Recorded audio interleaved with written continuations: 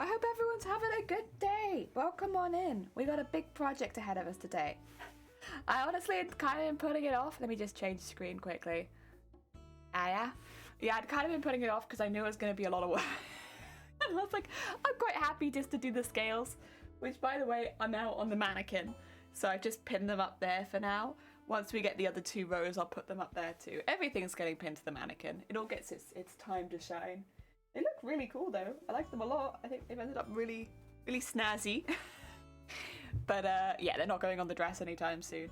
I'm also going to be making a couple of alterations to the dress, but I'll probably do that behind the scenes. I've been trying it on and doing some fits, and it's like, this could probably fit a bit better and this could probably fit a bit better.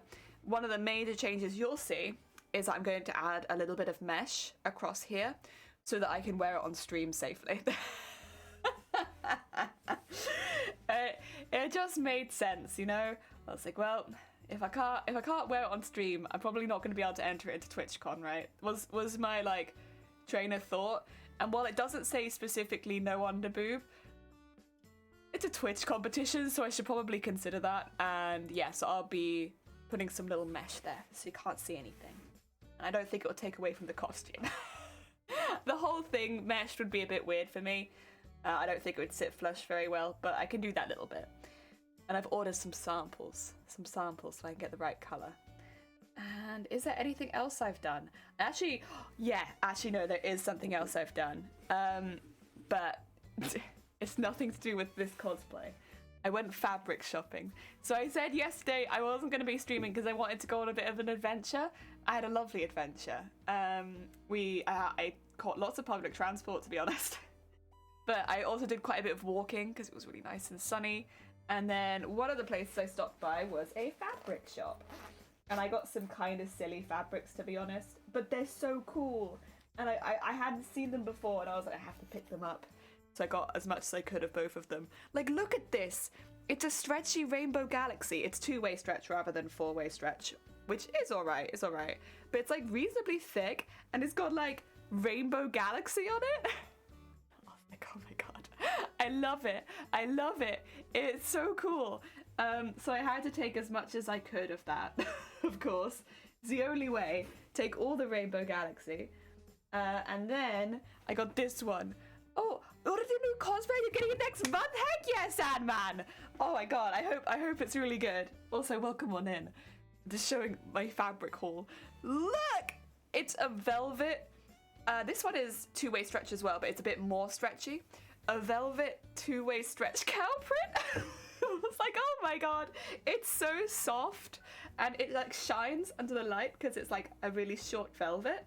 And I was like, I've never seen a velvet stretch cow print. I've seen a lot of cotton cow prints, but like a velvet stretch cow print, I was like, I love it. I just love it. I have to have it. So I got 3 meters of that one as well. I always pick up 3 meters of things if I don't have like a specific project in mind, because with 3 meters you can make nearly anything. And so that means if down the line I'm like, I want to make a really big floral dress kind of thing, or not formal, big formal dress, I can do it. If I want to make a suit, I could do it. Probably not out of that because it is stretch. And I also got this one. This is a cotton. And it's just so cute. It's got like little what do you call it? Flowers on it. And it's like a tiny bit sparkly, but it's so cute. So cute. I mean, this would be really good if I did more patchwork, which I don't. But I figure like it couldn't hurt to add it to the hoard. Couldn't hurt. And then the last one I got, I could only get a little bit of this because I didn't have it left. But I just got some plain cotton. They came in 2 pieces. I took as much yellow as they had because I don't ever have yellow cotton, and I use yellow a lot generally, so I figured I'd just pick it up. I got all that and I love it. I'll still be Mando, but they are upgrades. Heck yeah. Heck yeah. No, that's lovely. Honestly, being able to upgrade a costume, good feeling. A very good feeling. Today, we're going to be making the arm wings. So let me just get the image on screen so you can see. So there. If we have a little look over here, draw your attention to this part and also this part. Now, this wing up here is a fair bit more complicated to make than this wing here, which I know this one looks really, really big, but this one, it's such an awkward angle to stand out from.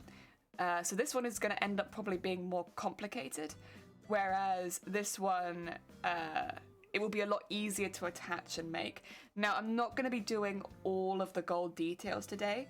We're going to be keeping it a little bit minimal.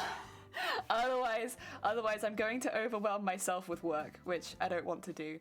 So what we'll be doing is we'll be making the base for it. So like this bit that sticks out from the arm and the wing that it's attached to it. And this bit, again, just focusing on the wing. This one doesn't have nearly as many details, to be honest, but I still think this one's going to be easier. So my thought is, if I take my point away for a second, it's going to need to be 4 sections with some extra details over the top because I can see some fluff close to the arm. It'll be 4 sections. Each of those sections will probably be made individually and then attached later. They'll be biased around the edge, so bias tape will pop that gold stuff around the edge of them. But then I think there's also going to need to be a piece of gold in the middle, because I think other than potentially bring this up, other than actually make it a little smaller, it's a bit big. I don't think I can bias after in post, so it needs to kind of be done ahead of time for these middly bits. Yeah, if you want to see by the way, the cosplay in more detail, Nightbot's kindly just posted the link. If you're interested in the competition, Nightbot did just also post the link, just so people have it. But so what I'm thinking to do, which is quite a bit of work on this bit, but I think it'll be worth it. We'll pattern each of these 4 pieces individually. All of these will be individual feathers, so we won't have them in groups of like 5 like it kind of looks like here. I think because I can see here that some of them are individual, we'll do these ones individually and we'll put them in post. So yeah, this bit's all going to be a little bit more difficult, honestly, because it's going to be so many layers, and I don't want it to be too heavy, which might be difficult, but I genuinely don't. It's probably going to be 2 pieces of what you call the stuff? Having a brain fart, excuse me. It's what's it called? Oh, like wadding, yeah. So probably be 2 pieces of wadding sandwiched together. I might need, it's difficult because trying to work out a way that I can get the fabric in the middle there with it looking like it's underneath. Difficult. And I also don't want this to be too heavy. Again. Difficult. Also, I'm planning to bone up each edge like there, and there, just so they have some thickness to it. Also, Grubbit, welcome on in. I hope you're having a good day. Don't eat me. I'd never. It's so heavy. It is going to be so heavy. So heavy. I was thinking in the I think we mentioned it last stream, but in the weeks leading up to the con, to do some ring fit adventure, because it kind of works out your whole body. And this costume's a whole body workout. I don't think you're ready for this, Jelly. I don't think I'm ready for this, Jelly, either. Welcome on in. I hope you're having a good day. But we're just trying to have a little look at this now, this part of it. So I'm going to be starting on the lower wing. So this one here. We'll come back to this one. It's difficult. I know this one looks a lot simpler, but I swear that it's not. Thank you for the horn, Shifty. Welcome on in. This bit that goes around the arm, though, should actually be reasonably simple. It's not too bad, honestly. We can manage this bit, and then, yeah, we just need to sandwich that bit in. Ideally, the boning will go the whole way down, so like from here all the way to there, and then all the way in, and then all the way in, and all the way in. I don't know if the last one I'll be able to. It really depends on how it sticks out, but we'll see. I want them to bone the whole way across just to try and keep it solid, keep it moving the right way. Yeah. I I think because we're using Wadding, it's not going to be so bad. Morgan Jelly, good morning. Welcome on in, Techno. I hope you're having a good day. Good Morgan. Good Morgan? So many potential. Wait, what have I? I don't even know what I've said. Shifty, we've been here for like 10 minutes. I swear I've not said anything that bad yet. I did order some snakes for the hair as well. I think I mentioned this, but I've got 2 plastic snakes coming. And I'm going to cut them up a little bit and use them for hair. Although, of course, I will have to paint them and all that. I ordered them with a black base, so hopefully it won't be too harsh on the painting. I don't mind if they're a little bit like darker in the joints. That kind of makes sense, but, you know, having it any other color, having like one of the bright blue ones or something would look a bit weird. Ideally, the begonia... Oh, for God's sakes. God's sakes. You said it wrong, but we'll work on it later. Yeah! Oh, dear. What's it do? How to do this? I think getting the arm piece is going to be the easiest, so we might start with that. So, like, the little block that goes... Because you can kind of see it's like a little, like, sandwich here. Like, there's a little sandwich that goes around the hand. I think that's going to be one of the easiest parts to start with. So we'll probably start with that. But again, not doing any of the top embroidery. That can come later. But getting the base in. And I think I'll make it out of 2 completely separate parts. This is a heckin' lot of damage. So that we can put some bias tape down there and down the other side as well. And then we got these. Thing is, just for like reference, if you look at the size of the body, probably ends about here, starts about here. This is longer than her body. And yeah, there's no way I'm making it that big. It is like a dual disc, but like it's too big. That's too big. Yeah, can't be doing that. Better than yesterday. Oh, I'm glad to hear it, Shifty. Heckin' glad to hear it. Oh dear. I mean, I could draw the whole thing. Also, Jelly, have you seen? I know. I went out yesterday and listen up. It's a story. God damn it, Shifty. It's fine. I won't tell you about my adventures. He sees it's just blue, like him, inside and outside. Blue his. Oh, because you said blue skies. I get it. And everything is blue for him and himself and everybody around, 'cause he ain't got nobody to listen to.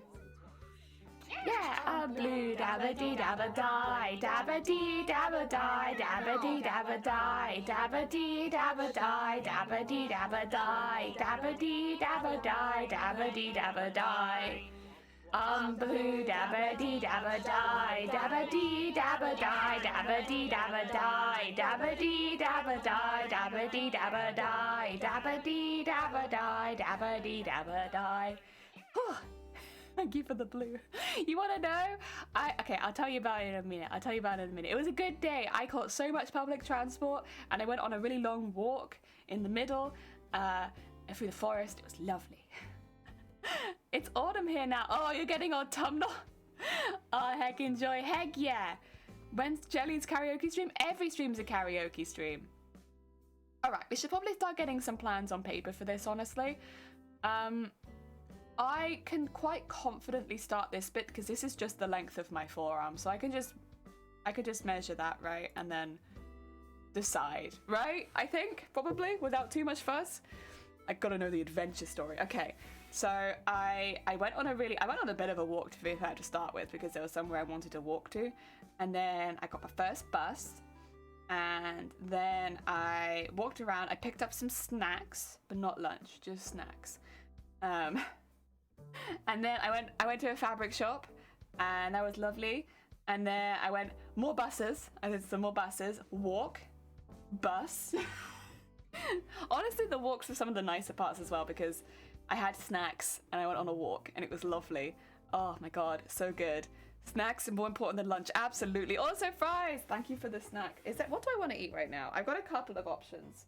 I might have a biscuit because my tea's still hot. But yeah, thank you for the snack.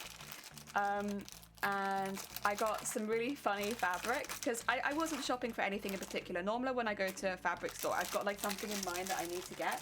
Whereas in this particular case, there was like nothing I really needed. So I just had a good look around and decided if there was anything that I'd want that I hadn't seen before. And I'll show you them in a second, because I did get a couple. Mmm. Mmm.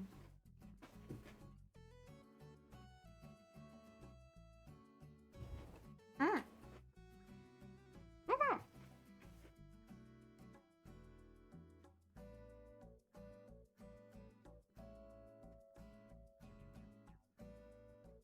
Isn't it pretty? And it's got a two-way stretch, so if you wanted to make something a little bit tighter, you could. Probably not perfect for like a suit or something, but like you could easily make a dress out of this, and it's so pretty. Or like a little top or something, I don't know. That's one of the interesting ones. The other interesting one is this. It's velvet stretch cow print. Velvet stretch cow print. And it's so soft, and I love it, and it's shiny because it's got that velvet in it, because it's like a crushed velvet. Oh my god, it's so funny. I love it. So I got 3 meters of both of them, I think, because that I figured I could make anything out of that. I do like good walk. Me too. It's been a while since I've been able to go out on a good walk, and so I got a good walk in yesterday, and I enjoyed it. It was good. I did pick up a couple things I needed to, but like most of it was just relaxing. Oh, thank you. I appreciate it. It's probably because I've seen the sun. Oh dear. Also, Shifty, I went outside probably for the first time in years without my hat on yesterday. I felt so self-conscious. So anyone who doesn't know me outside of streaming, I nearly am always wearing a hat when I'm out. Nearly always. And that's been since I was like 16 and I'm 26, so it's been a good while.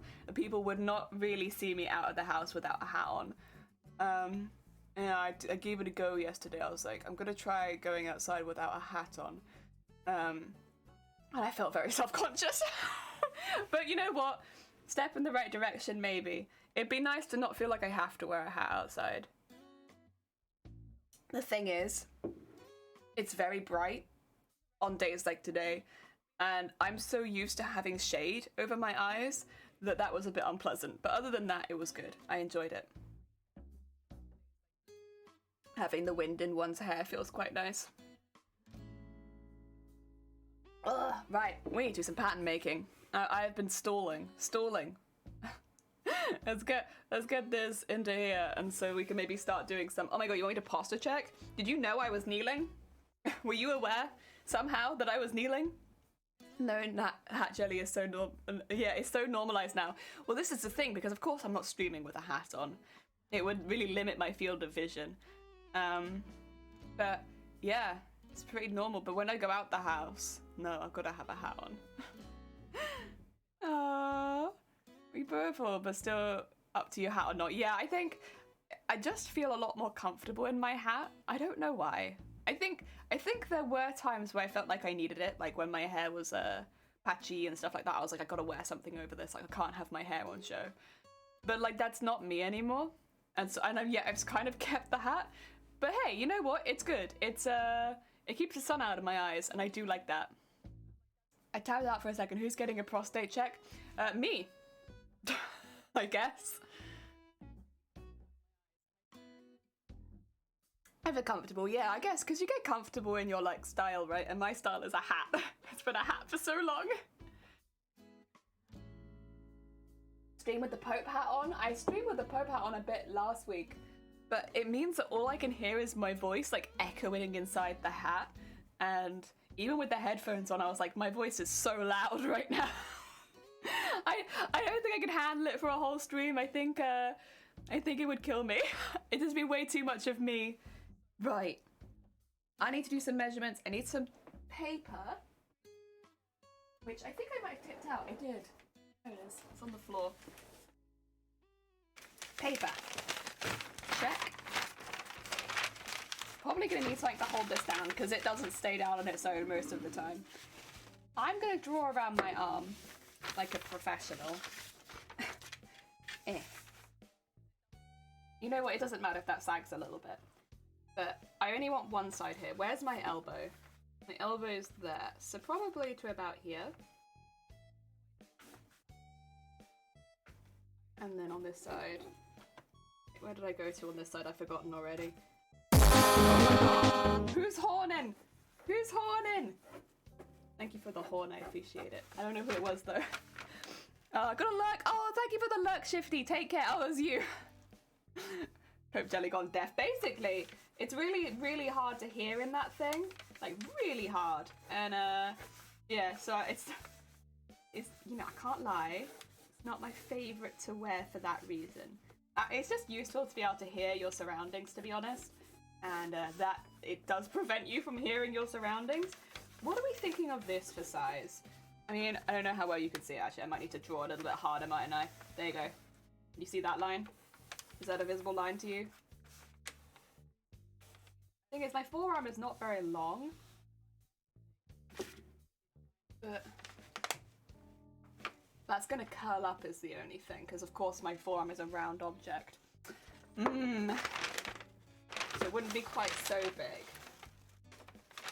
Maybe, do I need it bigger? Maybe a little bit bigger. I can always come down, but it's a little difficult to go bigger, right? So let's do it to about there, and about. I'll fatten all of these lines out in a second with a ruler, but for now, yeah, I think that might be a bit more dramatic. Good size, heck yeah. Let's do some ruler stuff now. Oh, it's about 25 centimeters. Oh, well, that's nice and easy. I love it when the numbers work. 25 centimeters, 25 centimeters. In the middle of a 25 centimeters is a 12.5. And then use the bottom of this to draw straight.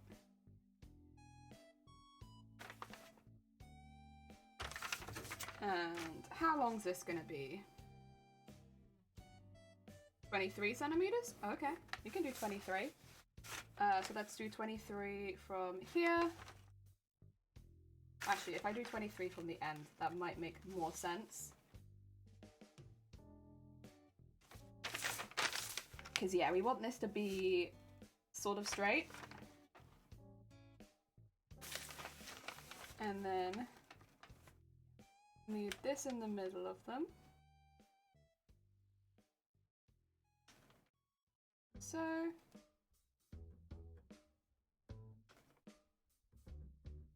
where is 20? Sorry, is 23 the end?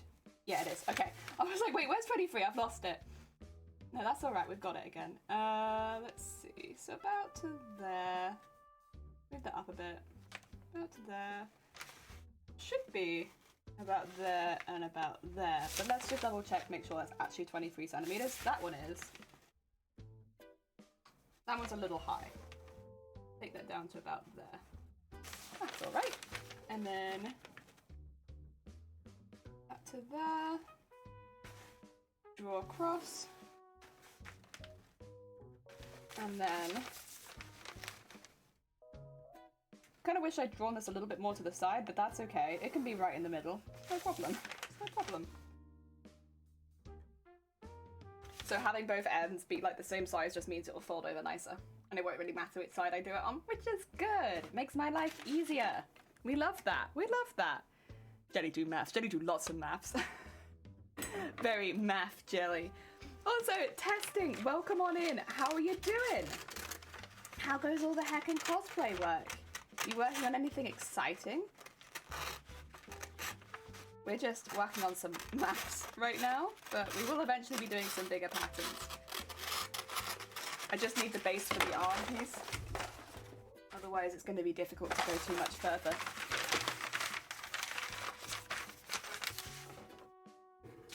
Do, do, do, do.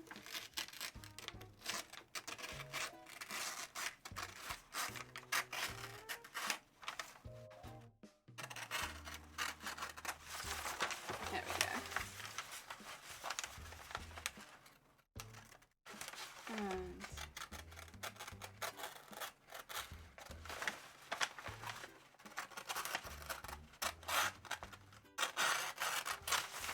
ooh, set that off there.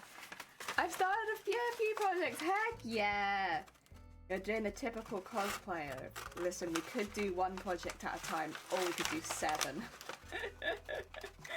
I can't lie, I've done that a few times where I've had many projects going on at once. The thing is, I don't actually mind having 2 projects going at once, but once it gets a bit more than that, I'm like, ooh, I'm stretching myself.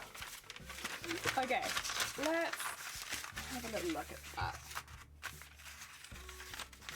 We've only got a little forearm, so it might not be quite as dramatic as, what do you call it? I don't know if that's a little too long, though. Is the only thing. I mean, it will be thicker. I'm not sure. Is it too long? Maybe.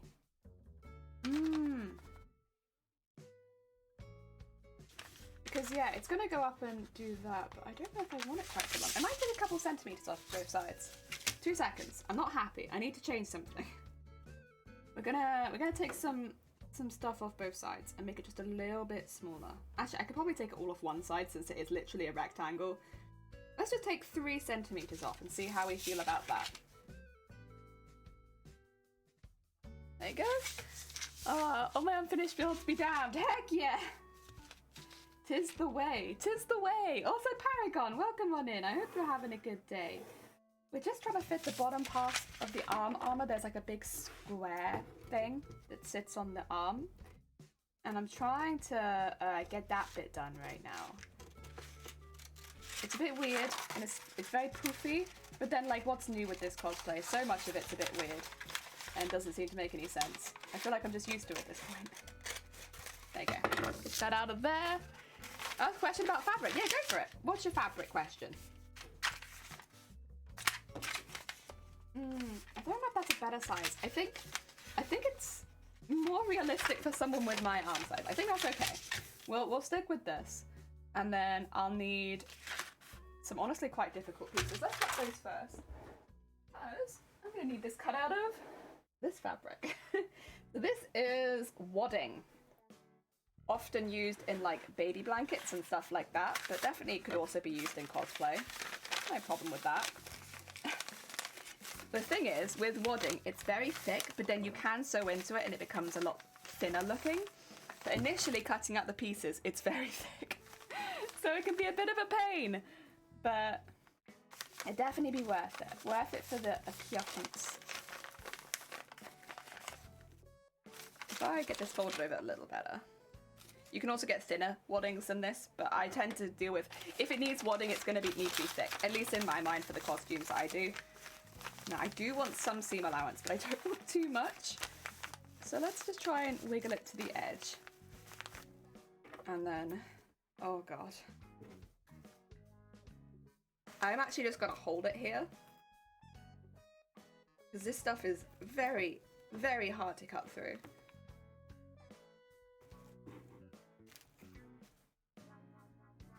Oh, oh dear. If I was to buy a plain white t-shirt, what's the best fabric for it to show that's not see-through? Honestly, there's a lot of fabrics you could pick. If you wanted stretch fabric, just get like a thicker jersey. That's the thing, jerseys come in a lot of different thicknesses. So some of them, yeah, will be see-through, but a lot of them won't. It just depends on the thickness of jersey you get. If you're looking for more like shirt material, normally 100% cottons are a little bit less see-through than poly cottons, normally.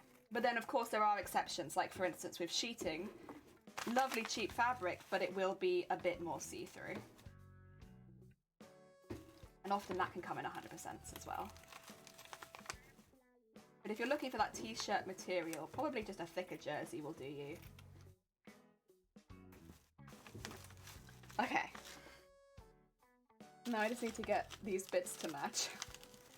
With this, it doesn't matter too much if it's too big, because I will trim it later, but yeah. It's more important that I just get it initially cut out, because it's like just cutting through like pretty thick. Pretty thick. Right, that's 2 squares. Good. Also, this is what I mean about it like sandwiching my arm. Arm sandwich. It won't end up being that thick, but it will end up quite thick. Is my camera okay? Are you alright over there, camera? You know where I am. Oh, shirt.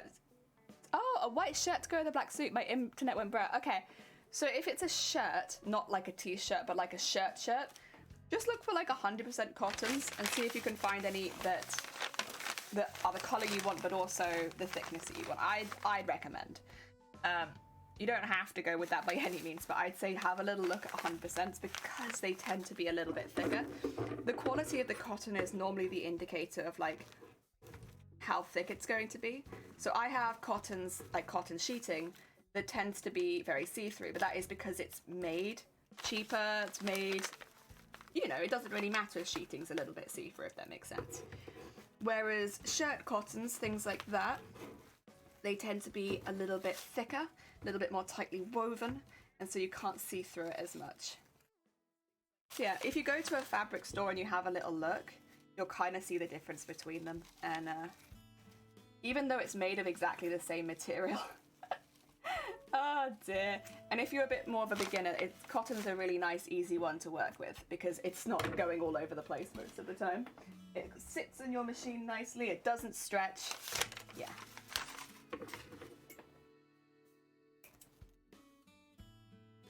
Just need to cut up this bit because... oh dear.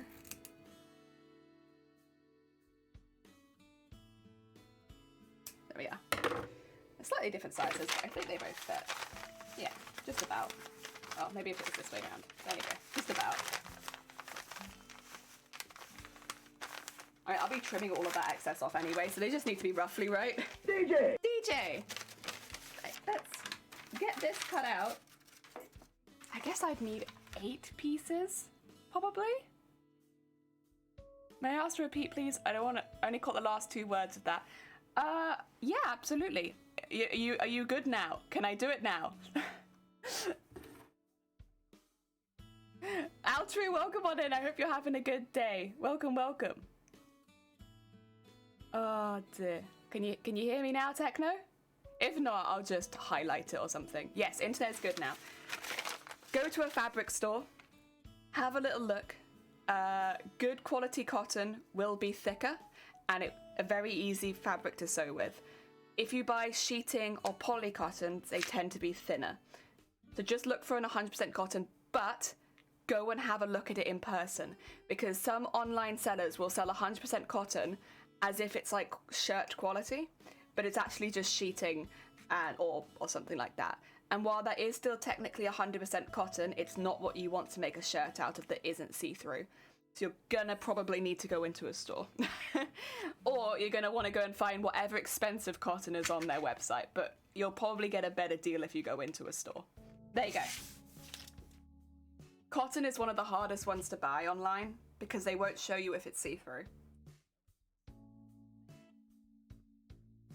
Oh dear. You're not making a shirt? Why not? Techno, you gotta make the shirt now. Now that I've given you the advice, it's up to you to make that shirt. Buying one already made? In that case, it's normally down to the retailer. If you buy a cheap shirt, it's gonna be see-through.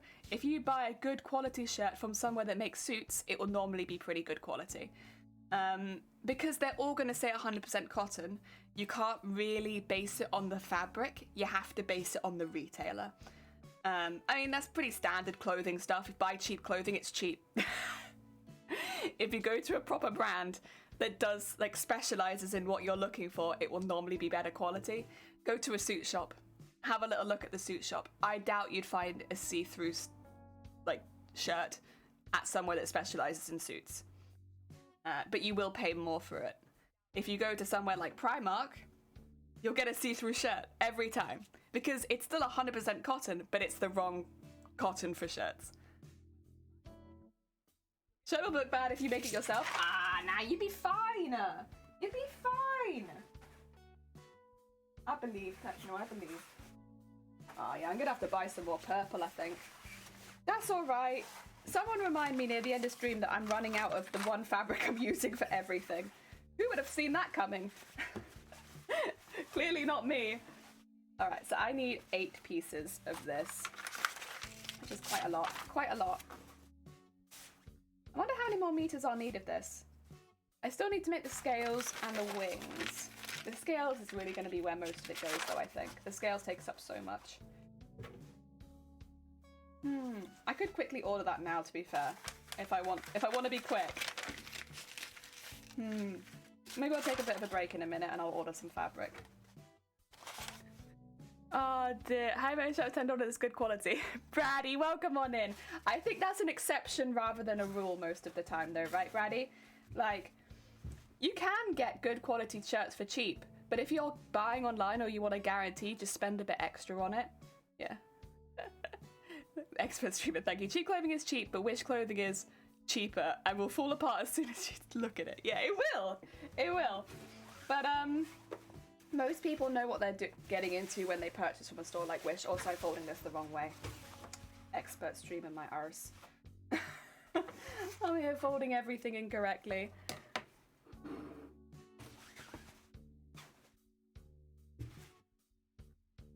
Oh yeah.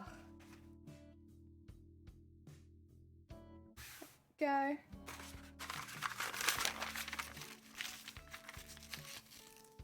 Yeah, I can fit. Maybe I'll just have to cut them all individually to make the most out of this fabric, but I should be able to fit quite a few in this way round. Really stiff and thick for a while, but after a few washes it became wearable. No, honestly, that's quite common with cotton. Cotton is one of those fabrics that where you first buy it. A lot of places, like haberdasheries, will actually advise you, like, wash it before you sew with it, because it will change its, like, not texture, but it will change its kind of, like, feel. So a lot of places will actually recommend, if it's 100% cotton, to wash it before you sew with it. So doesn't really surprise me that the shirt unstiffened after a few washes. It probably just meant it had cotton in it. Oh yeah.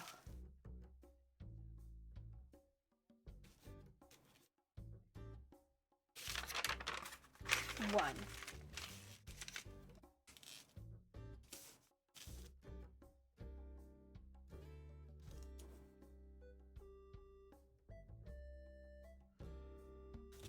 Oh yeah, and up the other side.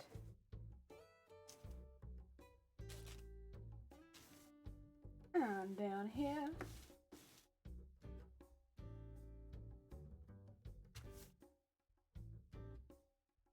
Oh yeah. There we go. So that'll be enough for one side. And then I'll probably get one more out of this. And then I'll have to fold it again. But that's okay. That's okay. You know what? Not terrible. Not terrible. Yeah, get one more out of it and then look at doing some more. So what we'll end up doing is actually sandwiching the foamy stuff inside of this and then sewing around it. I'll need to leave one side open, but I think I'll probably leave the outside edge, no, the inside edge even, because I want to put some bias tape over that anyway. So leaving it open won't be a big issue since I'll just tape over the top of it afterwards.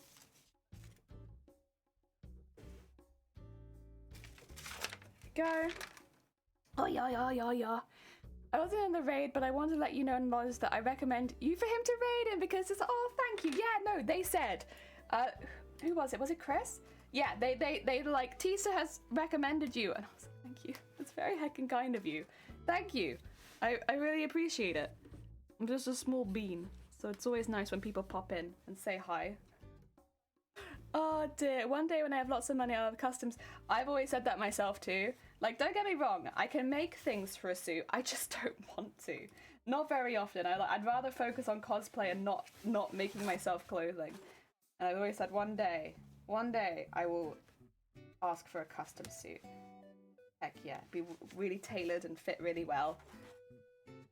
87. Oh, sorry, 85. I don't know why I read 87 when I read 85. Well, there you go. That's probably why. It's got some cotton in it. Would Jelly make me a suit for $2 and a shoelace? That's all I have in my name right now. I'll be honest, I probably wouldn't make a suit for anyone. Except maybe like very close family, if they really needed it. I think that's the only time where I go and make one. It's because it's a pain in the ass. Well, it's not that bad, but like it's a lot of steps. So making a suit is a real time commitment because it's like it's not going to be done quickly. So, you know, you're going to have to give me quite a bit of time to pattern it out for somebody, do the alterations, and then to make the whole damn thing. it's probably one of the most time-consuming things you can. So outside of like formal wedding dresses and stuff like that, it's such a pain. So while I can do it, I wouldn't often choose to. Just, it's a time sink. I don't want to sink my time into it if I don't have to. But there are people that really enjoy making suits and will make them all day, every day, and that's fair enough. I like making cosplays. That's what I like, and so it tends to be that's what I do. I do the cosplay. I mean, I think that's the thing with most people in their hobbies, though, right? They find something they enjoy within the hobby, and then that's what they do.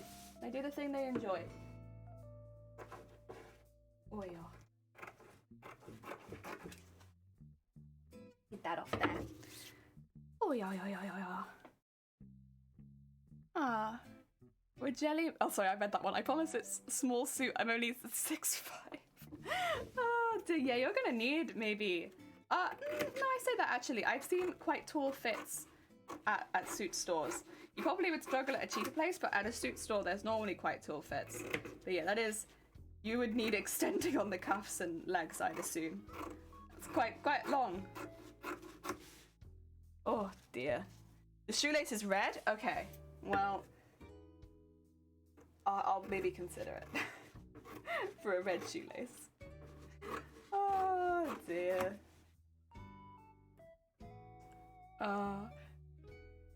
The hottest dang shirt I own, which is why it's never worn. Normally 100% cotton or linen. Linen's a really good option if you're looking for a more lightweight shirt, one that breathes easier. Linen's normally pretty good. 100% cotton's normally quite good as well, but that's why I lined all of this costume with 100% cotton, because I want to breathe. I want my skin to breathe. And it's like one of the calmest on the skins. But yes, linen is a really good option as well for lightweight. Oh dear. Red ones go faster. Ooh, speedy shoelace. You're right, actually. Anything like that. I like yellow shoelaces. Like the luminescent yellow. Oh, it's very nice. Go. Oh yeah. Live in Florida, so like lightweight is all I can wear. Yeah. I hear Florida is very warm. To be fair, I am a very lightweight clothing person generally as well. Like, what month is it? March? I feel like we're in the middle of a heat wave this March because it's so warm here in Wales comparatively to like what it normally would be this time of year. It's quite jarring. Like, it's warm. Very warm. I mean, it's quite nice, honestly. Like, at this point, it's not so bad that like I don't want to be in my skin anymore, but it's still warm. Oh, wait! Symbia, welcome on in! How goes your day? 2 seconds. There you go. We're cutting out some pattern pieces. Oh, you do your shout out. What have you been up to? Did you have a good stream? Raid for the Batcave? I have Batman emotes. Wait a minute. 2 seconds. I need to shout out Sim. There we go. Oh wait, SP, not quite. Close, but not quite. An attempt was made. 2 seconds, let me fix that. Sorry. First thing you'll learn, I cannot type. Not at all. Typing is not my skill. How's your stream, sweet bean? Hi, Tiger. Hi, Itchbins. Oh dear. Typing is overrated. Absolutely. Completely unnecessary. Where's my Batman emotes? They would be Bateman, I think? At the Batman ones. Where are you? Where are you, Bateman? There they are. Give you some Batmans. Right. We are making big costume here. We are doing Mateus from Final Fantasy Tactics Advance, as it says at the bottom of the screen. If you want to see the cosplay, !cosplay will take you to the character page where it's got a description, it's got pictures and stuff like that.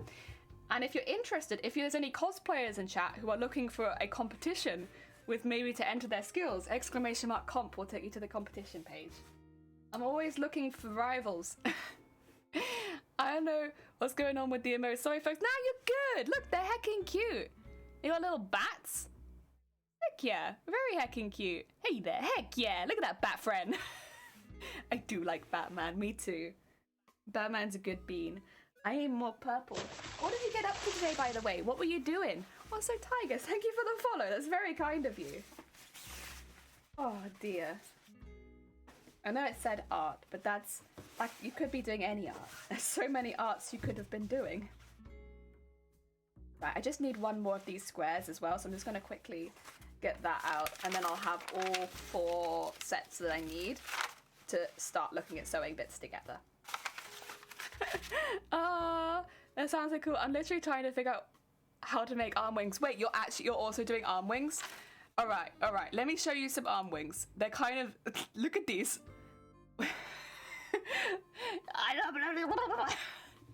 Like, what do you do with that?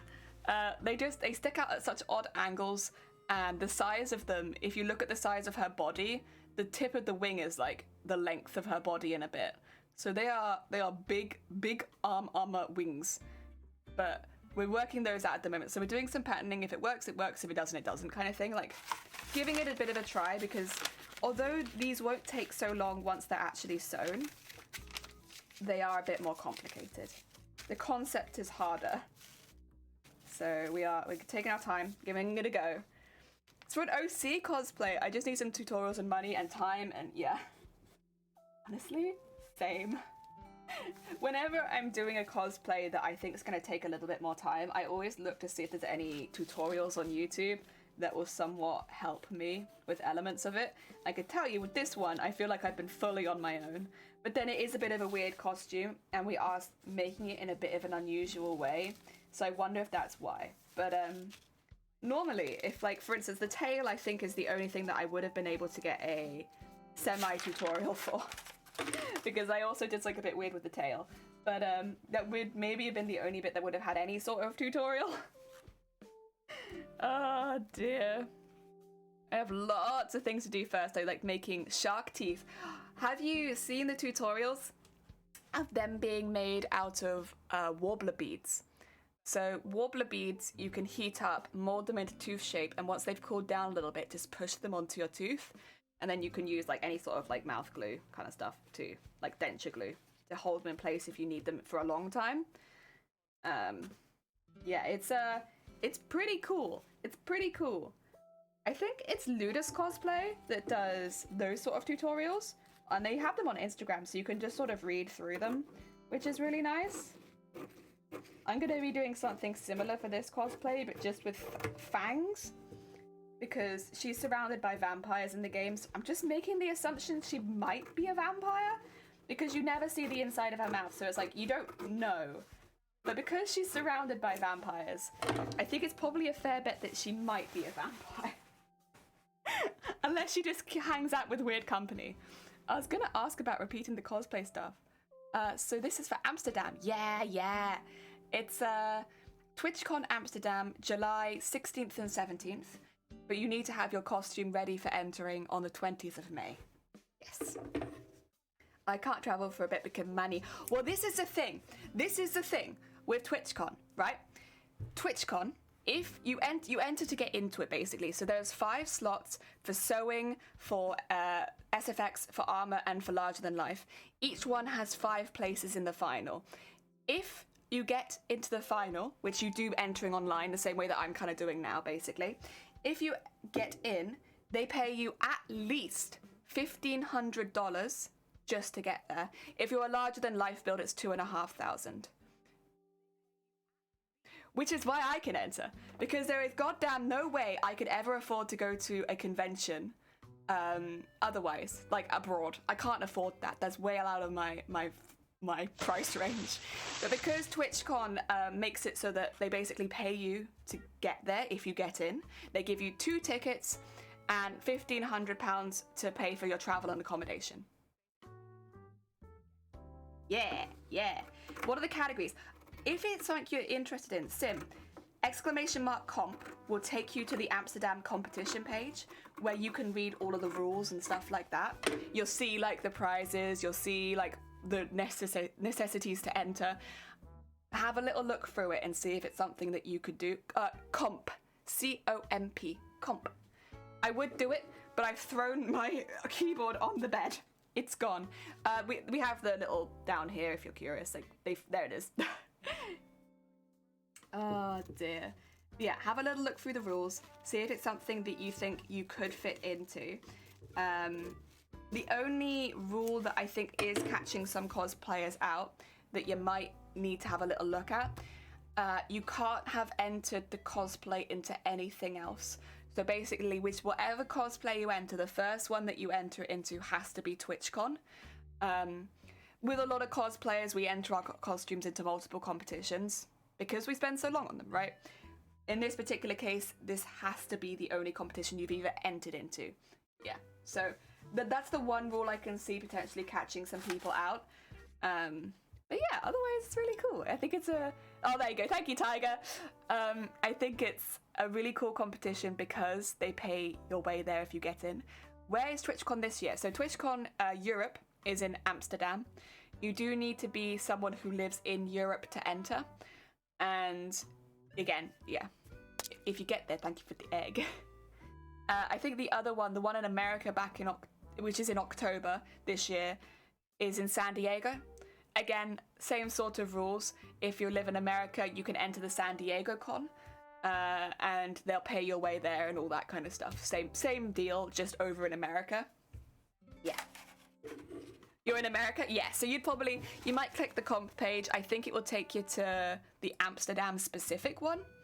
I could be wrong. Yeah, this is the Amsterdam specific one. So you might need to go have a little look at the San Diego one. I think if you just click the TwitchCon bit at the top, it should take you to, oh, maybe it doesn't. I thought it should take you to the TwitchCon page, does it not? TwitchCon 2022, take me to that. There you go. So there's a little thing on the side that says TwitchCon 2022, and then you should be able to go to, if you scroll down, there's Amsterdam and there's San Diego. If you click the San Diego one, you got all the information for that one there. And yeah, I know there are some cosplayers on Twitch already making their San Diego one as well.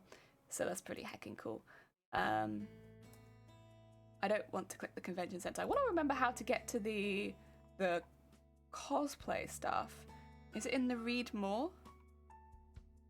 I think so. The cosplay contest, there it is. Oh, it takes you to the Amsterdam one anyway. Okay. That's all right, then I guess it's fine. If it takes you to the same page, then it's not an issue. Have a little look at the code of conduct, the community guidelines, and the rules. The rules being the most important, I'd say. Definitely look at the rules to make sure that you are someone who could be legible of entering. Ah, dear. I was already making cosplay of Coraline! Right, we're making it on stream. Okay, so the thing you need to do 15 hours of streaming on your cosplay. That is, what do you call it? With the title, I think it's like along the lines of TwitchCon 2022 Amsterdam cosplay contest entry. Make sure you got that title, stream for 15 hours with that title, and then highlight it. And then you're legible for entry, basically. Oh, I think you also have to have the cosplay tag. I think if you're doing cosplay, the likelihood is you'd have the cosplay tag on you. Yeah. Oh, dear. Oh, wait, it's the weekend before your... Oh, my God, I love that. That'd be such a fun birthday treat. Oh, I like that a lot. You have to turn the sound down for a minute to half like, oh, no, you're good. Have a good BRB, but this is really cool. Heck yeah, it is.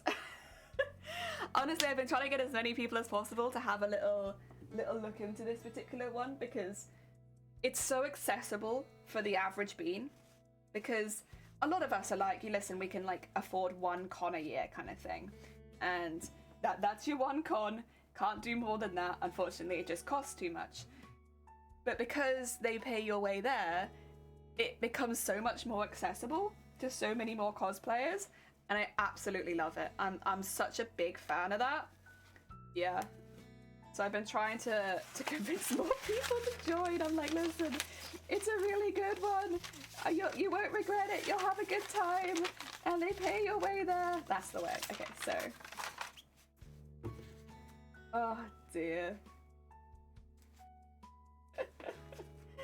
So I want this one to be like this. And then that should be all right. So what we'll do is I'll leave this side open and we'll fold it inside out.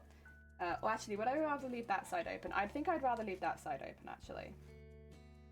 It's just got a bit more seam allowance, so we'll leave this side. Heck yeah. Because we're going over such a thick material, better to play it safe. And also, so what will I be doing? I'll be going. Oh wait, why are these both the same way around? Let's start on this side, go the whole way around, give that a go, and then we'll see how we're doing. Yes. Let's have a look at that. Let's have a look at that. That's so exciting, folks. What the heck? Right? Oh, I'm so glad I found someone else who loves it. Yeah, I have been flogging this cosplay competition, like, go! Everyone have a look at it. It's really accessible if you live in Europe or America. It could be an extra cosplay thing that you can do. Yeah, have a look at the categories, see which one you think you'd fit into best or that you want to be judged on. So I'll be going into the sewing category because the majority of my cosplay is sewn. And yeah, there's 5 spots available for each one. Give it a heckin' look in. San Diego as well, you got a bit more time too. I mean, Amsterdam is a couple months away, I think. Yeah, it's like 2 months you've got to finish the costume. But if you're entering for San Diego, you've got a lot longer. Like, you have time to start a costume, probably still. Easy. And you do fair with 2 months, you probably have time to do it in that time too. Oh dear. Yeah, I love it. I think it's really exciting. Thank you both for the suggestion to come here. I might never have known. There's just a woman on Twitch being like, have you looked at the TwitchCon cosplay stuff? I literally, every cosplayer I know, when they come in the stream, I'm like, have you looked at it? Have you considered it? I know you're making a costume right now, so have you looked at it? I want it to be like a massive tournament arc. The thing is, this is the first time for Amsterdam that we've had a cosplay competition at Twitch. At the TwitchCon, so like it's very fresh for us, right? So I want it to be really good. I want it to be really fun. I want to see lots of different styles of entry. Yeah, I think it'd be really fun. I don't care honestly so much if I get it at this point. I just want it to do well so that it happens again next year and becomes like a staple of TwitchCon Amsterdam or TwitchCon Europe. I just want it to do well. I think it will though. I've talked to a lot of cosplayers about it, and quite a few of them are very excited. So, I think the thing that gets us at the moment, the most people at the moment, is that it has got quite a soon deadline for Amsterdam. If you're San Diego, you'll probably be alright, but for Amsterdam, it's got quite a soon deadline. But hey, you know what? Cosplayers are pretty used to working under some sort of pressure, I suppose. As long as no one's hurting themselves.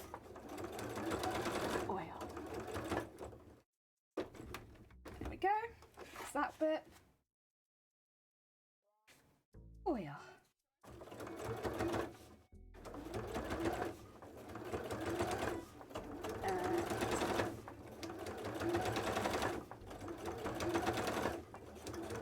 Get that down there, all the way down, and then we'll turn it inside out. I basically made a tiny cushion right now. My arm cushions, yes. Excuse me. So because there's 2 things here, I can turn it out inside out like that, but I'm going to want to trim it down a little bit first, otherwise it's going to be difficult. Oh dear. Also, I should say, Sim, if you need to go get some rest after your stream, I know I'm having a great time, like, being excited over cosplay contests, but like, you know, look after yourself, get yourself some snacks, get yourself some rest. Oh dear. Get that up there. And trim all that excess off. Because that's gonna be a pain. Oh my god, wait, another. Oh my gosh, damn! I was gonna say another raid? What's going on? Damn! Damn, we found another cosplayer, damn! Another person who is excited about cosplay. How is your stream, Sweet Bean? What did you get up to? Were you doing more Elden Ring? What was happening on the Dem stream today? Anyone who doesn't know, Dem is one of our mods. They're a very heckin' sweet bean. They've done so much helpful stuff for the channel, and they deserve a lot of love. So if you haven't checked out Dem before, please do. They're an excellent streamer, honestly.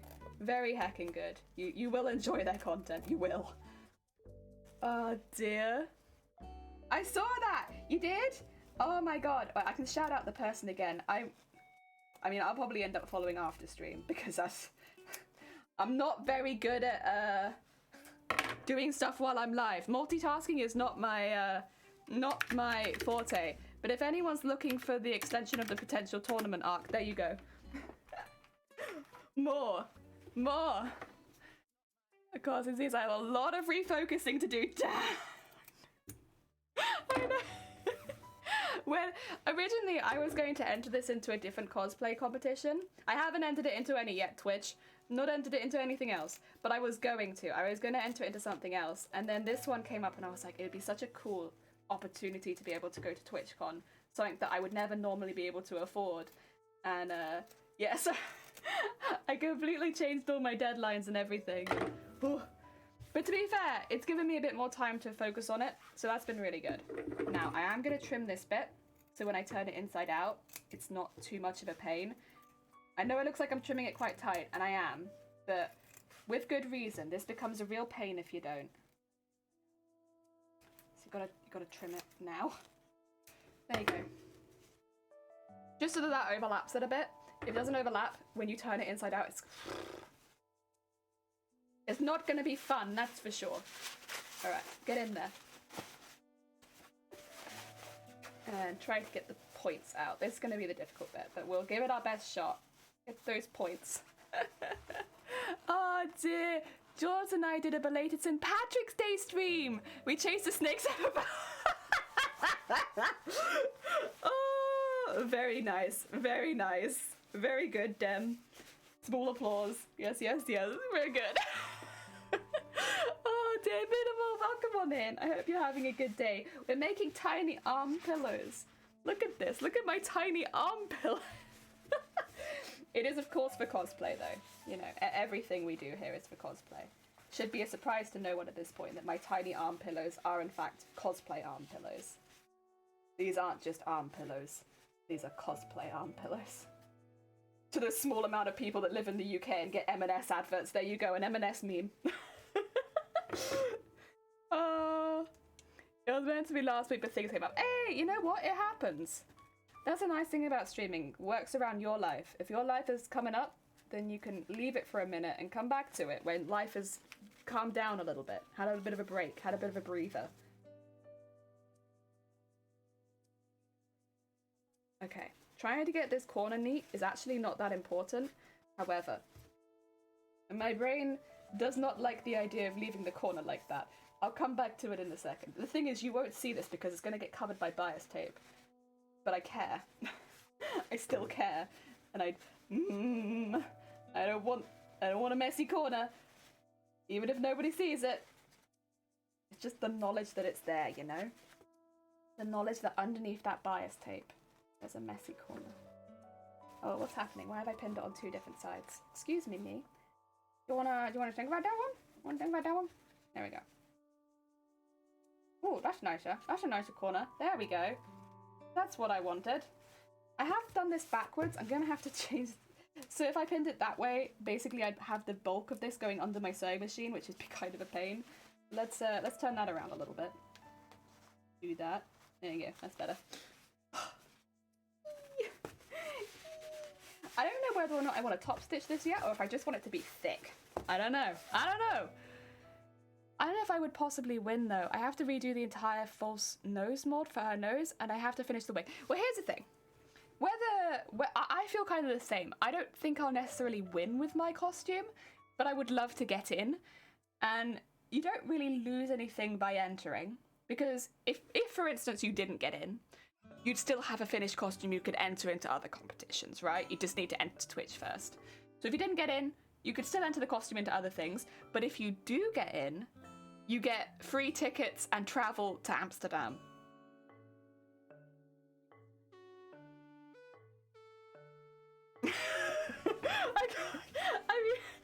And then, you know, if you happen to win in the cosplay competition, that's the icing on the cake, really. But regardless, if you manage to get in, just get into the costume competition. You get to go to Amsterdam. That's why my aim with this is not to win anything. I just want to get in. I just want to get in and have a good time, you know? In fact, in many ways, and sometimes it's better if you don't win, because with this one, if you win and you get in, You've got yourself into a costume competition in Amsterdam that pays for you to get there. And then if you don't win any prizes while you're there, you can enter the costume into other competitions. And you get to go to Amsterdam. At least this is my frame of mind. I just want to get in. After that, don't need to win anything. Quite happy, honestly, just being there. It's a holiday to Amsterdam. Oh dear. I look forward to seeing the shenanigans I followed. Heck yeah, everyone should go follow Sim. Listen, we want a tournament arc here. So if you want to see every side of the tournament arc, you got to follow all the cosplayers taking part. So you have to go follow Sim. Just the experience would be nice. Exactly. Just being able to go would be really good. That's a very good reframe. Yeah. Also, Gev, Mule, welcome on in, Gev. And thank you for the horn, Zay. Fear the horn. Absolutely. Absolutely fear the horn. Maybe a silly question to ask, but do you... Yeah, I know Kamoi. Of course. Kamoi is like literally one of the... What do you call it? She's one of the pioneers of cosplay and tutorials. Like, she is a very big figure in the cosplay community because they do tutorials, they do patterns, and like, they were kind of one of the first persons starting to do that. Like, she was pretty well known on the scene already for her like costumes, right? But then, yeah, one of the pioneers, I'd say, of like patterning and accessibility. Oh yeah, sorry. I have some socials. I'm active in Discord and Twitter, and Instagram is where I put like how I do things. It looks like people want weekly art for my poll. Of course they do. Dem, was it even a question? You were like, guys, you want me to do some more art streams? And everyone's like, duh. Of course we do. Heck yeah. Try to get more comfortable with it, I suppose. Yeah. Honestly, we love seeing art.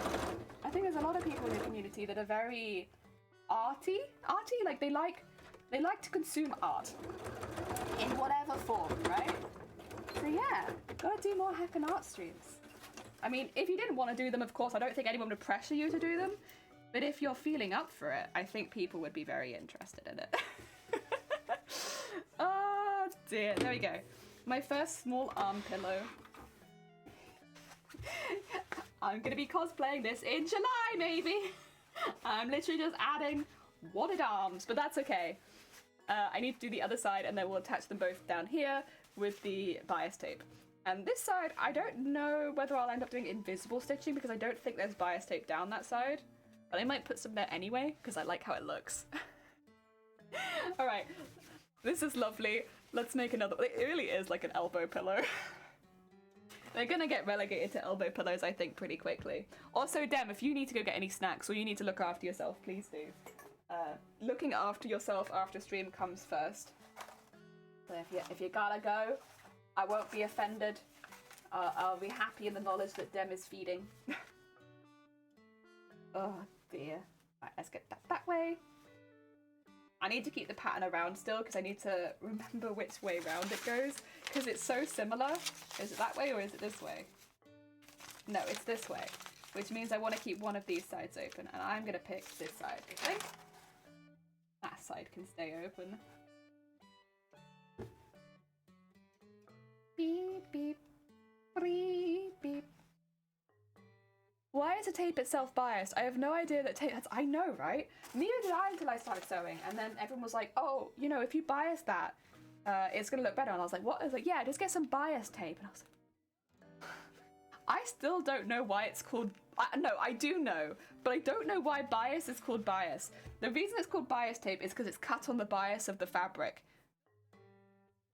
Why is that called the bias? I've never understood it. It's always confused me, but there we go.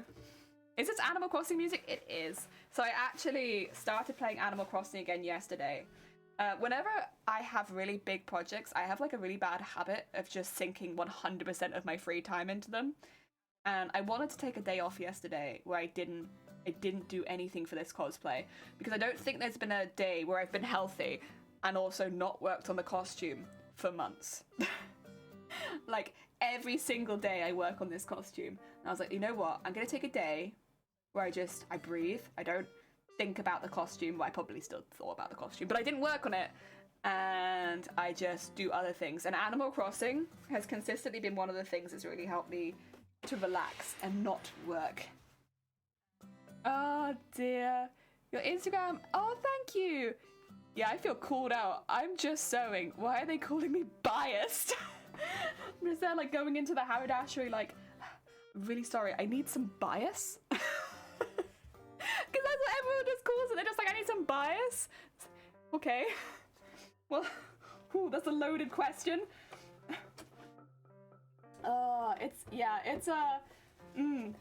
When I first, because I didn't know what it was called, but I was still using it. And when I first heard somebody else, like, I was like describing what I needed, and I was like, yeah, I need some tape to go around like the edge of a coat. It calls for like 2.5mm tape. And they were like, bias. And I was like, what? No. But yeah, it took me a really long time to work out what it was actually called, because I called it just tape, or like edge tape, for the longest time. Because that's all I used it for. I used it for edge tape. Oh dear. Bless the haberdashery people. They put up with a lot. I just downloaded the DLC and need to get back into playing. Yeah, I'll be honest, I have started again, because I just wanted that I find the experience at the beginning of the game very, very relaxing. And so, like, sometimes I just want to play the beginning of the game over and over again. Even though I know you have a lot less going on and there's a lot less, like, limited to you. Sometimes I just want to play the beginning of the game. It is a shame you can't have multiple islands, to be honest, because I would have one island which I keep forever, and one island that I just repeat over and over and over again, like the starting weeks. And then I go, no you don't. I was on the laptop and I had to retype Discord. Oh, bless you. Thank you. It's very kind of you. Ah, dear. There's a lot of memes in the Discord. But we have a lot of sewing peeps in there as well. And because we don't have links on in chat, if you ever want to share anything, just let me know if you've shared it while we're live, so I can go have a look at it. Heck yeah.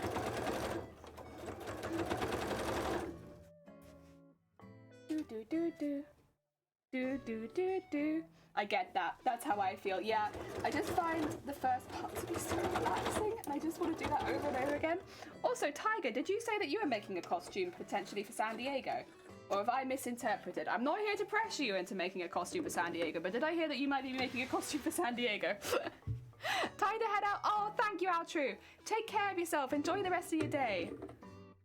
There was a big complaint at launch. Yeah, I mean, I think it's consistently been an issue, right? Where it's like, because it's such a creative focused game in many ways, because like you're designing everything, not having the ability to do multiple projects doesn't suit a lot of creative type people, right?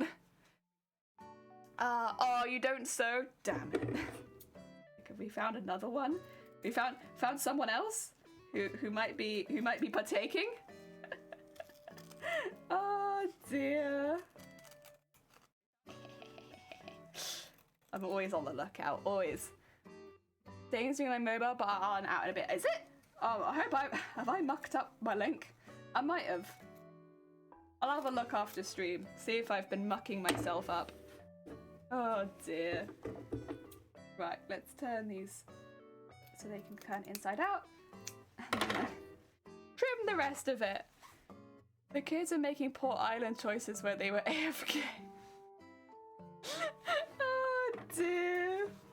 Heck yeah. Yeah. That sounds about right. Oh dear. Yeah, I think cause like that's the thing as well. It's like it's not even one island per user. It's one island per Switch. Jeez.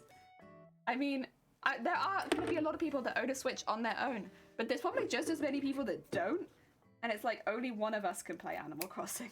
Just one. Oh dear. Yeah, it's okay. My mobile hates me. Oh, honestly, same. But then my mobile's also very old, and I'm trying to make it do very modern things a lot of the time. It doesn't like that. It's not keen. It's not keen on it at all.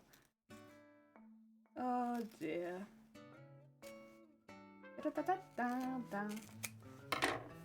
There we go. Right, and then we'll do the same thing, which is we just trim this a bit so it's a little easier to turn inside out, and also fold over. Yeah.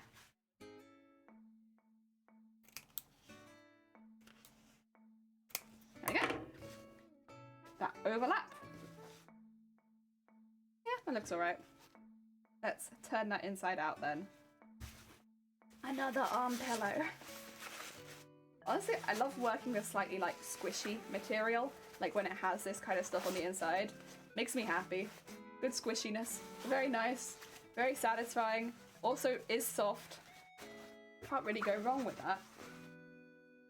Oh, that's turned out nicely. Hey, look at that. That's a nice square. Very good. Oh, there's so much fluff left over from it, like molts as you're using it. And there's so much fluff left over from that. It's alright. It's not gonna make a big difference, and I can clean it off later. But I see it. I see the fluff it's creating.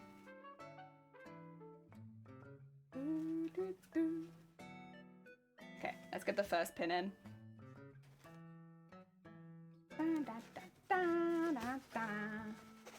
And across there.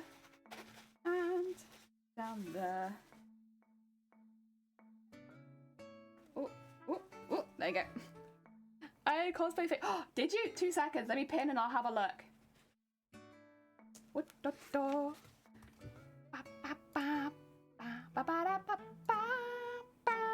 Oh my god! Ooh, oh, that's so pretty though. Oh, I love the earrings as well. Skeleton leaf? Heck yeah. Do you do more SFX? Are you like an SFX cosplayer as well? I'm only just looking at the eye makeup and stuff like that. That looks very professional. Do you do SFX stuff? Or more sewing? I did oh sorry, that's the one I just read. I was like, oh, cool. There you go. Oh, let me just read the same thing 10 times. Ugh. Nah. I historically not very good at reading. There we go. And that up there. Thanks. I made the earrings myself and do makeup, but I'm trying to get into SFX using actual prosthetic pieces. Yeah, that...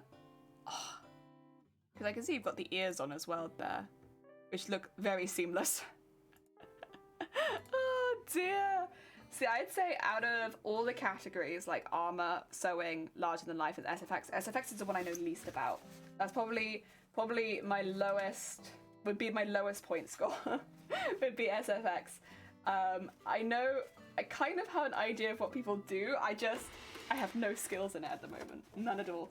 Not to say that it's not something I might practice at one point, excuse me, but as of right now, it's probably the one that I'm like most noobish in. Because I have some experience in all the other areas, right? I've made quite a few larger than life builds. Armor, like, I feel like it is just like that you end up doing at some point, and so I've done it a few times, and I can do it, I just don't enjoy it as much. And then obviously sewing is my my go-to. I love sewing. Oh yeah, there we go. Get that all nice and sewn down. Not that it will matter because you won't see it anyway, but that's okay. We pretend that we'll see it and do neat sewing, but we'll never see it. It will be completely hidden by the end. Oh yeah, in fact, probably most of this will. Ah dear. Coraline's nose is a fake nose to make it look like her actual oh my god, that's so cool! I love that! Honestly, I love Coraline as well. I love the whole design of that movie. It's so pretty. Here's the start of my Yu-Gi-Oh! Dual Disc. It's coming along. I'm gonna pin these bits together. Eventually we will bias tape them. I'll do that later because I'll have to change my thread colour. And I'm not doing that yet. I don't fancy it. But... Oh dear. If you like SFX makeup, you should check out Tiffany's socials too. Yeah, Tiffany! Tails is a very heckin' sweet bean. We love Tails and they do a lot of SFX makeup. Very cool. She's a friend of the channel. She is. We love Tiffany. Although I always call her Tails. Oh dear. Like she's like, no, this is my real name. And I'm like, oh, got you. Tails. Thank you. So we'll end up putting like a few connectors in there so it doesn't like go the whole way up my arm, become like an armband. But yeah, that should be a good... The only thing's going to be how I get the boning in here. Because I'll need the boning to run the whole way across. Maybe I'll put in some maybe before I sew the pieces together, I'd put in some channels. So these might end up being on different arms, but I could put in some channels that you could later thread the boning into. The only thing would be that would somewhat mean I need to know where the boning's gonna go. What to do?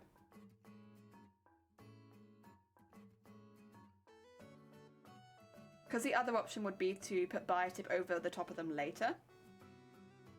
But I could just do that straight away. And then they'd have little channels to sink into.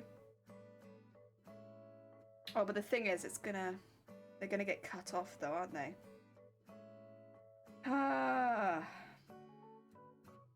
Although it wouldn't be too difficult to reopen it. And actually, I wouldn't need it starting from the very beginning.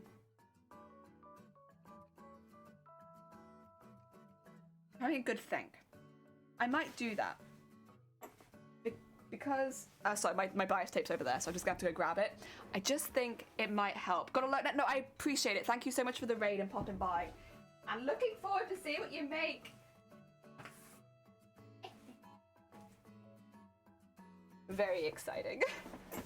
Right, I'm gonna put some threads of this through one half.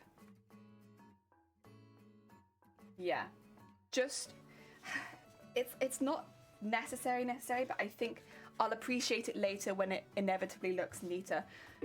Thank you for heckin' showing them out. Yeah, again, anyone who's here, who's looking for the heckin' TwitchCon cosplay tournament arc, go check out Sim. They are taking part in the Amsterdam one maybe, and yeah, gotta go look at that.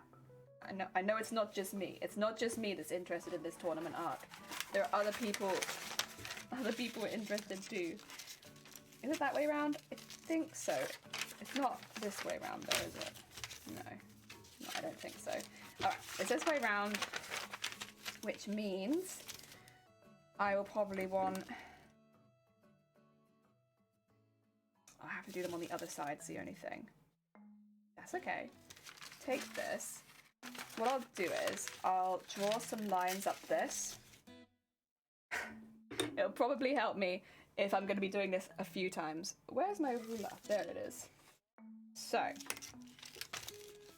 we're going to want one right near the top, which will be probably around here. Really close to the top.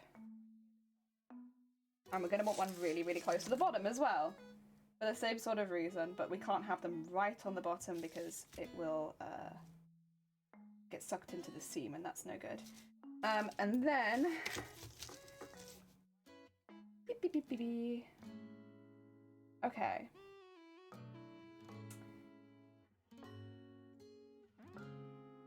My bias tape is 2.5 wide, so it's probably going to come to about there, and it's probably going to come to about 1 to there-ish.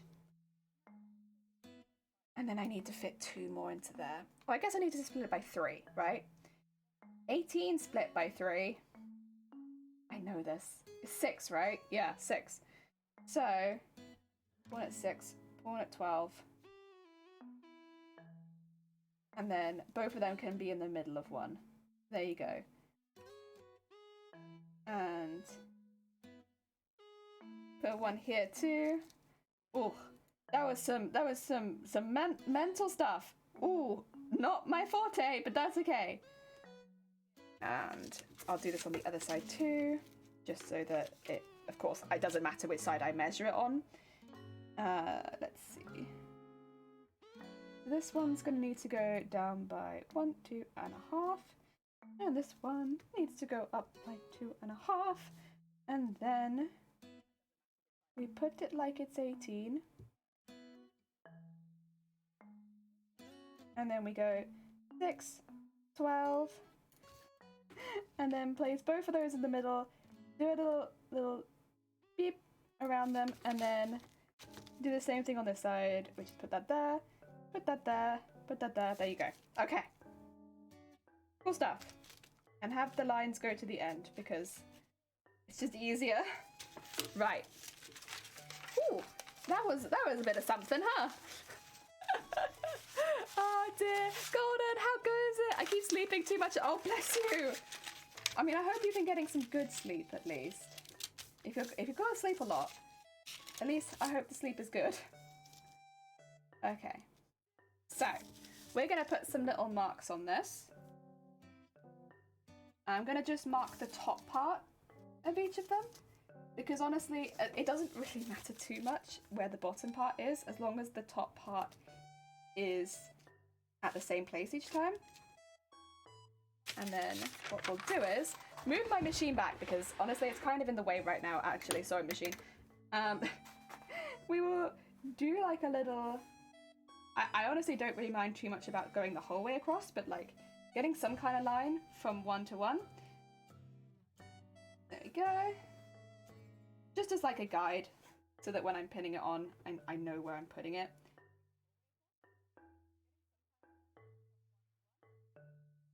Yeah, it's kind of difficult with this sort of fabric because it moves so much.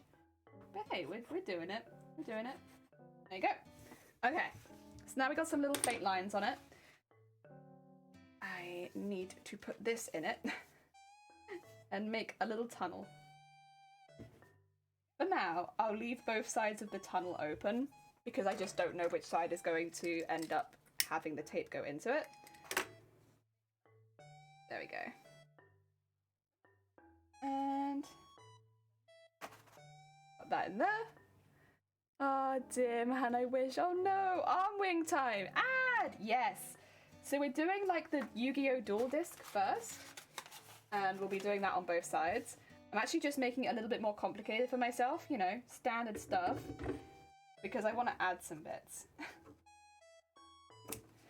There we go. Just burn that edge piece as well while it's kind of long. Nice.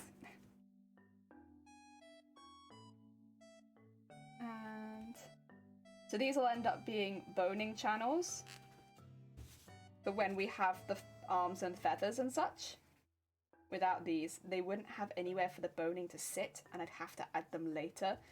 And since it's easier to add that now, I'm just gonna add it now. Also, I cut this a little bit long. Let me just cut some of that off. There you go. And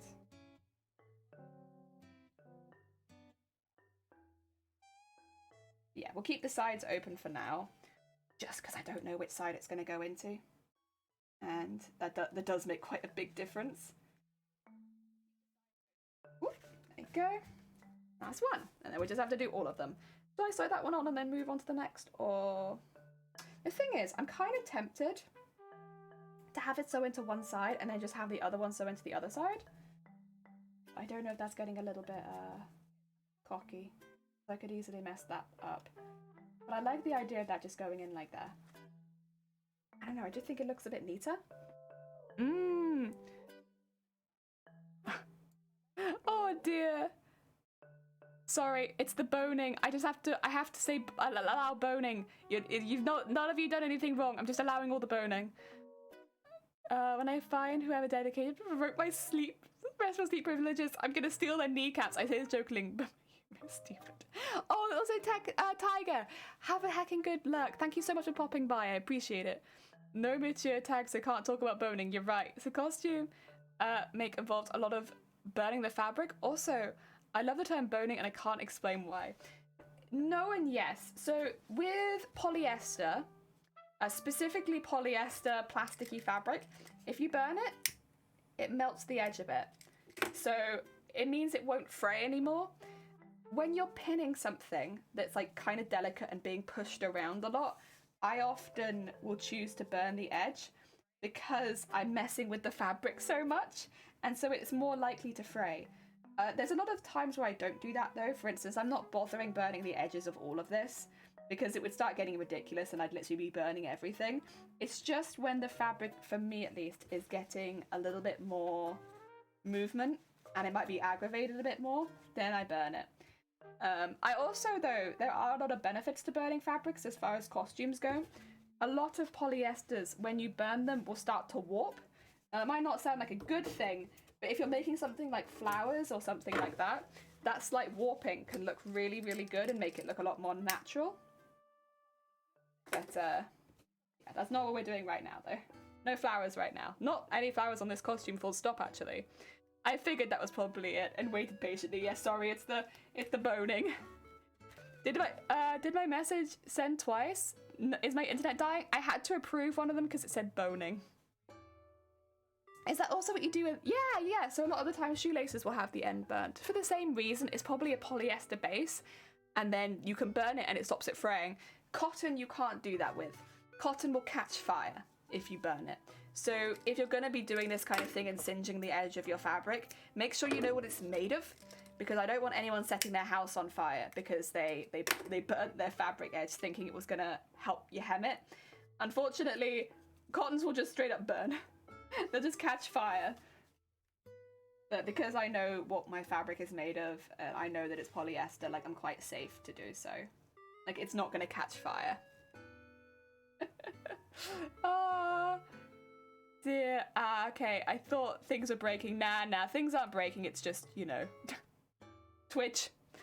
If only anxiety was polyester based and you could burn it and stop it from fraying. Yeah! Cotton loves arson, basically. Cotton is definitely more arsonish. Gotta be a little careful.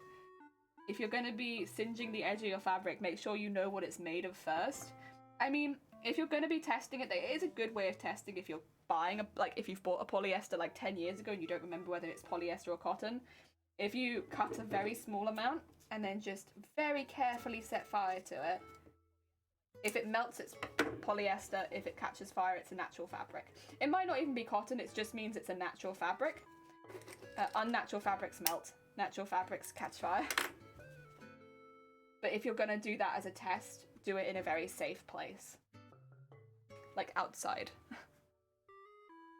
Oh dear, I don't want anyone setting their house on fire because they were testing it to see if they had a polyester fabric or a cotton fabric. Oh dear. Unfortunately, anxiety is made out of really annoying, itchy fabric. Yes. Oh dear. Highly flammable, itchy fabric. Yeah. Burn only the ones who won't rebel. Gotcha. I mean, as fabrics. Oh god. Oh god, a movement. What?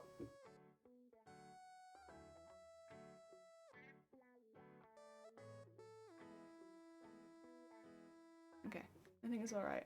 I heard a noise and I was worried someone had hurt themselves. It sounds like everything's okay. There's no yelling, so I assume it's fine. Oh dear. Oh, that's not a very good pin. That's odd. Most of the pins here have been fantastic. That's okay. Use that one. There you go. That's a better pin. And I just need to remember when I do the other side to do it from the other side, so that yeah, we don't end up accidentally having two of the same thing. That'd be a bit of a pain, but that's okay. Right, should we do some quick lines of stitching all the way up here? Heck yeah.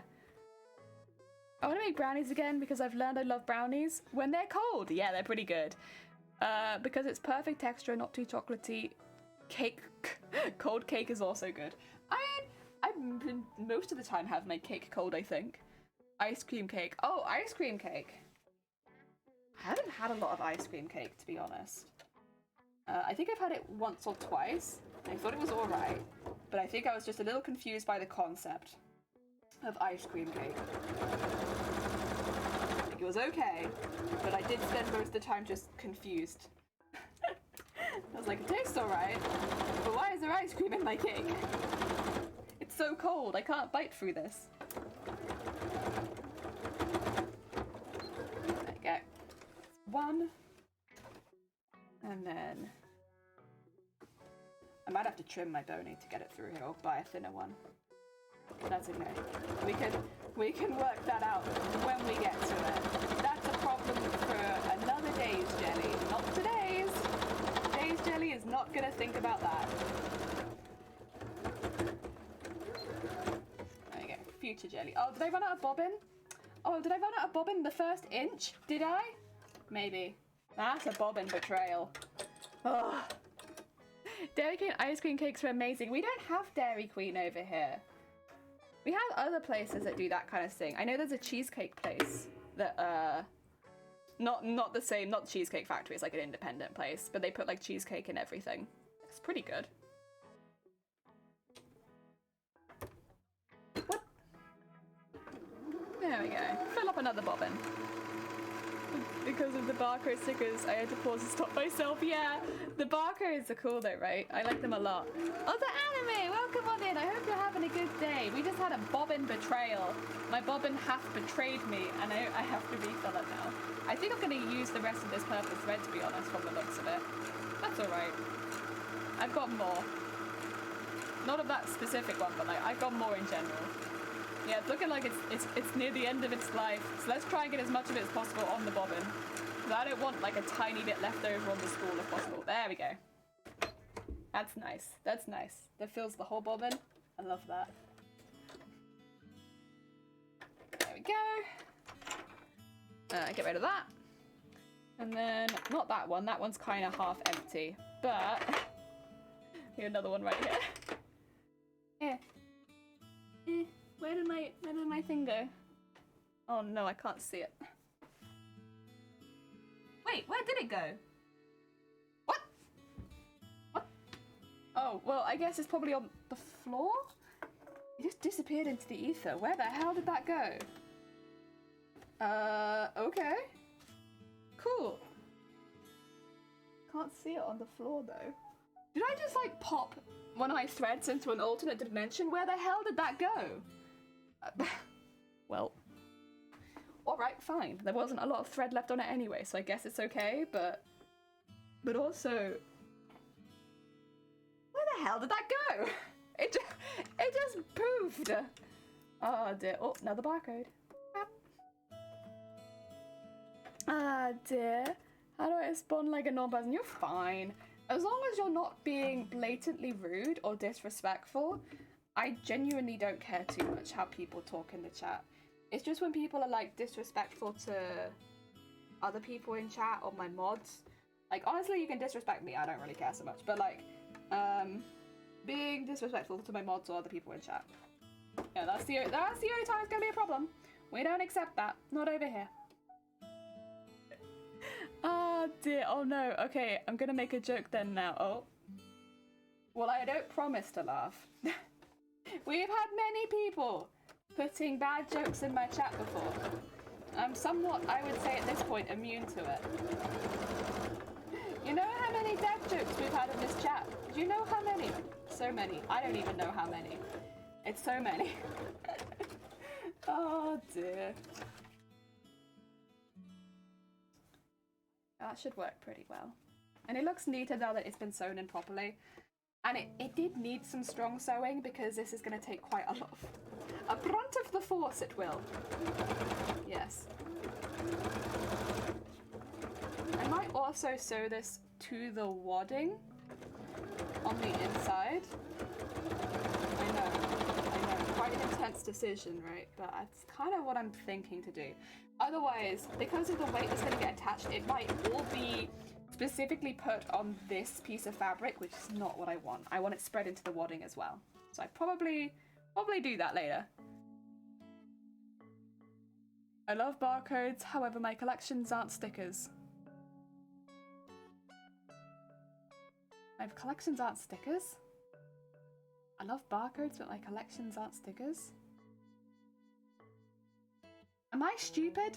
The only thing I can think of is like some alternate reality where people get scanned with barcodes. I don't know. I thought they were black and white bee stickers. Heck yeah, black and white bee stickers. They're also shrimp. Get yourself some soup. I hope you're having a good day. Welcome on in. We are making armbands. They're gonna have the wing slot into them, but we have to make the armbands first.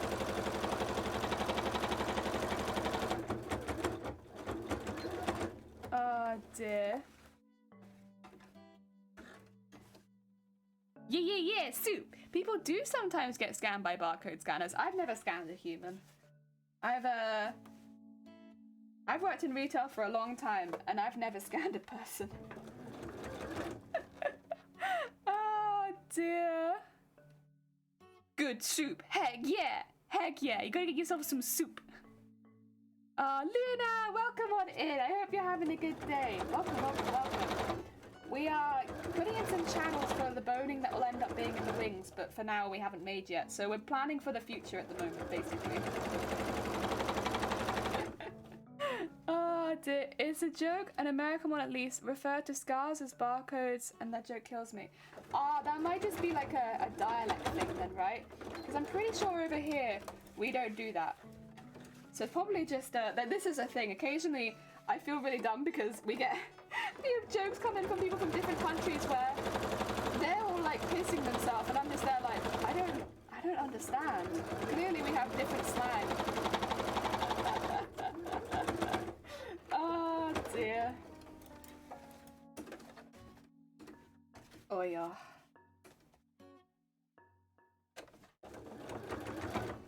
Whip. And then all the ones up here. And then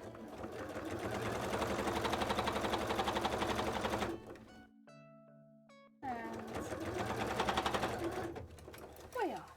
There we go.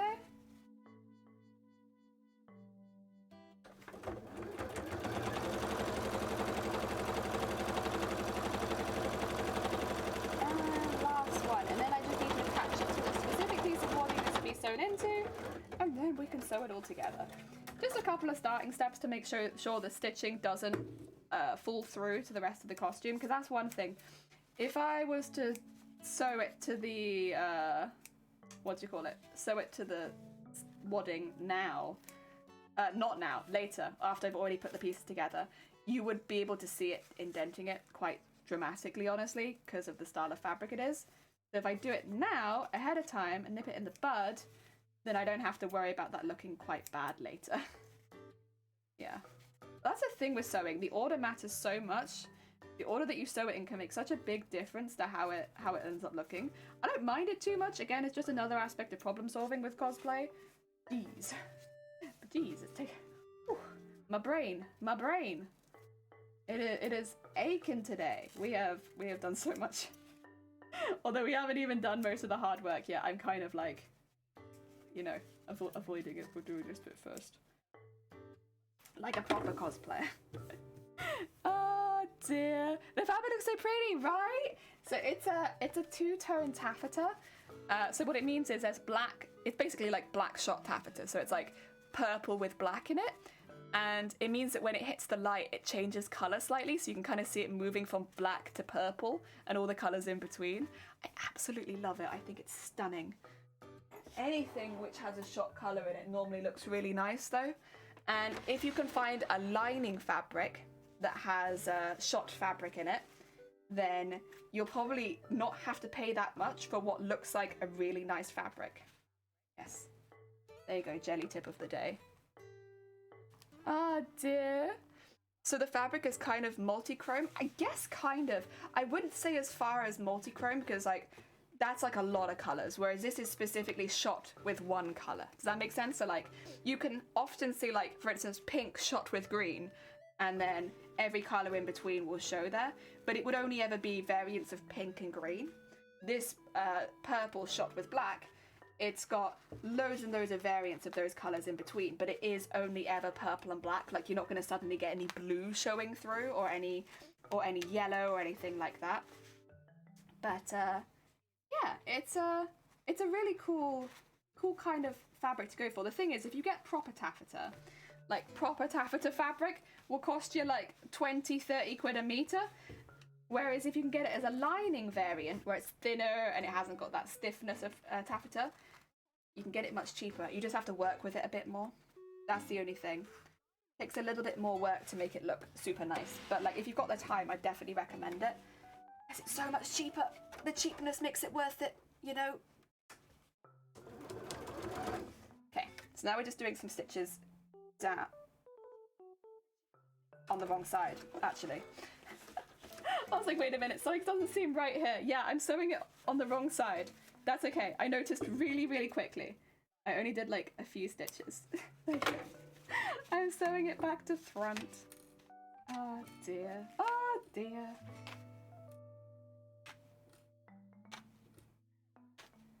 Wait, or am I?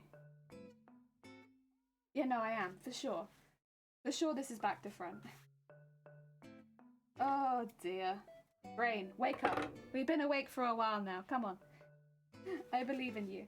You need to stay awake and think about what you're doing. Okay, what I'm gonna do, I think, is actually maybe just pin it twice because it was really pushing it in quite far. Yeah. That'll look fine. That'll look fine. Oh dear. So more dual chrome? Yeah, I guess so. Normally it's just called shot fabric though. So shot fabric just means that there is another colour shot in with the original. So that's normally what it's called in sewing terms, shot fabric.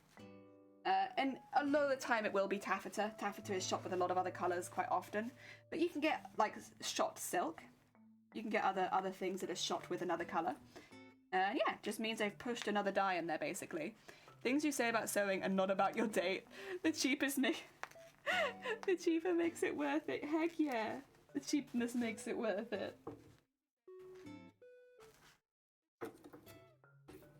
Too fair, I probably, yeah. You know what? That is probably me. I feel like I'd be a very cheap date. Oh dear. There we go. And this bit, it's just to make sure that on the inside specifically, it's not jumping away from the stuffy fabric on the inside. I should call it wadding and not stuffy fabric, but like, it's stuffy fabric. It's the stuffy fabric on the inside. So that it's got the support of that as well when we later use it for the wings. Yeah, like that. Squishy, squishy. Quickly writes down notes. Heck yeah, shot fabric. Shot fabric. That's what you're looking for. I think if you just Google like shot fabric, you should probably get a lot of stuff like this. But maybe like a lot of it will be higher quality. It's difficult because finding a shot lining fabric is pretty unusual. That's why when I found this and it was on sale, I was like, that's what I need. It's still on sale though where I got it. It's just not like on sale there. It's just selling. Which is why I've been trying really hard not to buy any extra of it, because like when I first got it, I got a fantastic deal on this fabric. But now it's not quite such a good deal. Oh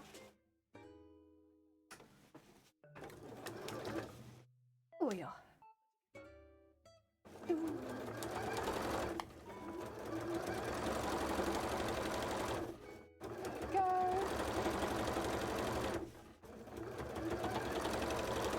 Finger pulling it apart to make sure that it's not sewing any creases into this. I know how to spell it. Sounds like something from the Lorax. Yeah, taffeta. Taffeta, I believe. Taffeta. Someone spell check me. I don't know, but I think that's what it is. Taffeta. Taffeta. A very nice fabric. When you get it in like the high quality stuff, it's very, very nice. But I don't know. Not that I wouldn't recommend it like that. I would if you have the money for it. But if you're a new sewer, I'd recommend to do what I've done, which is just to find it in a lining fabric, which is much cheaper. I think it's not this side, but I could be wrong. I think it's this side. Trying to work out which way around this goes is consistently difficult. Is it this way? Is this the way round you want it? I think so. Except that's that at the top. But I'm pretty sure that was at the bottom. Yeah. So it is this way around. I thought it was.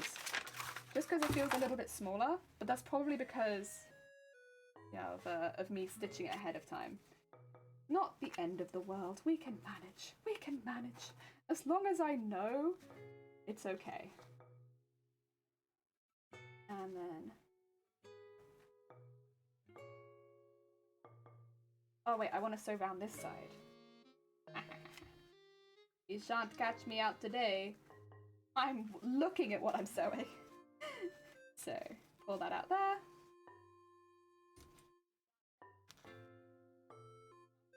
Pull that out there.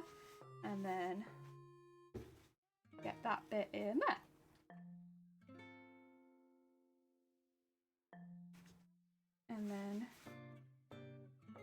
bit. I guess probably about there, maybe? We'll go with that. There we go. Actually, no, I was going to say I might do some extra, but I think it's okay. I have done this backwards. No, I'm going to repin that. I'm not going to suffer, not today. There are times where I'll suffer because I've made a mistake, but you know what? I'm not really feeling suffering right now. I think I might take that off my schedule and just make it a little easier for myself. I'm gonna roll into lurk. Oh no, you're good. Take care. Thank you so much for popping by. Oh, you want me to posture check, snack break, and hydrate fries? God, you're asking. Whew, asking quite a bit there. I don't know if I can do all of those things. I can posture check. There you go. I can have a sip of this. And then I can have another biscuit. Go on then. Go on then.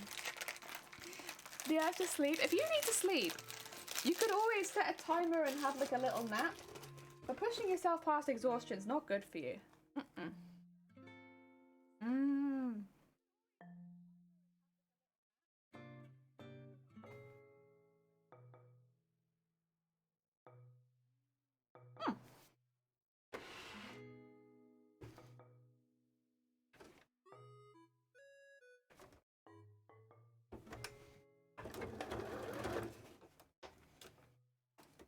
Right, let's slow down this.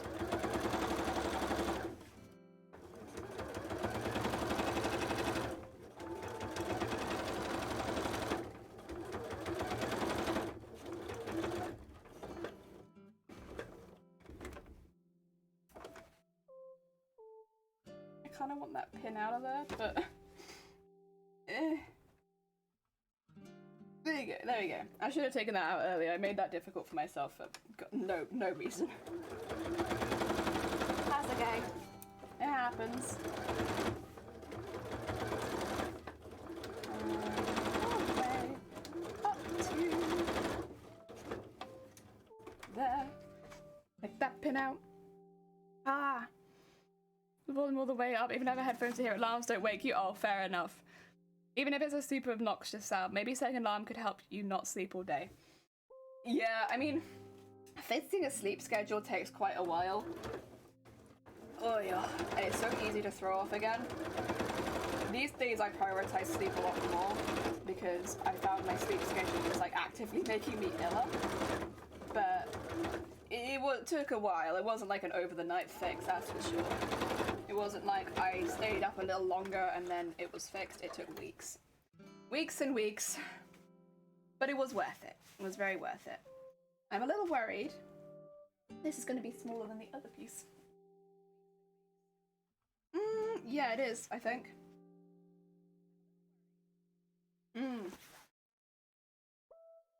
So either we keep this a bit smaller and it's not a problem, but I have to do it on both because then if it's on one, it's an accident. If it's on both, it's a feature. So the reason it's thinner is because of those lines I was drawing into it. It kind of pushed the fabric in.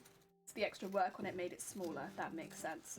Since I didn't initially pattern it with that extra work in, that's kind of why I've had that issue. Had I patterned it in at the beginning, that wouldn't really have been a problem. But I can still make it a feature, as long as I'm careful. Ah, dear.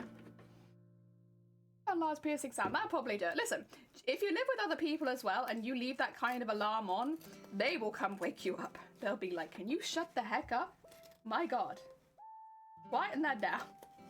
I remember when we were I lived in a shared house. At one point I had to go at someone for leaving their alarm on, but in my defense, they had it for like half an hour. And I remember another time I was sleeping. I didn't tell these people because they were being very heckin' kind and they were helping us out when we were in a really tough situation.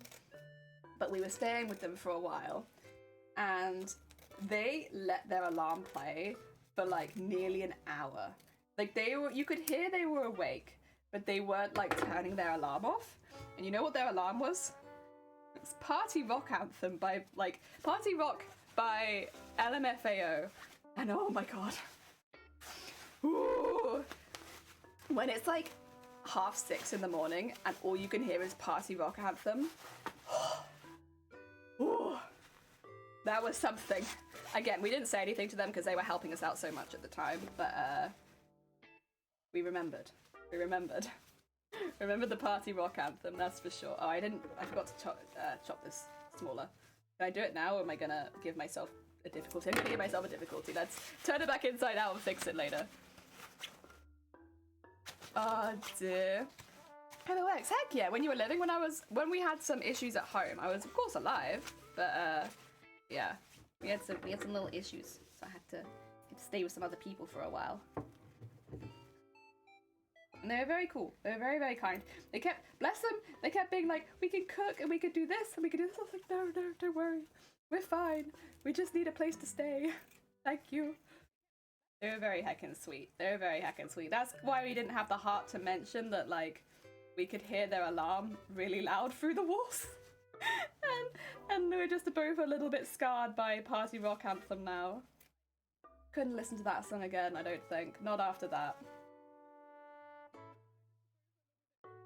Oh dear. Maybe I didn't know that song so well before now, but now I know it really bloody well. Oh dear. Goodness, could people not? Well, this is the thing though, I don't feel like that about these people.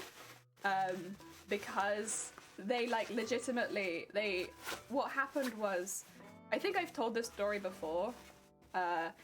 You know, I know I have actually. We were having some real housing issues, so our place of residence where we were staying, or renting or whatever, it suddenly came to light that it had a very dangerous mold in it, and because of that, we had to leave with no notice and leave all our stuff there.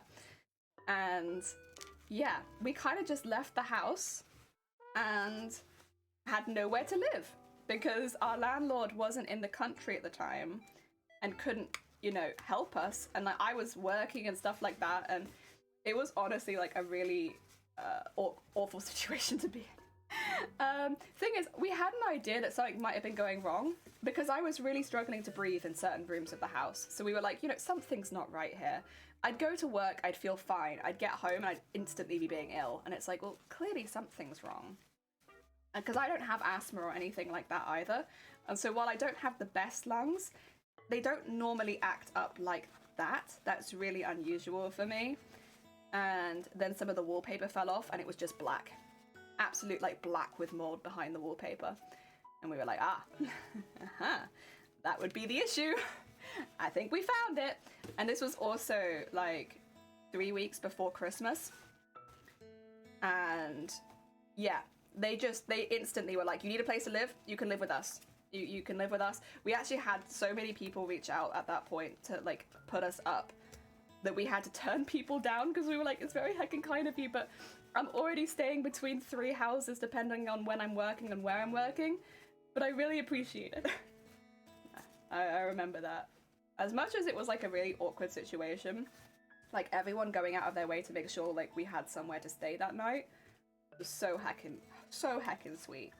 So heckin' sweet. Because yeah, that's a difficult situation. Hi, Matrix, welcome on in. I hope you're having a good day. Welcome, welcome, welcome. Yeah, so now we've got, as you can kind of see, just lines of channels, but it's sticking on here well. So, you know, we don't have to worry about it later. And this will end up being the side going into the bias tape, probably. No, it won't. No, it won't. It won't be the side that goes into the bias tape. The other side is the side that goes into the bias tape. That's okay, though. I'm still going to sew this side flat. Oh! Oh, maybe I'm not. Maybe I'm going to pull it out of my machine. Yeah. No, let's get that back under there again. It's quite thick, which is why my machine's having a little bit of an issue with it. Even though I've lengthened the stitches, it's inevitable that it'd have some problems with such thick fabric. Oh, and now it's just got a thread stuck on it. What can I do? I could rip those threads. There you go. I'll start that bit again. That's probably the safest bet because I don't want to keep sewing when there's thread attached around my foot. Not a good way of sewing. Something will get damaged, whether it be your project or your machine. Start again. Heck yeah. I'm tempted to put bias tape around this bit, but I don't think you'll really see it because it's like the inside part. So while it is tempting, I'm not sure. I'm thinking about it. I'm considering my options.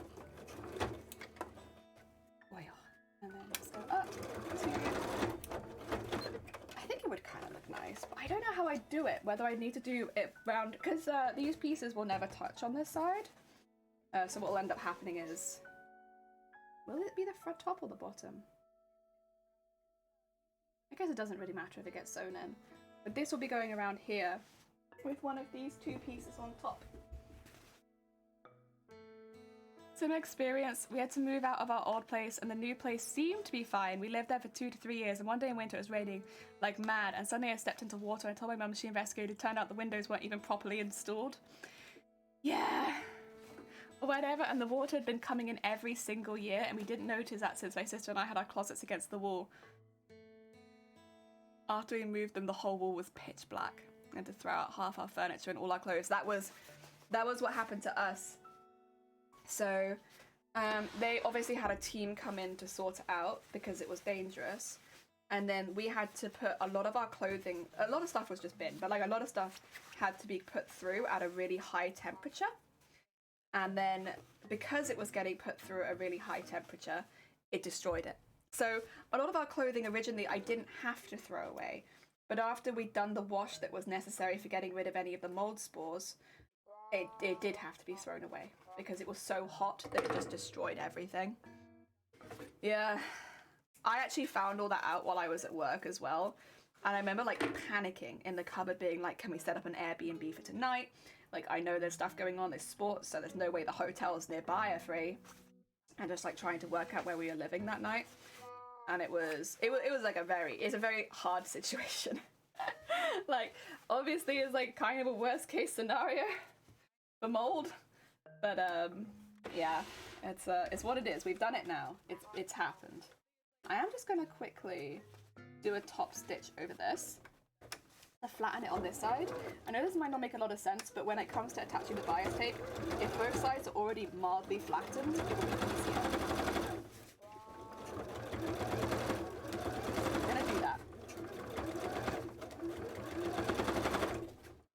There you go. Just needs a little bit, so that I can attach this to this nice and easily. There you go. Oh dear. God, biggest sympathies. No, to you too. Like, the thing is, we're not the only people that will have ever had this kind of mold issue, and it's just crazy how much it upturns your life. A little bit of growth. But yeah, we are very careful these days. You know, when we're renting a new place to like have it thoroughly checked out and stuff. Yeah. Because that's the thing, we didn't get any compensation for the fact that that happened to us. They said, oh, you don't have to pay rent for that month, but we weren't able to live there, so like we wouldn't have paid that rent anyway. And then we lost so many things that it was like, oh. We moved out pretty soon after that. Even after the issue was fixed, we were like, we're not staying in this place. Oh dear.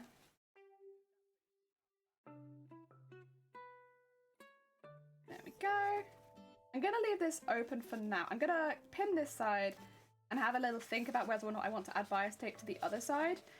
Honestly, I'm leaning towards that I do, but I want to have a bit of a think about it first. However, we now have all of these on the inside, which I can thread boning into, and then we'll end up with like this. A little like dual disc. It'll just slide on and off my arm. Saying we moved here since we didn't want to experience that again since another wall started to show signs of mold as well, and we were like, no, not again. You know what's not happening this year? I'm not losing all of my worldly possessions. Absolutely not. No, I don't blame you. I'd be the same. Also, I am thinking maybe I'll sew these two pieces together. Yeah, that's going to be really hard, but let's sew them together before I bias it. Or should I do it after I bias it? No, I shouldn't. I should do it now. Oh my god. That's okay. That's thick. This might be a hand stitching job actually. Now this is going to be a hand stitching job. That's too thick. That's okay. I'm alright with hand stitching that. That's going to be too thick. It like barely fits under my foot. We'll come back for that. That's okay. That's okay. Oh dear. Oh dear. Oh yeah. stretch. To be fair, for me at least, this was all quite a long time ago now. Like, we've lived in 2 places since then, so this isn't like recent stuff for me. It happened a while ago. Oh dear, so it's probably not quite so bad at this point. There we go. I was really crushed back then since I was 8 or 9, and some of my clothes that grandma made for me, and we are hardly in contact. So sad. Yeah, I remember having to throw out all the Christmas presents that we couldn't send anymore, and just being like, ugh. I mean, of course there were sentimental things in the house, but because I was living away from home, a lot of them were with my parents at that point still. Oh. Yeah, when it happened, I was absolutely crushed. And again, like, I had to experience that while I was at work, because I couldn't go back to my house. I went to my shift and then I just couldn't go back. It was, yeah, that was something. But again, one thing that did come out of it, which did feel like a really, like a silver lining, you know, was how many people reached out to make sure we were okay, and that, you know, we had somewhere to stay, and offered to put us up if they thought we didn't, kind of thing. Like, we had so many people reach out to us and offer us help. And like, a couple of them, it would have been a bit difficult for me to get to work from where they lived. And again, like, we had a lot of people offer, so I did turn quite a few people down. But I still appreciate, even today, all the offers we had. Because the thing is as well, you have to consider, it was like right up to Christmas we had to stay with them. And a lot of people were just like, yeah, you want to be in our home near Christmas? You can stay for Christmas Day if you want to. Jesus Christ. It was like, it was so lovely. Yeah. Oh, yeah.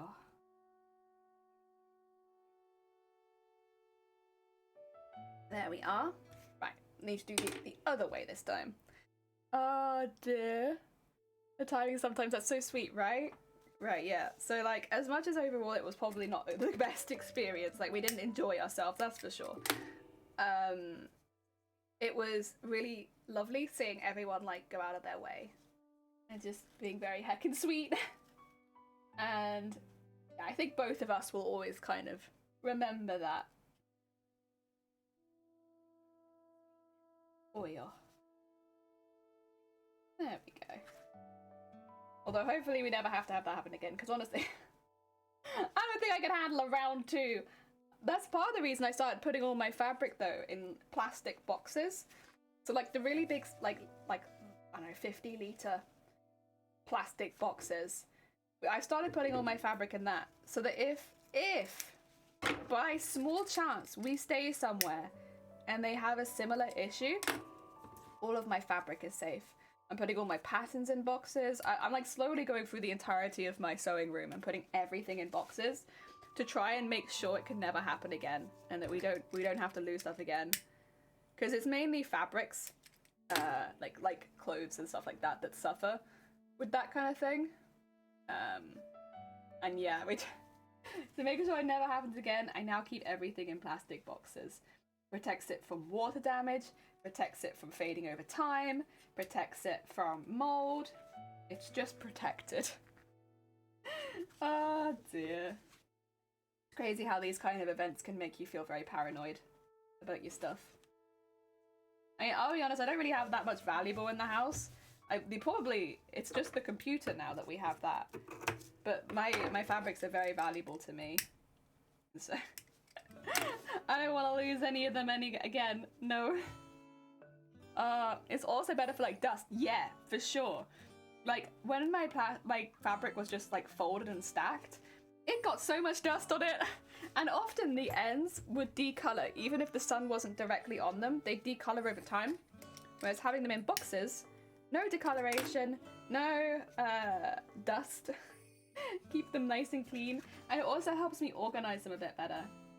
Although I am going to do some further organization. Right now I have them in types, but I think I might actually organize a lot of my fabric by size, because I think that's kind of how I run. And I've got some of it done like that already, but I think it'd be nice just to have the whole cupboard organized by size. Because when I'm looking at projects, it's like I normally have an idea about the amount of fabric I need. So I think for me, that makes more sense. All the ones that are like 2 meters and above, all in one place. Because that way, if I'm looking to build an outfit from scratch, I know that there's a good possibility I can get it from that pot, you know? Whereas if I only need a little bit, like a little detail, look in some of the smaller bags and try and use the scraps up. Yeah. I think that suits my sewing style a bit better. Oh dear. That's kind of, I suppose, something you learn with time though, right? When you're organizing all your craft stuff. I do keep all the Christmas stuff together though. That's all together, regardless of fabric type and size. Seasonal fabric stays together. I don't really do Halloween fabric because any fabric in my mind could be Halloween fabric. But yeah, the ones that are specifically printed like Christmas, keep them together. I don't know how I've managed to get so many of those because I guarantee I haven't really bought any. And yet I've got so much of it. I think it just gets given to me a lot by people getting rid of their hoards. They have a lot of Christmas fabric. That's the issue with that one. I don't particularly use it. Again, because I feel like I'd rather stick with, like, if I was going to make something Christmassy, it'd just be red and white for me, I think. Rather than Christmas fabrics. Oh no, that's not true. I did buy some this year because I made face masks out of them. But then I used most of the fabric, so I don't think any of that's gone into the hoard. That reminds me, I was going to take a quick look to see if I could buy any more fabric, because God do I need it. I always need more fabric. Let's see. I just want to check to see if this fabric is still in stock. First and foremost, is the fabric still in stock? Can I buy more? Thank you for logging me in, I appreciate it, that helps. Where are my orders? It should be back in like August, I think. Yeah, there it is. I want the shot taffeta fabric in purple. Do you have any of that? That would be fantastic. Please, please, please. Oh, I think this is... Why is it so expensive? No, there's no way that's it. That's not... Oh no. Oh no. Oh no, I think it's this one. I think it's this one. Because yeah, I got it on sale for like $2.50. And this is... Yeah, this is the one. Okay, let me just... How many more meters do you guys think I need? So it goes up in like 10 centimeters at a time. Do you think 4 meters will be enough? The thing is, I'm thinking about all the scales I need to make. Okay. Oh! Oh, I've got other stuff in my basket. Why do I have all this in my basket? Jenny! What were you doing? Why were you adding all this stuff? You don't need any of this stuff. Get rid of this. Yes. And get rid of this. Oh my god, that was expensive as well. What the hell were you looking at? Past me. Past me is... Okay, that's fine. I think that's all I need though. I don't think I need any other things. Yeah, we're gonna go for it quickly, because if I look over the whole website, you know what's gonna happen? I'm gonna buy everything. Oh dear. Ba, ba, ba, ba, ba. Okay. Oh no, if I spend an extra... Damn it, delivery prices. What do you still need to make? I still need to make all the scales for the tail. I still need to cover the wings, and well, I've probably got enough to make the arm wings, but I won't have enough for my back wings. So it's the back wing covers, which aren't a lot of fabric, but they're quite large cuts of fabric, and then all the scales. All the scales on the tail. Which is a lot. This is a lot.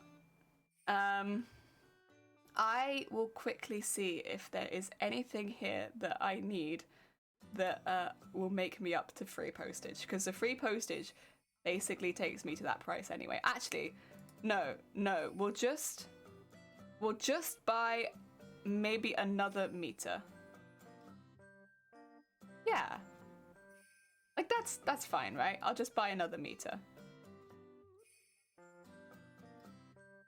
What? Oh no, now I've just got 1 meter. I want... Not 7. I want... Not 7. God damn it, me. 6. There we go.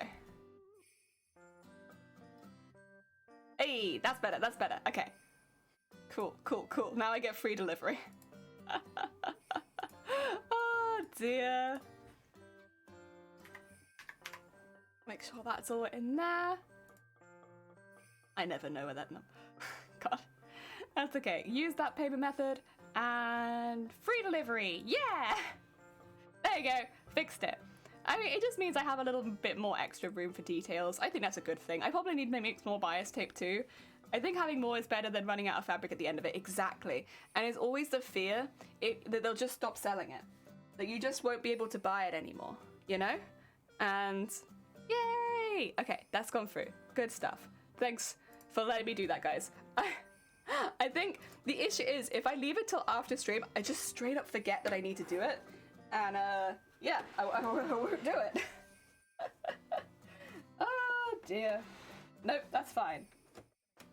We did a good heckin' job today. Let's sew down these. Oh yeah, that doesn't need to be as big. We can put it back to there. There you go. Oh yeah.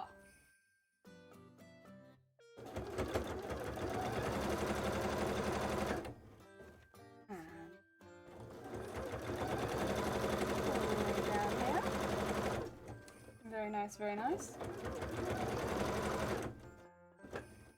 And then let's just sew back up that.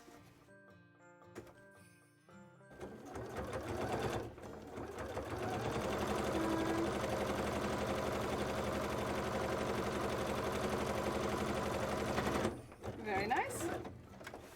1. Oh dear. Yay! Yay! Yeah! Honestly, I don't like having to buy more fabric if I can avoid it, but the scales have ended up taking up so much fabric because they're double-sided and they're quite large and they're all layered over the top that I think I misjudged how much I thought. I thought I'd need 8 meters for the whole thing, which I think would have been good if I could have made it into 8 meters, but I think 12 meters at least seems a bit more realistic at this point, considering how many scales we have left to make. And having that extra meter as well, like going up to 13, I think not a bad thing. But yeah. Or did I get 14? I don't know. I can't remember. I've already forgotten. I got it off the postage, that's what I did. It's difficult when you're using cheaper fabrics because you need a lot more of them to get into postage, I suppose. But yeah, still worth it. Still very worth it. For those cheap prices.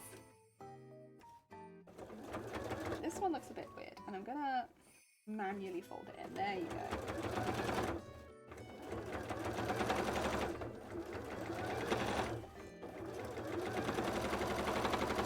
Very nice, very nice. All the way up to the top, and back and stitch. Good. Oh, we're getting there. We're getting there. All this structure. To be fair, once I put the... Actually, how much gold bias tape do I have? Do I have enough for this? Oh, yeah. Oh, no, that's just 1. I thought I had 2. Nope, that's definitely just 1. I might need to make some more gold bias tape today if I want to finish this, but that's okay. I would need a lot more for the edges of the wings anyway, so I'm not too upset if I have to make more bias tape. It will be used. We'll probably end up working on the wings tomorrow as well, to be honest, so... If I can get maybe some of the base done, it depends if I want to sew the bias tape in, like this one. At this part, I am putting the bias tape over the top at the end. Which makes sense in this particular case because, you know, it's all pushed in and stuff like that, and it means I can get like a nice neat finish on it. But on the wings itself, I don't know if I'd actually want to sew the bias tape into it. I'm not sure. There's a few options I have, to be honest. So, I could just sneak a little bit of fabric in before I do the final seam around all the bits in the middle, but that would be really difficult, to be honest. Really difficult to make it look neat, and it's probably going to bubble quite a bit. Or I could cut like a really big piece and mount both sides of the wings onto it, but then the wings will be very thick and probably quite heavy. So I don't know. I'm weighing up my options because it's quite difficult. What I might end up doing, I'll doodle it so you can see. So I might end up doing like, where can we zoom into? Just so I can kind of show you. If I have, say, the wings will still be in 4 sections, that's fine. So say we have our section of wing. Oh my god! Oh, Supreme! How goes it? We were literally just about to show like an idea of how I might end up doing this wing. 2 secs, let me do you a shout out. What have you been up to? How is your hack and stream? Supreme, we might have convinced another cosplayer to maybe, oh my god, what's that? No. To enter the TwitchCon cosplay contest. Yeah. That's the one. There we go. We gotcha. Sorry, I really struggled to find O on the keyboard. How was your stream? I hope it went well. In the craft room, bringing glitter to your stream. Heck yeah. We always need more glitter. I was just about to go through a design idea. So basically, all of the feathers that go into this are kind of a weird shape and end up kind of looking like that, right? They have like a little bit in the middle that needs to be filled with gold. So what I'm kind of thinking is if I cut out, I don't remember how many feathers it is per thing, I think it's about this much. But if I maybe have this bit, and then maybe I make like an extra bit that I can just sew onto the inside of those. And almost like bias it specifically, specific bias. And I could do that on both sides. Cut the foam bit out to size in the middle. And then go back in and fill that space with gold. That's kind of what I'm thinking. This looks like I've drawn something lewd, so I'm gonna turn it over, but like that's kind of my thought process is, yeah, that if I bias it and then fill it with gold. Oh dear. Yeah, Mop, you know what? I think I might have just drawn that. Welcome on in.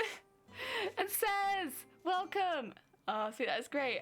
In the pub having a liquid lunch? Heck yeah, Super Raid. Welcome on in. I hope you're having a good day, Ness.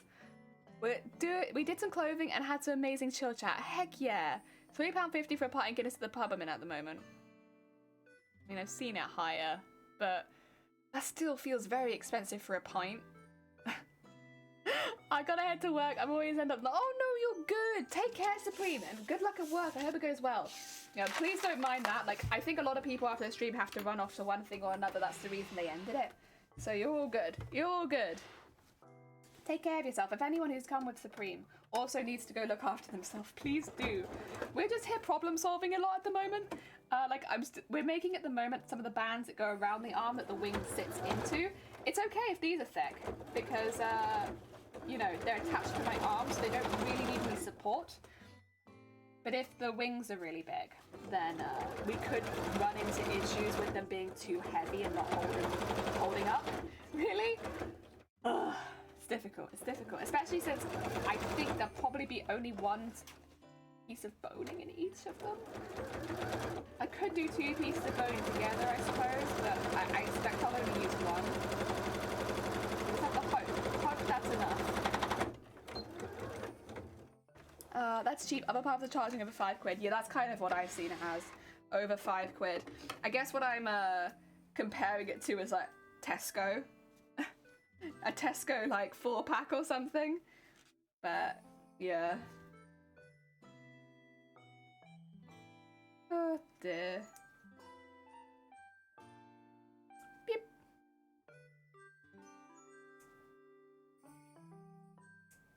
Beep. Okay, there we go. Then again, I haven't been drinking for many years at this point. My price ranges might be very out of date. Since I don't buy alcohol anymore. And honestly, I was never a big Guinness drinker anyway. Like, if I wanted something a bit fancier, I'd normally go full fancy beer. But, you know, I was a carling lady most of the time. Oh yeah.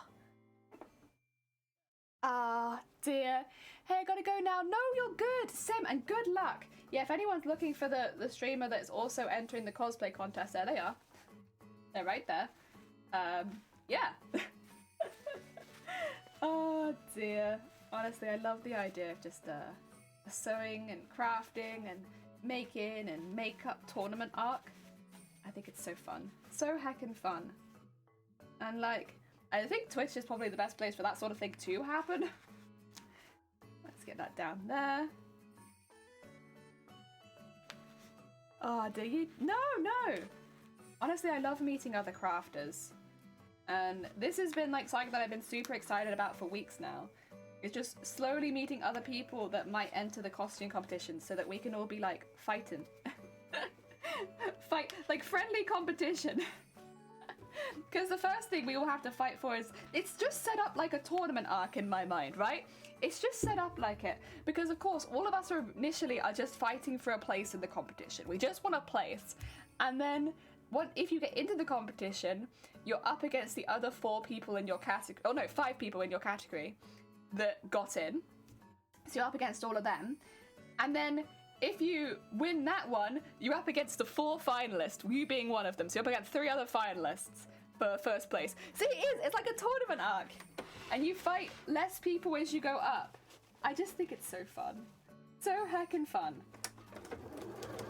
I love a good sewing tournament arc. Hell yeah! Also, Marek, welcome in. I hope you're having a good day. We've been talking about the sewing and crafting, finesse effects, and armor making tournament arc. That is TwitchCon. That's definitely what TwitchCon was for, right? It was always going to be for the cosplay tournament arc. Oh, but yeah, Sim, please do look after yourself. I appreciate you being here, but I just remembered that you need to go. Look after yourself. Have a nice rest of your day. It was nice to meet you. Oh dear. There we go.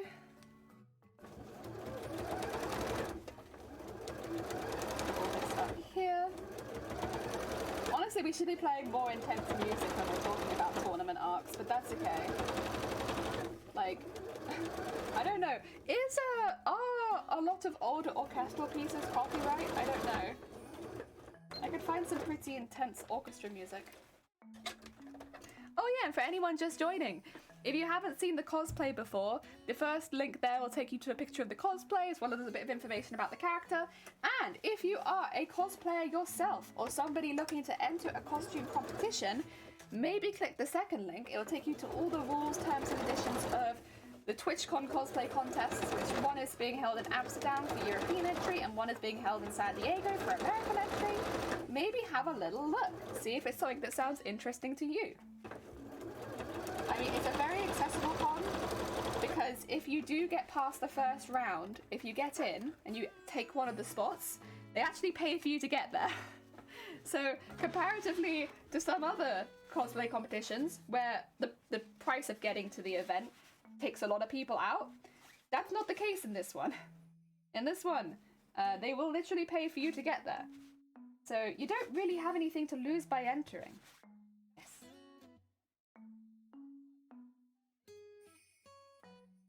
Have I sold it enough yet? Are people gonna enter yet? I hope so.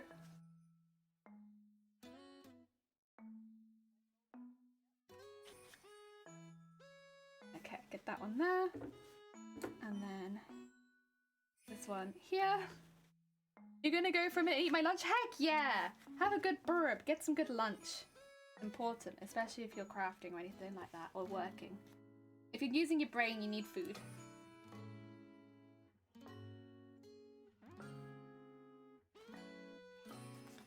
Go.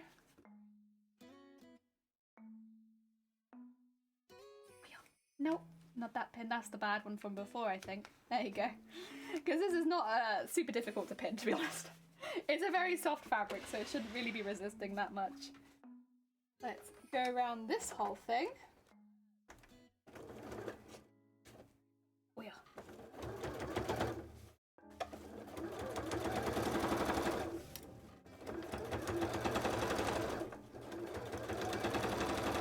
There we go.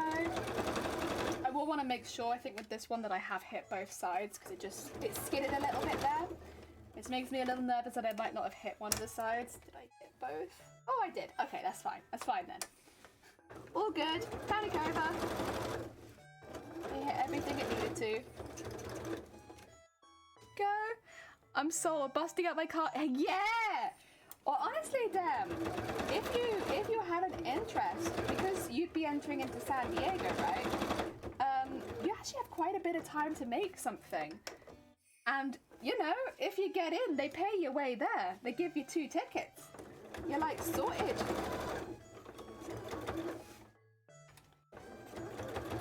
Oh, dear.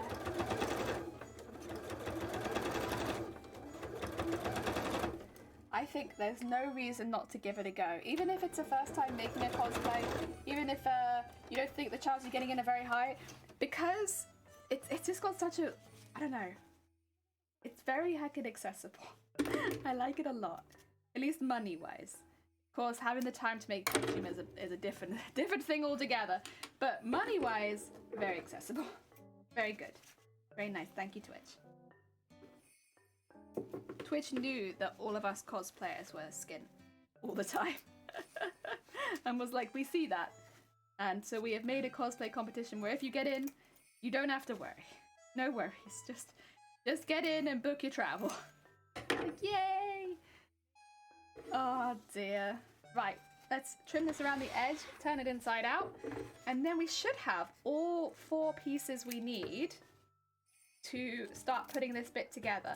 The only thing is I won't be sewing that last part until we have the wing, so then we'll have to start moving on and doing some stuff for the wing. We'll do all that today, to be honest. Like, so it's just like the steps coming up, but I'm quite happy to do that today.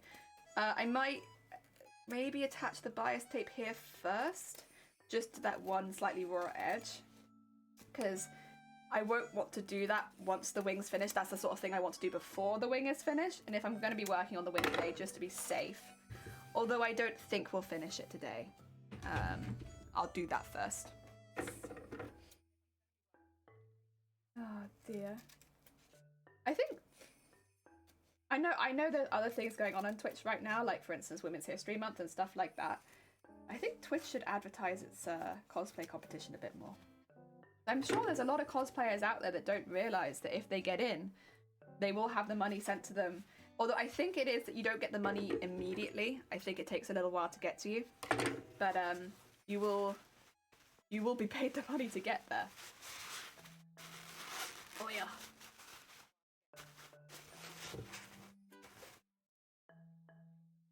I think potentially, I remember, who was it, Going 8 Costume mentioning it, where it's like, they will send you the money, but sometimes I think you have to maybe have gone to the event first and then you get it sent to you, which is maybe fair, because otherwise people might just try to get it and then not go. I can understand that. I would prefer it maybe if they sent it before, but you know what, I can budget that in case that is the order that they do it in. There we go.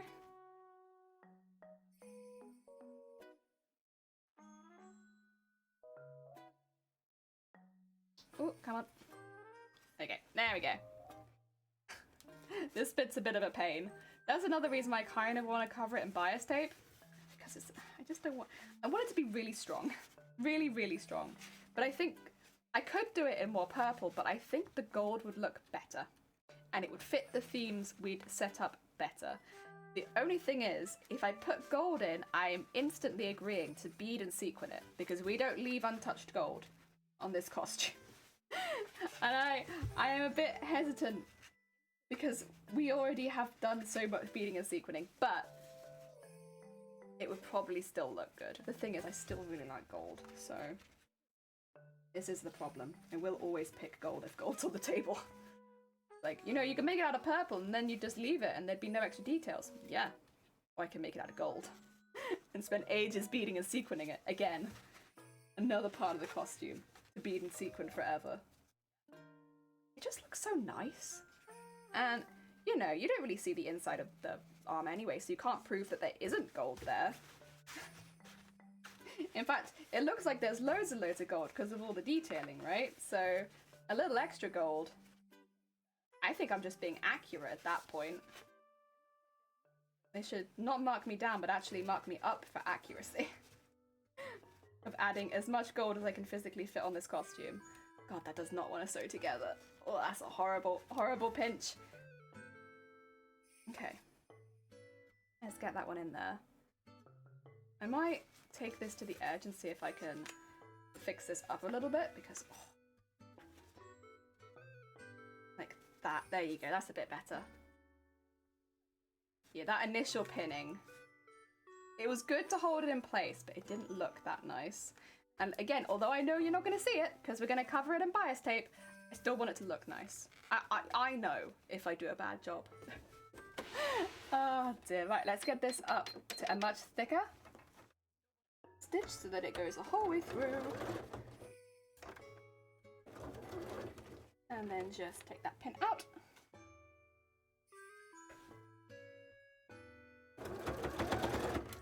And then just stitch that along there.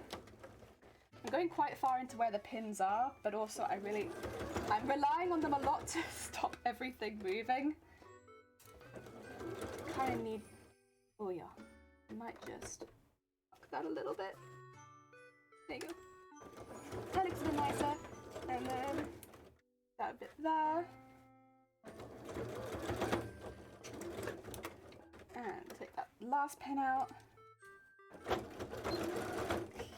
Machine is like too thick, can't sew. There we go. That's all right. Right, that'll be once again underside of arm, but on this side. Yeah, nice.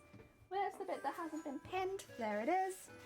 And I want to do a little line of flat stitching where the bias tape will go on this side, so that I don't accidentally mess up and make it look messy because it's not flat enough. Just needs a little bit of stitching. You won't see this anyway, so don't worry too much if it looks a little bit messy. It's okay. This is more like a tacking stitch, to be quite honest. It just goes the whole way through it. But it works closer to a tacking stitch for what it does. There we go. Take that back over there. And trim the thread. I think there should be a little bit of thread on the other side. Oh, yeah. You got 1 and 2 and there, and then on this side there's a little bit of stitching too.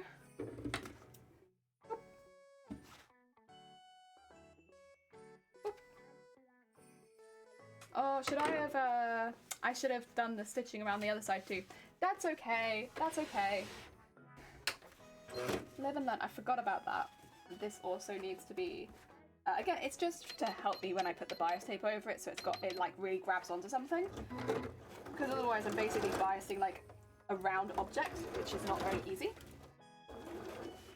So having it like a little bit flat to the edge just makes that bit a bit better.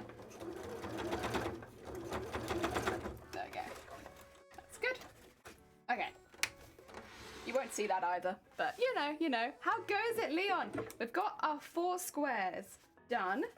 The 2 inside squares have tapes going up them, so that I can eventually end up putting the boning through that. And then these go over the arm like so. There you go. I need to attach this side to this side.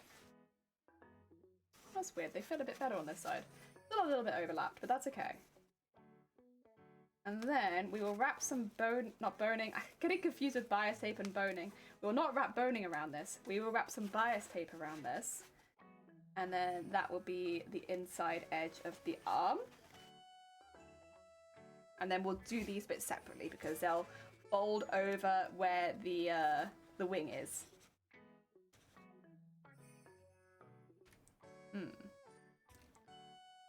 There we go, that's better. Yeah, so that'll go over there. And then we have our little like Yu-Gi-Oh! Dual Disc square thing. It needs a lot of detailing on it, but that's okay. Most of those probably end up being printed embroideries. So we'll do those later. But as a base, it looks pretty cool. It looks pretty cool. I think it will work pretty well, hopefully. The slipping. The only thing I'm worried about is maybe that should be on the top side. I don't know. I don't know. No, I think it should be on the bottom side because then it will bend up, which is better for the... Yeah, no. You know what? It's fine, it's fine. It wouldn't really matter. I could do it either way. But if it's on the bottom, it will bend the wings up. If it's on the top, it will bend the wings down. I'd rather them bend up. Yeah. There's our little thing. I can't decide whether I want to hand stitch that first. I think that I do. Just want to run some quick hand stitching across there so that it's not coming apart. And then, where did I put my bias tape? I put it on the desk. Is take the bias tape and run it around it there. Once I've already put some stitching into it. Otherwise, I have a feeling it's going to move around a lot more than I'm happy with. But yeah, and I'll go over it afterwards. Okay, let's grab my needle from somewhere. Where did I put it? It's not the needle I want right now. Oh, that's the needle I want. There we go. The really, really thin one, because I only want to grab the very, very top of it. And it'd be really useful right now if I knew where my thread had teleported to. Can't see it anywhere. And it really did just kind of disappear. Where did it go? I had a thread that I was using for hand stitching. And then it kind of... Oh, no, there it is. Under the box. Found you. I was like, it kind of just disappeared into nowhere. But now we got it. I've nearly hand-stitched my way... I think I have actually hand-stitched my way for 100 meters of this one because I don't think I had this one on the machine at any point, although I could be wrong. I'm pretty sure this is the one I've just been consistently using for hand-stitching. To be fair, it would be quite easy to go through 100 meters just by doing the scales because they obviously have the line of beads down them, which is one part of fabric, but then, one part of thread. But then they also have to all be attached to each other, which was all hand stitching too. That's probably where I've done it. Okay. Let's look at hand stitching this together. I don't really have to worry about if any of the knots end up on the top because once again, you will not see them. They will all be hidden in the end. This is more just to make the next step a little easier for me. Might make it a bit smaller than that though, Jesus Christ, I left a lot of tail. Oops, that's okay. And then we just go through all the layers, only right at the edge, and start stitching through them.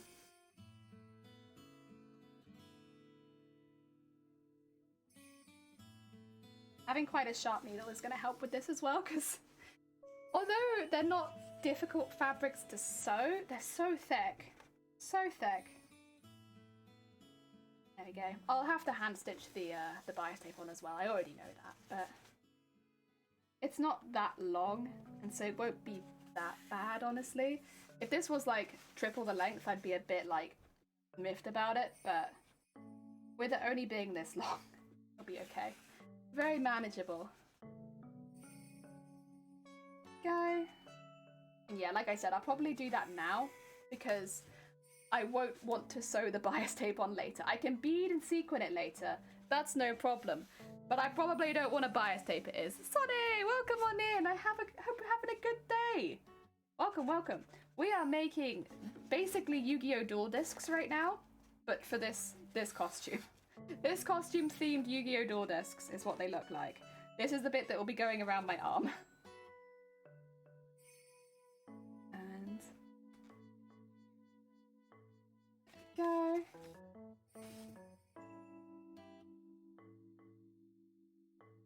Oh yeah, pretty good. I'm having a good day, yes. Eating a chili cheddar bagel. Oh, with shawarma inside. Oh, that sounds pretty damn good. I'll probably head out for some lunch at some point. Maybe before we move on to the wing part. So like the bit that will stick out of the base. Then maybe I'll grab some lunch quickly so that I can keep going after it. Because honestly, we're making good progress today. This has been something that I've been putting off myself because I've been nervous about it. But now that we've actually started it, it doesn't feel so bad. Like, it feels like, at least right now, things are going pretty smoothly. And I've got ideas about how I'm going to do things and make them look neat. So I actually feel pretty good about it. I don't know. When we made this long very much. God damn it. Damn, that's a bad one. Damn. No. And I actually get to come back for a minute. You got food? Oh, heck yeah. I will be getting food, but not yet. I don't need it yet, honestly. I'm doing all right. Okay. Actually, I'll put this question to chat. Have any of you had the combination of food, which is peanut butter and Marmite? Not peanut butter and Marmite. Yeah, it is peanut butter and Marmite, yeah. Or peanut butter and Vegemite. Like one of those, depending on where you live and what the regional Marmite Vegemite variant is. Has anyone tried putting it with peanut butter and having it like in a wrap or on a bread? Because that was my breakfast this morning, and I've had that quite a few times. It's such a nice, I don't know how to explain it, it's so nice. It doesn't sound like it'd be nice, but then you have it and it's like, oh, that's pretty good. There we go. I'll take that pin out now. Heck yeah. I got oh, very tasty, very heckin' tasty. Maybe you will make me hungry, all of you. And then I'll have to go get lunch earlier. Oh dear.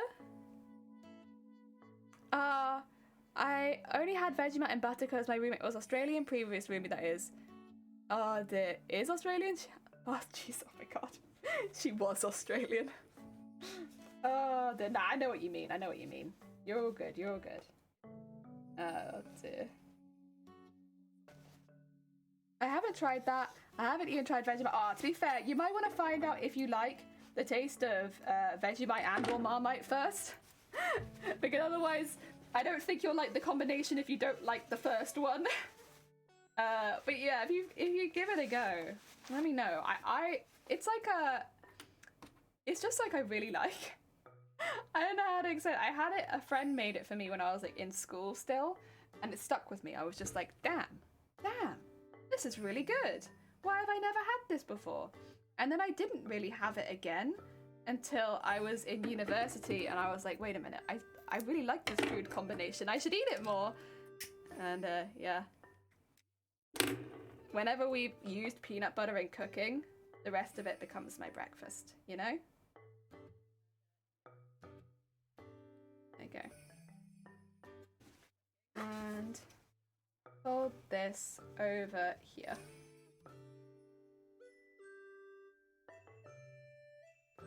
And, well actually, even better, fold this over like that. And then fold it over. Trap all the badness inside. Yes. Oh, I'm gonna have to double pin this, huh? I'm like looking at it like, oh no. This is not gonna want to pin normally. That's okay. We'll put the first pin in.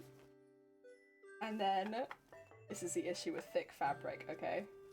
Put that one on there, but make sure that it's like, you know, tucked nicely. And put that there, and double pin it. When I say double pin, I mean that I put a pin in from both sides. So the back is pinned and the front is pinned. Like that. And it holds it in a bit nicer. Ooh.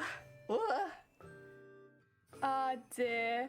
Be very sparing with it. It's so salty. It is. It's really salty. Peanut butter and Vegemite, no. Sausages and cereal, yeah.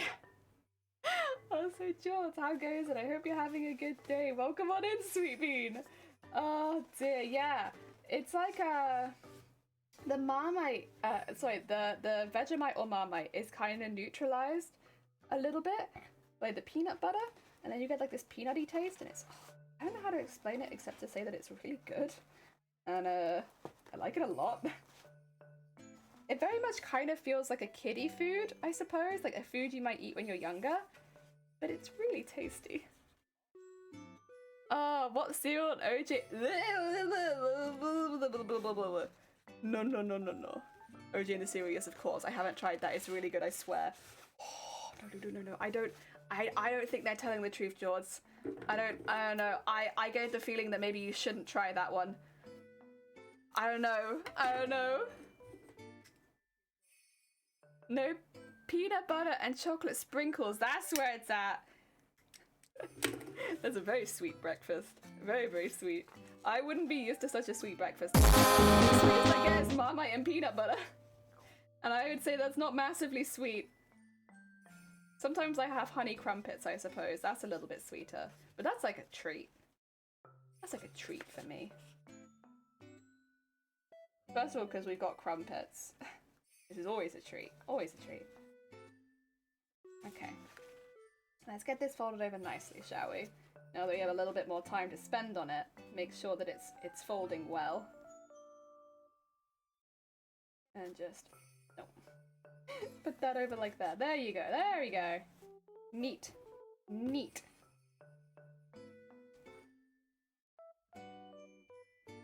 I might have to run the thread up one side and then come back down the other, I think. But it's not terrible. We can do that. We can do that. Oh dear. And then that would be one edge. Oh dear. My golden inner edge. Heck yeah. Should we do some hand stitching? And then we'll move on to the other side, but I'll do this bit first. Oh dear. Oh, there's already some thread on here? Perfect, I'll start with that. Oh dear. Cheese and Nutella on toast? That's good and serious. To be fair, we never really have Nutella in the house. And I don't know if it's safe to bring it into this house, because if I have a jar of Nutella, I will eat a jar of Nutella.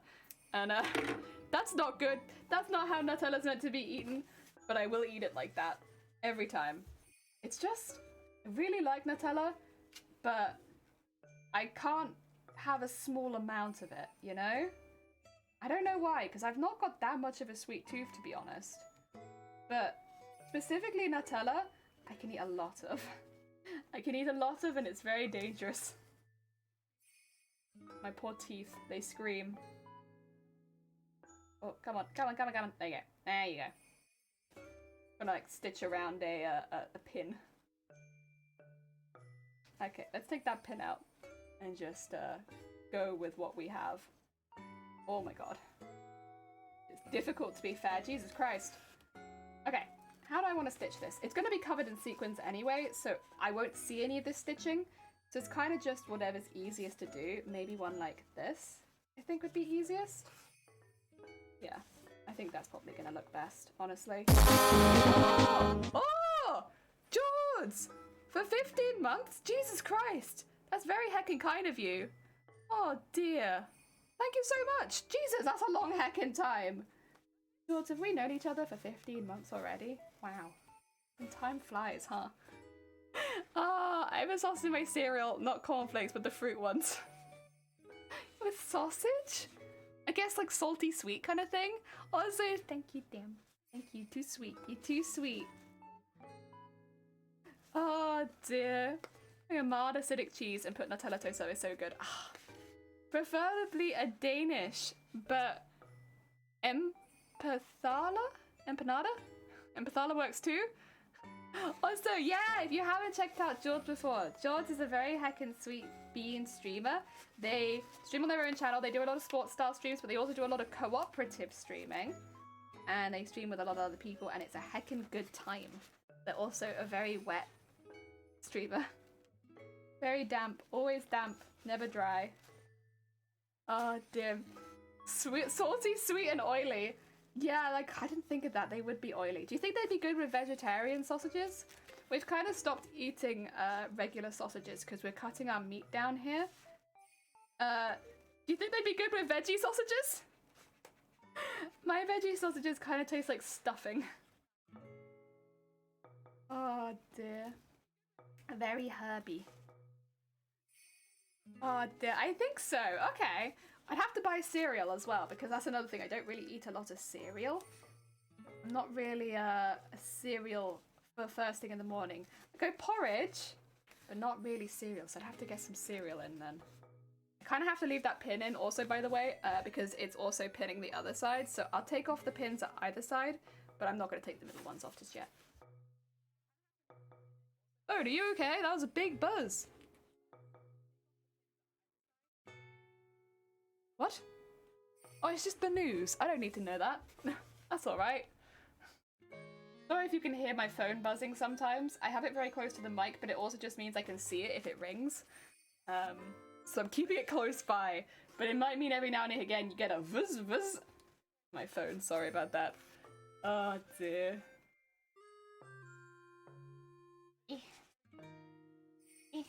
Getting pinned in the palm. There we go. And honestly, I think this will look really nice once it's decorated. Right now it's gonna look really plain because it's just gonna be like a gold edge on an armband basically. But when it's like fully detailed with all the extra parts as well, I think it's gonna look really good. I am tempted whether or not to do any kind of detail stitching up here. So like quilt style stitching, I'd put it on a free motion foot and I'd just go mad basically. I am considering it. I'm considering. Could not hear it at this time at least. Oh, okay. I'd be honest, it probably won't buzz much louder than that. That was a very loud buzz for my phone.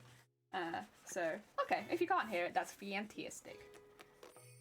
Because most of the time for buzzes, I won't bother checking them. Like, I can look at that after stream. On most of the time, it's the news anyway, so it's like I'm not looking at that mid-stream. Things I don't want to see. The news. Oh, dear. But then, I guess probably most people who have a phone that makes the same sort of noises will get this. Like, I can normally tell what the buzz is for, because it buzzes different for like Instagram and social medias than it does for the news. And WhatsApp buzzes differently too, so it's like I can normally tell which one it is. If I hear it, that is. A lot of the time I do not hear my own phone. Right, I'm gonna tie this off in a second because it's getting a little bit short and I don't want to get stuck where I can't tie it off at the end. Let's do that quickly and then we'll get some more gold and take it over to the other side as well.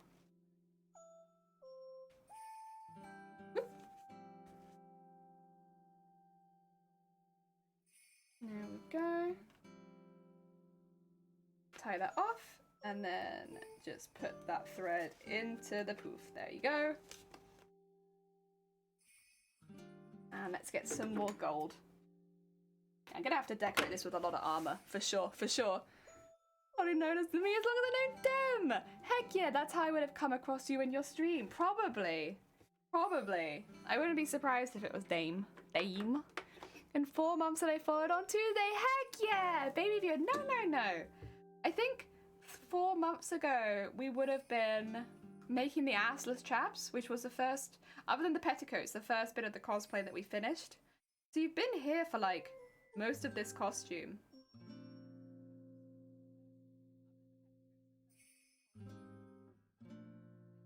Oh, yeah. There we are. Because although we did technically start it in the summer, we didn't really do a lot of the visible work then. It was a lot more planning and digitizing some stuff and getting used to all that. So we didn't really do any big work there. It was really the petticoat was the first visible work we did. Yeah. Now I gotta go. Oh, bless you, Sim. Look after yourself. Enjoy the rest of your day and take care of yourself. Heck yeah. It's nice following along. Yeah, it's been really fun. I honestly, I love to be able to share these kind of things with people. It does help that it is something that I'm very passionate about, but it's like a real privilege to be able to jump online and just talk about my hobby all day. I'm very hecking grateful to everyone who puts up with it time after time after time. For 2 years as well. Nearly 2 years in a few weeks. Oh dear. Crazy, crazy. It's been a very long time. Just ranting about cosplays. Oh dear. Wallace, welcome on in. I hope you're having a good day. Oh dear, you get invested in it. Heck yeah, I get invested in it. It's my own costume. Oh dear. More see-through sequins? No, I'm thinking the gold ones. I do have see-through sequins on hand because we are getting to the point of detailing the purple now. But I think in this particular case, it'll probably be more gold sequining because there's so much gold detailing on this part. Not to say that we won't be doing some purple and see-through sequins pretty soon. I just think probably not on this particular piece. I think this particular piece needs more gold. Just because of how it looks in the reference images, not because of my own personal taste when it comes to gold or anything. It's the reference images. It makes me think gold. Yeah. Right, we can take that one out. I mean, just sequins. Heck yeah. I really like when people talk about their hobbies, and especially cosplay, because it makes me want to work on my cosplays. Heck yeah. Go work on your heckin' cosplay. Honestly, I do the same thing though. When I'm not live streaming, I'll often be lurking in other, not just cosplayers to be fair, but like creative people's chats.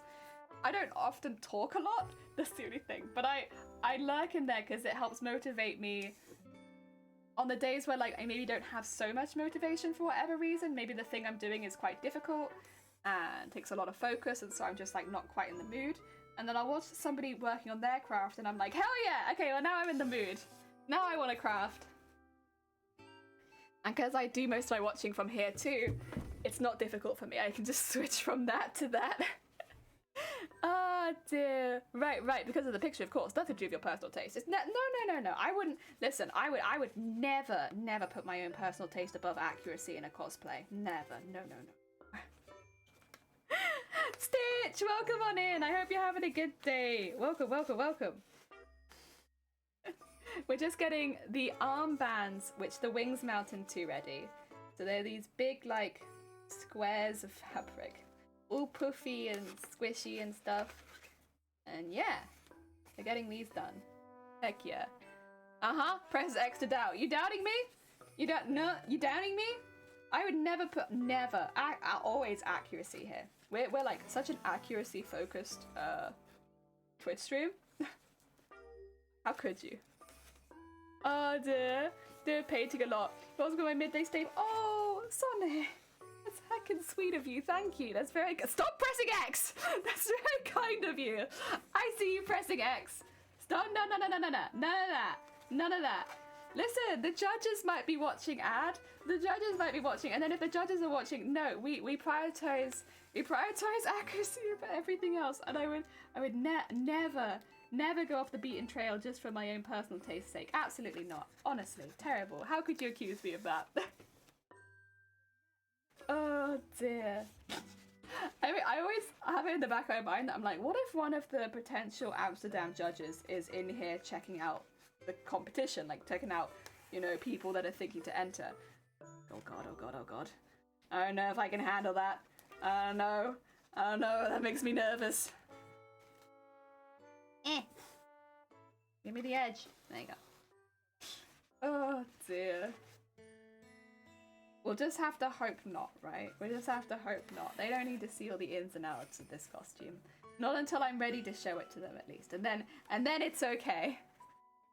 They're watching right now, maybe in the future, right now in the future. Well, that's the thing though, I don't think they will watch in the future. I think they'll watch the 15 hours that we've highlighted in the future.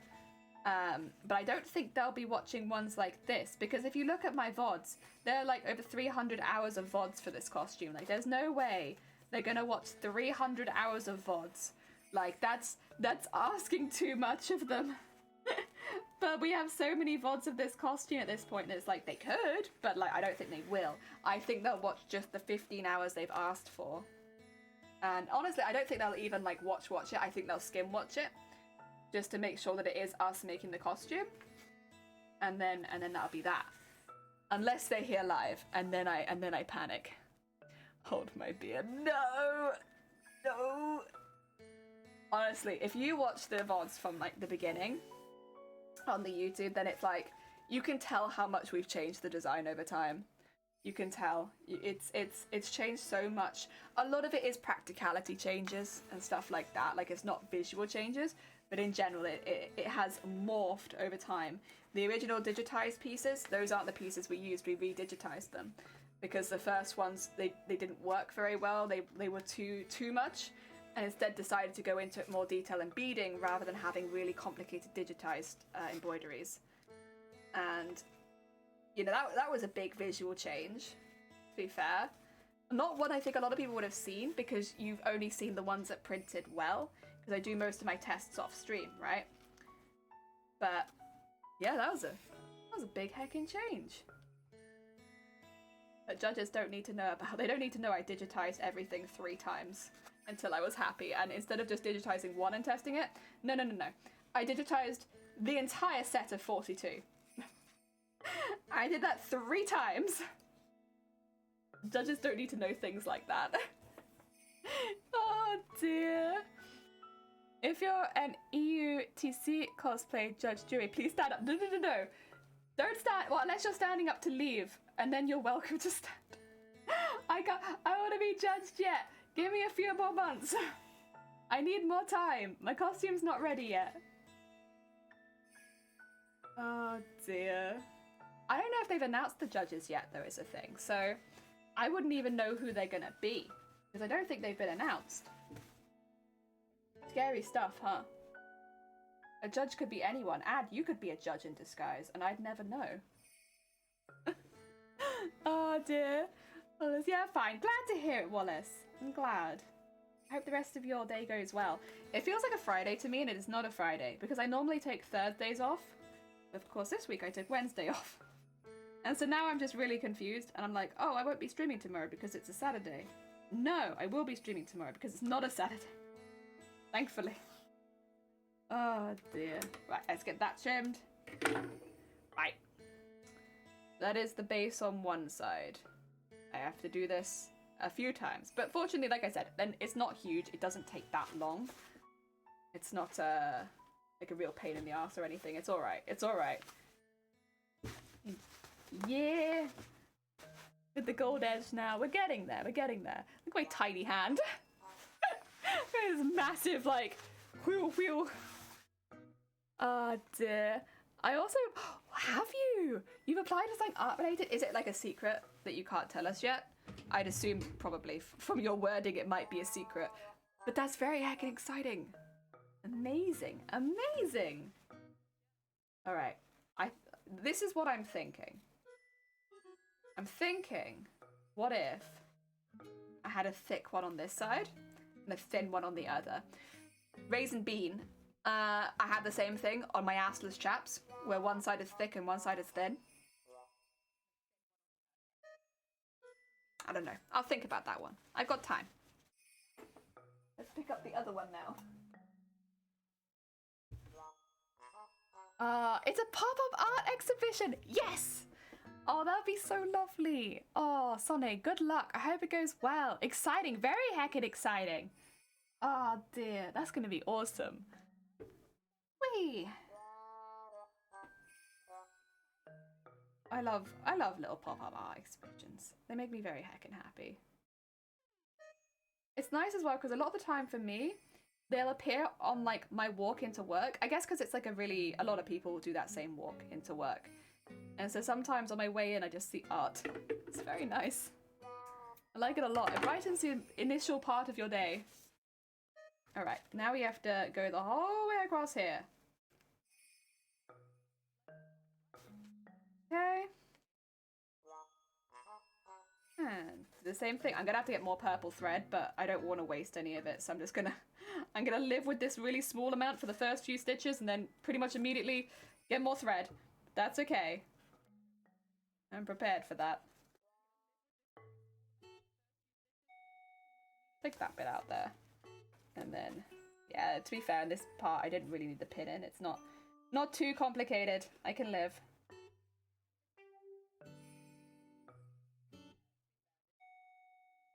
And put that in there. There you go. Very nice, very nice.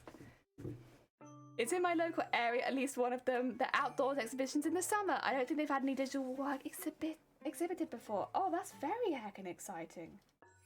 Ooh, Sonny, good heckin' luck. I don't know how much you have to be involved or whether they just take the art and they do it. I'm afraid I'm gonna get declined based on that. Yeah, I good luck. I hope you do get in, because I think one of the things that does really shine about these pop-up exhibitions is the variety of art they display. Yeah, fingers crossed you get in regardless of the way that you created the art. Because I think that's the thing, people are inspired by different things, right? And a lot of these pop-up, as much as they advertise the artist, I think they're also just generally meant to inspire people to give art a go. So having it in lots of different media just makes sense because, you know, some people might decide they want to go more digital, some people might decide they want to go more traditional, and like both is fine. Not everyone's going to get inspired by the same thing. I've had my cosplays put up in a pop-up exhibition before. It was... when was it? A year or so ago, I think? Yeah. No, it would have been a bit longer than that because I remember it was right around the fire break in Wales. So probably would have been a year and a half ago. I had them up in a little pop-up exhibition. I was so happy. It was so cool to see people looking at the stuff that I'd made in person. Oh dear. Yeah, fingers crossed. I'm gonna get them printed really nice and stuff on like waterproof-esque. Heck yeah. Like really make them fancy. Gotta make them fancy looking so they stand out. Oh, that'd be so nice. And then afterwards you've got all these amazing prints as well. Oh dear. Oh, I love that. That's so nice. Good heckin' luck. I hope you manage to get in. I really do. If you do get in, send us some photos in the summer when it's up. Of your art on display. That'd be very cool. Exactly. Probably A3. Oh, it's gonna be expensive, but it's gonna be nice. You will. Heck yeah. Heck yeah. Oh dear, we'll be rooting for you. Get that bit trimmed. And then sew up this bit.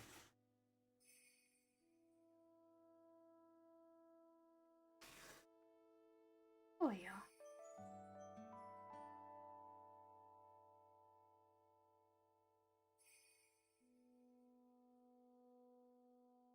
And I'm gonna have some tea. I've got that in. I'll probably be raving about it. Yeah!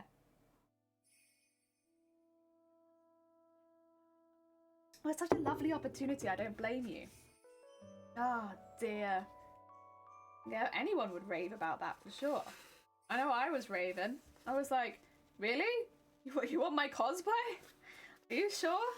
Because like I was invited to it by a friend, so I didn't have to go through like any application really. It was just like, how to put it? They recommended me. And then, so I was immediately in, which was really nice. But, I was the only person displaying any type of clothing. Like, there was a couple of pottery pieces, and that's the closest you got to what I did, because everything else was, like, really serious art, and then you had, like, my Sylvari costume on a mannequin. I think it was just the Sylvari on a mannequin, and then I had the mushroom hat that we made on Twitch. I had that on a headpiece.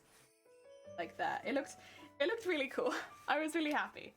But, yeah, I know getting them to the exhibition, because I had to take them to the exhibition and then they displayed them for me. But getting them to the exhibition was a pain. Oh, they're so heavy. So heavy. Oh, yeah. Okay.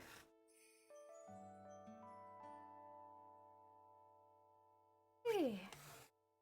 To be fair, if you've got A3 pieces, well, it depends if they're framed or not. Maybe they wouldn't be so heavy. I know the big art folders that you can get, the whole other stuff, those are heavy. The stuff that like protects your work, that's very heavy. I still have one in the house. It's got some of my life drawing work in it. Stuff, you know, I could never really show on stream because of course life drawing is naked people. But yeah, I have some of my life drawing work in it, as well as some other pieces from various points in my life, I suppose. I have been considering emptying it and using it for something else, because that's the thing, at least from my experience, my opinion of my art. It improved a lot over time, and I have pictures and stuff like that of events where my art's been at, but I don't really need to keep the physical copy. Most of the time I'm quite happy just to get rid of it, because they end up being so big. Ah, dear. They're gonna do the displaying, I think. Would they encourage you to give small Oh! Ooh! So you... Oh! Oh, that's exciting! So you would do speeches about your art? Oh my god. Oh my god. So fancy. That's like a museum. Ah, dear. Not... Now talking about moving your cosplay, I have no idea how I'm gonna bring my cosplay with me on the train. Oops. if it's on the train to... do you mean like on the train to the con, or on the train on the day, like you're going? Or do you need to travel to get to the event? Because I have two different pieces of advice. If you're traveling on the day and the con's at the other side, wear it. It genuinely is just easier to wear it. That's why you see so many people on the tubes in London in full costume on the day of a con, because there's no point in taking it off and then putting it back on again. You just wear it. As long as that's legal in your country. I know in some places cosplay, you can't do it in public outside of designated areas, but as long as it's not like an illegal thing, you just wear it to... If it's about traveling to get to the con, like, you know, maybe the con's in a few cities apart, so you're staying there for a few days, you probably want to have a little look. I mean, trains are fine, and if you're doing a train, you can book yourself a seat. But if you've got a lot of luggage, like more than a couple suitcases, you might look to see if there's any coaches or buses, like, you know, not like the regular like bus that comes every 15 minutes, but like a bus that does dedicated trips from city to city, because then you can book with extra luggage and you know it's going to have somewhere to go. That's the thing with trains. They have a very limited luggage space a lot of the time, which isn't super suitable for taking big cosplays. Wait, you can't? Yeah, there are some places in the world where you're not allowed to cosplay outside of the designated area. They're not very common, but there's a few. Yeah.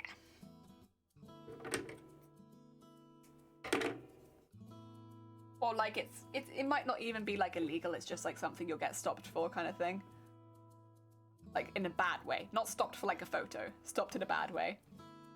To the con, and the train ride's like 30 minutes away, and I have a huge tail. Yeah, you ain't sitting down, that's for sure. I have a tail for this costume, and since once I have the dress on, I can't remove the tail. I have a tail, it's coming with me. Like, if I have to catch the train, I have to catch the train with my tail. The thing is, if it's any make you feel any better about it, once you're in cosplay, most people won't recognize you.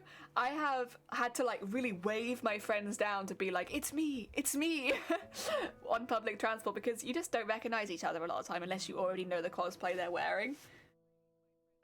Be the annoying guy in the train who takes up 4 seats, or you could do that.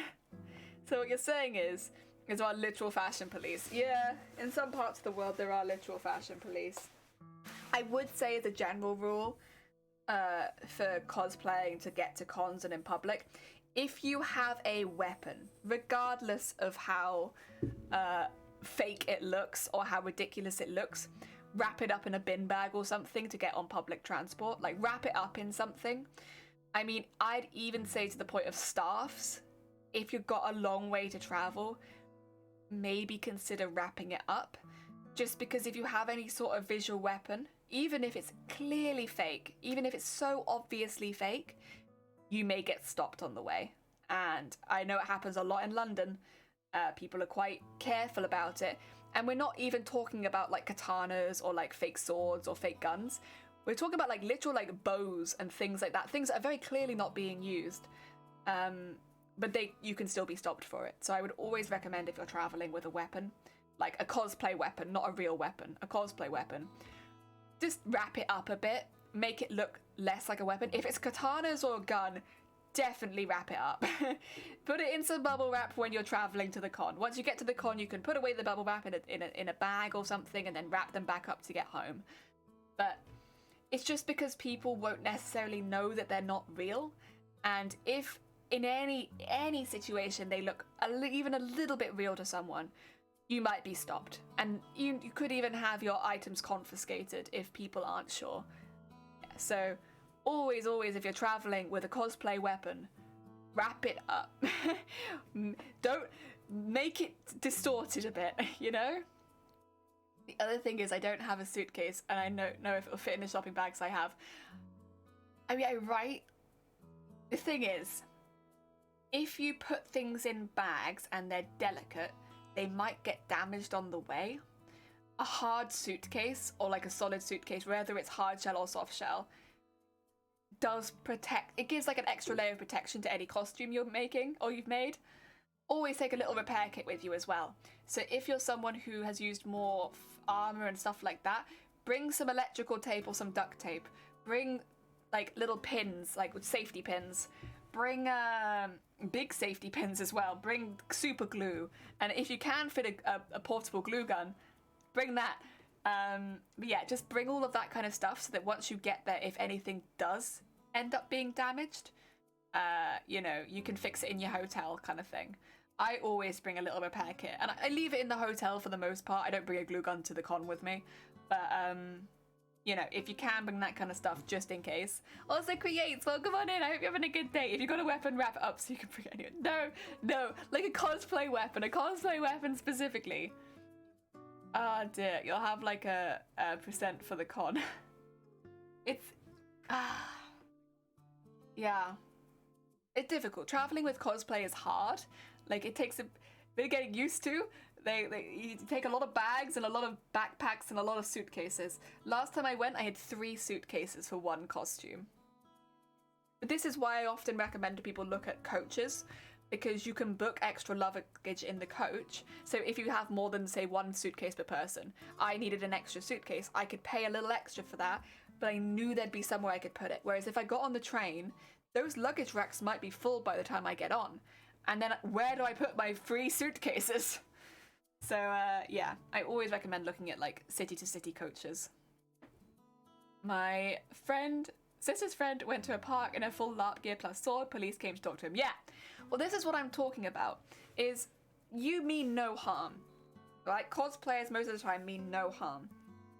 But if you have a weapon, if you look in any way like you've got any sort of patches on you that might make you look a little bit more military and stuff like that, you will be stopped, probably. And I have heard of cosplayers having their weapons taken away. Like, they can go, but you can't keep your weapons anymore. And of course, there are instances as well where police will act with more violence because they think you have a weapon. You know, as much as it would be annoying to have your weapons taken away, it'd be far worse for police to treat you like a threat. And for your safety, if you're traveling with a weapon, you gotta wrap it up. You got to. City-to-city coaches don't even exist in Denmark. Do they not? Our country is too small to warrant it. There's international coaches, so you could probably get on one of those, right? They found it quite amusing, thankfully, but told it probably wasn't the best idea. Yeah, it's not. And I think you get so excited about cosplay, you get so invested in it that you sometimes can forget that you're in public. And the same laws applied to the public in and outside of a con. You know, during conventions, they'll tag your weapons. It's one of the first things they'll do when you get in. Your weapon will be checked and tagged. That way, you can go around the con without being stopped. But even within the conventions in the UK, they are careful. They are careful with your stuff.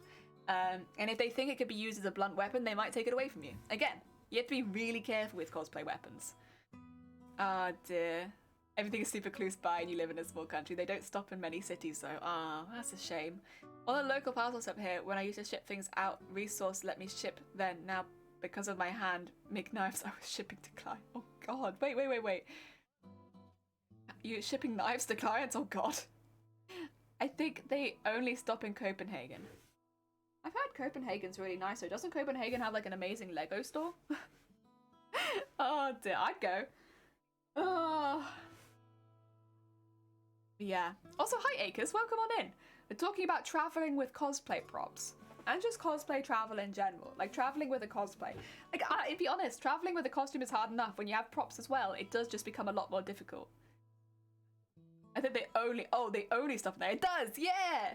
There's an amazing Lego store. I've heard about that one. I'm a big fan of Lego, so I've always got my ear out for Lego stores.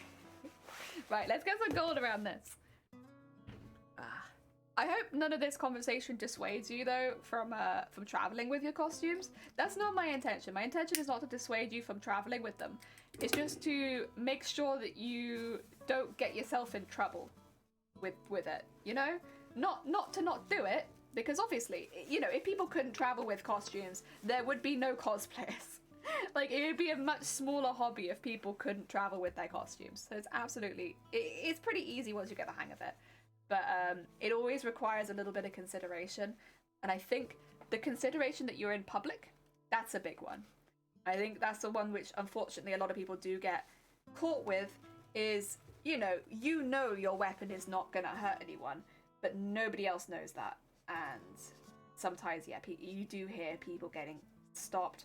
You do hear some really nasty stories as well about police going really far. And I know that there was a story about one cosplayer, I think, that even was killed. Yeah. So, be careful. Please look after yourself if you are traveling with cosplay props. If you can, wrap them up. It doesn't matter how non-threatening they look, because you never know if you're going to come across someone who's just a bit too trigger happy. And yeah, you got to look after yourself first and foremost. Cosplay is a really fun hobby, but yeah. I don't want to talk about that one too much, because that is a really nasty affair, what happened. But as a worst case scenario, it has happened. You should go to Legoland. Oh, I've never been to a Legoland. Not even once. Not even once. Oh dear, but I would love to. In northwestern Denmark. Ooh. I may have a bigger bag. I almost forgot about it. A bigger bag would be good. If you're putting your costume and there's any delicate parts, might I suggest bubble wrapping your costume if you're just going to put it in a bag, so that it has a little bit of protection around it for the traveling. But just a little teeny tiny bit of bubble wrap. The Milan one is the OG one. That's where Lego. Oh, that's really cool. I didn't know that. That's pretty heckin' sick.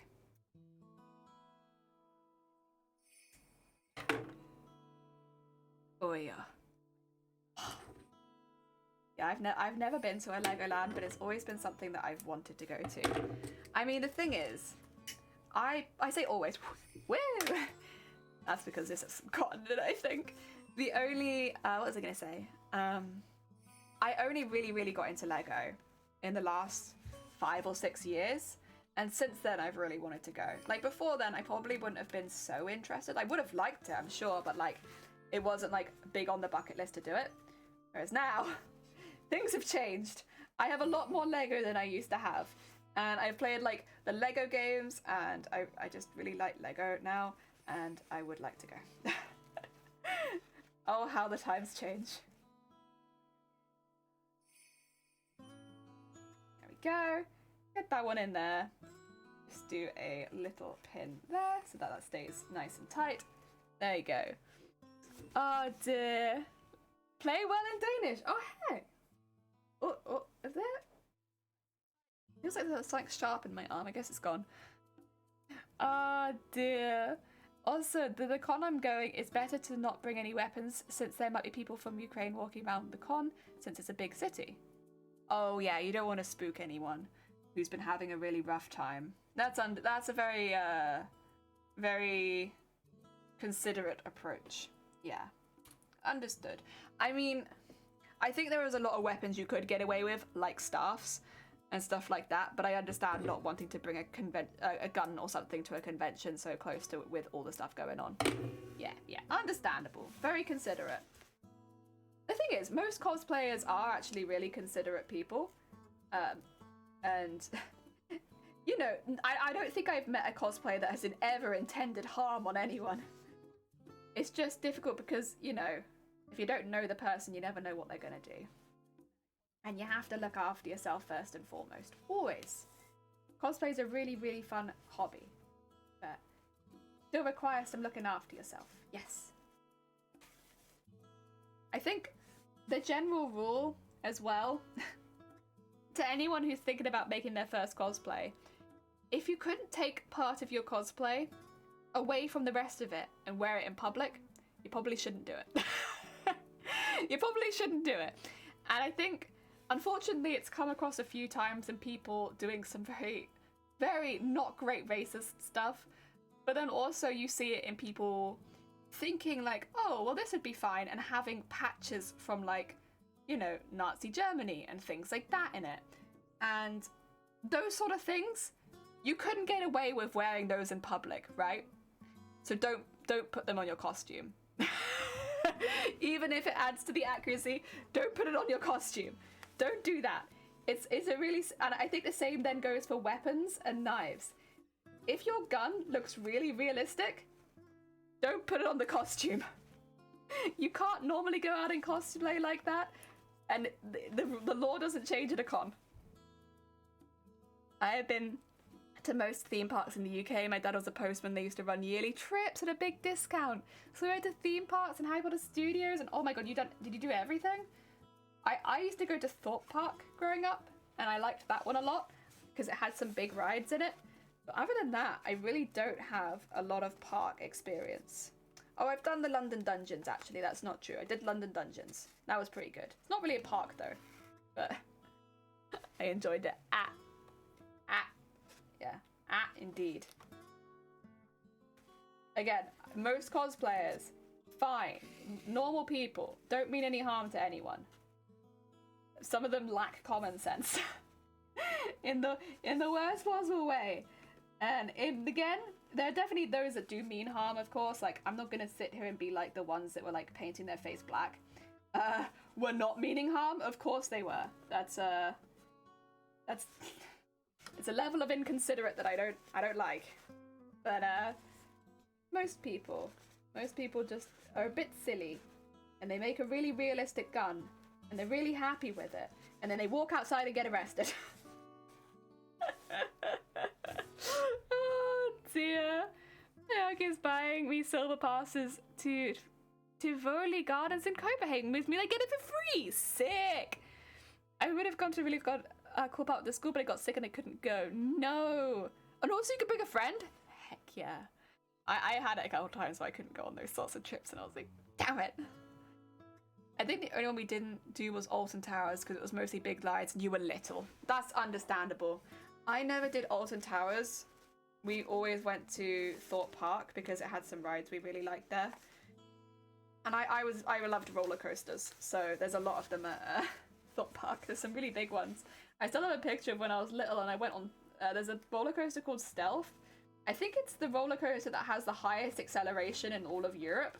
It's a really fast accelerating coaster. And you can just see, I don't think my mouth has ever been so wide as when they took the picture of me being on Stealth, like... I was so shocked. Oh dear. It was good though, you know. It was good. Very fast, but good.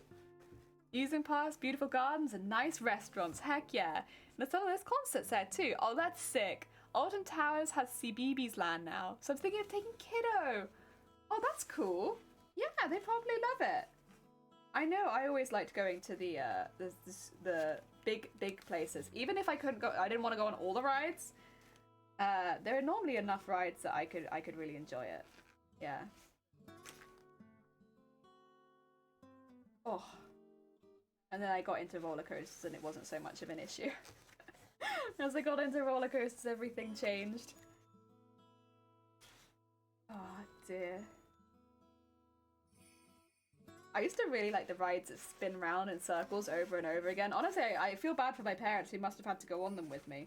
But I really like the ones that went around and around and around and around. They were good. They were really good. It's the third oldest amusement park in the world. From 18... Oh my god, that's early! Jesus. How did they manage that? How did they manage that all that time ago? I love the spinny ones, yeah. I just like going round and around and around. There was always like a dragon, which you could sit in the seats and it would just like chase its own tail. And I'd be like, yeah, I like this. I like just going around and around and around. And then it'd go backwards around and around and around. And I'd go forwards around and around. I'd be like, yeah. Lots of spinning. The oldest one is also Danish. Oh my god, you got these. The Danish were like, listen, world hard. Let's make theme parks and Lego. Oh dear. This is my favourite. I've always been a little less keen on the ones that lift my feet off the ground. But yes, understandable. Understandable. Yeah, I like having my feet on the ground. Unless it's on a roller coaster and then I'm okay with it. But otherwise I like having my feet on the ground. Oh dear. I think I'll get to the end of this and then I need more thread. Also, what time are we hitting? We're hitting 1? Alright, we're nearly hitting a lunchtime break, I think. But let's finish this gold thread first, and then when we come back, we can maybe look at doing some stuff with the wings. Yeah.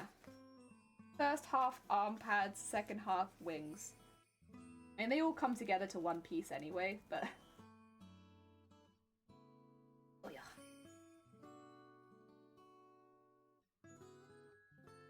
Oh yeah, come on, go under there. There we go. Ooh. Didn't want to stitch at all. We got it now. And we'll go all the way to the end, get some more thread, go all the way back, and then get ourselves a little bit of lunch.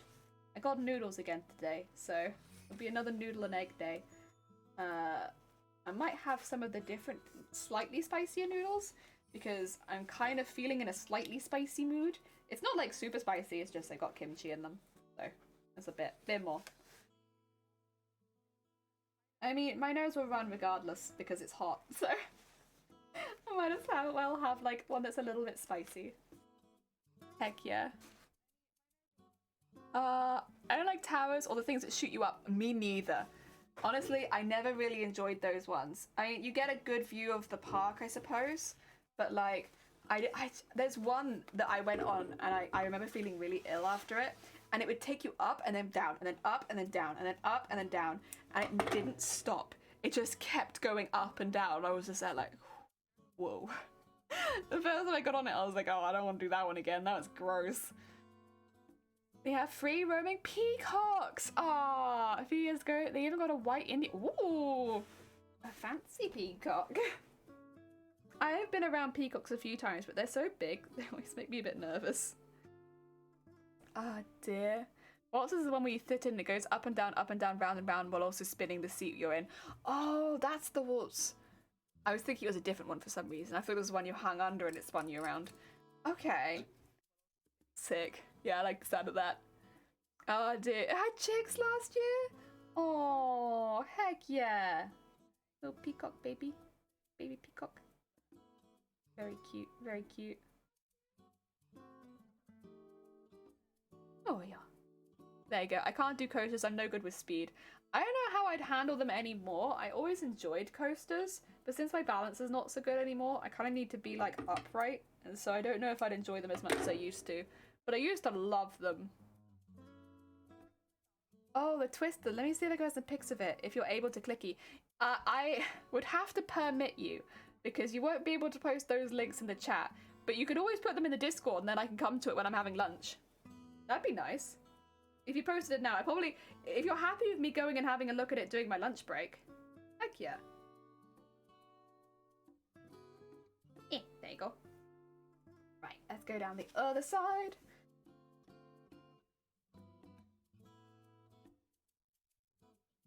Okay, get that in there, get that in there. Yeah, no worries, heck yeah. It's nice, because I can't do sewing while I'm on my lunch break. What is it, phone? What's wrong? What's upset you now? Why are you always buzzing? Nothing's happened. It's probably just the news again, isn't it? I literally can't see what you're even buzzing at, phone. You haven't even given me a notification. You just buzzed and done nothing. I can't even do baby coaster. Kiddos love them, so he goes on his own. I do enjoy roller coasters, and I think I always did. I remember my parents telling me a story of a coaster that I went on like 7 times in a row and I wouldn't get off. And because they didn't have that many people queuing for it, I could just stay on. And I went like around and around and around. So like one of my parents had to sit on them for like 7 times in a row because I didn't want to get off the roller coaster. And I just kept doing it. I remember that. But I don't really remember actually being on the coaster that much because I was quite young at the time. But I remember them telling me about it and being like, yeah, you just want to do the same roller coaster over and over again. Yeah, that does kind of sound like me. Dearie me.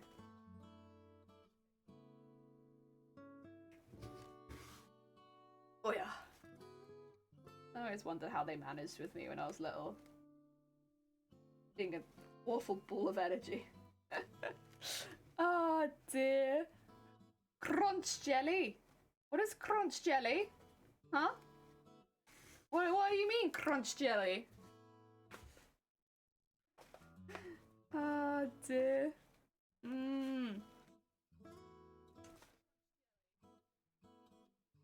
Dearie me. I know you can eat jellyfish, but I don't think most people do. To be fair, it doesn't seem that appetizing to me, to be honest. And I'll eat mostly anything, but the idea of jellyfish is a bit like... I imagine it just tastes like ocean. I don't know if I want to eat just plain ocean. Like, maybe I'm wrong, maybe it tastes like chicken or something and it's delicious, but... I don't know, about all the things you could eat, jellyfish seems a bit boring. Jellyfish and ketchup. Yeah, you'd probably need some kind of condiment with it though, wouldn't you? Because it's gonna be like, it sounds like it's gonna taste really boring and kind of salty. Yeah, maybe ketchup. It's like sweet for the saltiness. I just fight bosses with jellyfish. See, now that's how you treat your jelly. Heck yeah, you fight bosses with them. Come like a famous duo. Oh, heck yeah. Am I even in your Discord? Sonny, I don't know. It's alright if you're not. I won't be offended. Oh dear. It's mainly like memes, occasionally sharing things, and lots of crafting progress, and I tell you when the stream goes live. But I also do that on the Twitter, so, you know, options. I have even over 100 Discords. Oh god. Oh god. I don't know how you'd keep up with that. That's so much. I can barely keep up with like 20. I'm in like 20 and I'm like, that's too much. I can't keep up with this anymore. I'm lost. Oh dear. I don't keep up. Where do you want them? The pictures? Maybe put it in like live stream chat because we're talking about it right now. And we're live on Twitch. Twitch.tv/acraftyjellyfish. We're live right now, in case anyone was wondering. Oh dear. Oh yeah. Come on. Come on, little armband. It does look like a little arm floaty, to be honest. I like it. I think it's cute. And it works well for what I want it for. Oh dear. We are? Yeah, I did not know. Shoot, I should advertise it more often, shouldn't I? So people are always aware that you are in fact watching twitch.tv/acraftyjellyfish. Oh dear, did you shout me out? No. Oh dear, I think you should actually go watch Dem's VOD. So Dem just finished a stream, which means they have a VOD, which is fresh. A delicious fresh VOD. For anyone looking for some delicious fresh VOD, hot off the stove. Damn. Oh dear. Go. Oh yeah. And I mean, this doesn't need to be the most secure stitching, but I've kind of made it that it is. Because I'm going to be going over the top of it again with sequins and beads. So if the first one wasn't this secure, it would have been fine, honestly. It just needed to be attached for now. Instead, I've decided to go in and do it the most secure stitch that I think I could have done. That's alright. That's okay. I was definitely thinking ahead, yeah.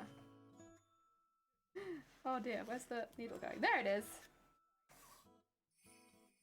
Okay, and then just... Ooh. Around there. I take the pin out. Go. Trying to get you that clout, innit? Or that sweet, sweet clout. I think the only kind of clout that it'd be good to get for me would be if I could win a sewing competition. If I could win like a cosplay competition with my sewing. That'd be heckin' clout that I'd take. I'd take that clout. I worked hard for that clout. Oh dear. Oh yeah, there we go. And let's tie that off. And that's all nicely attached. Heck yeah, heck yeah. There we go. She was so close to us and almost walked into the restaurant. You see in the last picture how close she actually got to us. Ooh. 2 seconds. I might look at it before my lunch gets here. Well, I say before my lunch gets here, I have to make my lunch. It'll get here when I make it. There we go. Trim that off. And that one will go on this side. Now I got my 2 little arm sandwiches. Delicious, delicious arm sandwiches. With gold on the inside. And we've left the outside for now because we will put some bio tape around it, but we're not going to do that right now. We'll come back to that. Heck yeah. An arm sandwich. Oh dear. And eventually it'll have the wings coming out of them. Oh dear. So you're going to be wearing this in the summer too? I am going to be wearing this in the summer. In the height of summer. Also, Jewel, thank you for the follow. It's very kind of you. Crunch arm sandwich. Crunch. Right, where's that live stream chat? There it is. Oh my god. Oh my gosh, you're right there. Oh, and those are the babies?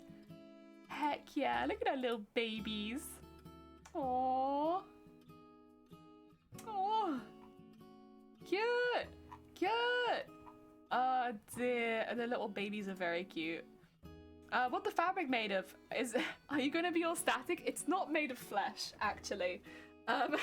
You know, I considered flesh and then I decided it probably wasn't the best for this project, so I decided against using flesh as the main component. It's made of an anti-static lining. That's one of the benefits of using cheap lining fabric. A lot of them are built to be anti-static.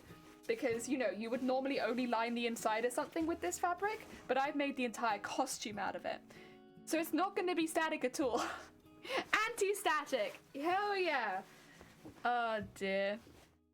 Yeah, make a nice little arm sandwich. I'm going to want to have some sort of Velcro in there, but we'll work that out. Honestly, it's really nice. They just feel like little cushions for my arms. Like I could be gaming and have my little arm cushions. Nice. Yeah. Yeah, I got my little like leaning on the desk cushions. Proper nice. Right, I am going to be taking a 10-minute break, 15, probably 10 minutes honestly. It doesn't take me that long to make the noodles. Just to go grab some lunch from downstairs so that I can have some noodles. I think we've got plenty of music left on this OST. We do. So I'm just going to leave you with the Animal Crossing OST. And I'll be back in, yeah, not very long, honestly. Like, probably about 10 minutes, honestly. There you go. I'm not gonna get dem nudes. But I will get the noodles. Oh, dear. That immediately was like, permit this. Are you sure you want someone saying this in your chat? Yes, alright. You mean noodles. It's all good. 2 seconds. I'll be back in just 10 minutes. Not 2 seconds, 10 minutes. I'll be back in 10 minutes.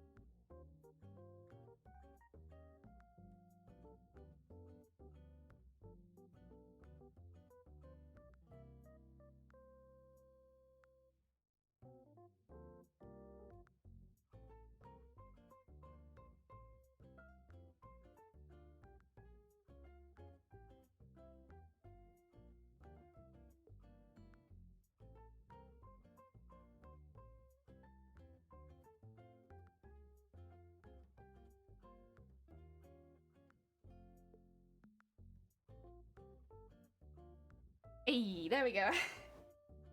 More noodles, more egg. Heck yeah. Soup, kinda. But with noodles and an egg in it. Oh dear, these are the kimchi ones. So they've got like little bits of kimchi floating around in it. It's nice, I like it. It's a little bit more spicy than the one I had the other day, but it's really good. It's really good. And I got my little poached egg in there. There it is. A whole egg. Looks a bit... Actually, if it was this way around, it kind of looked like Africa. Oh, well. Come on. Oh, no, maybe it's too long. That's close. Close. That's alright. I'm gonna mute myself when I'm slurping the noodles because I feel awkward and I don't want to bother anyone with my noodle slurps. You could just know in your heart that I am slurping the noodles. Yeah. But, they need to cool down a bit. These are really hot. Can you see the steam on camera, actually? Can you see it? They're very hot. That's the thing with having these on stream, is they're instantly just boiling hot. Noodle stream, heck yeah. on a quick lunch break. I mean, I do stand by, like, the crafting takes so much of your brain. Also, Sunkoi, welcome on in. I hope you're having a good day. You have joined us on a noodle break. Absolutely. Crafting takes up so much brain power, and yeah. That makes me very hungry.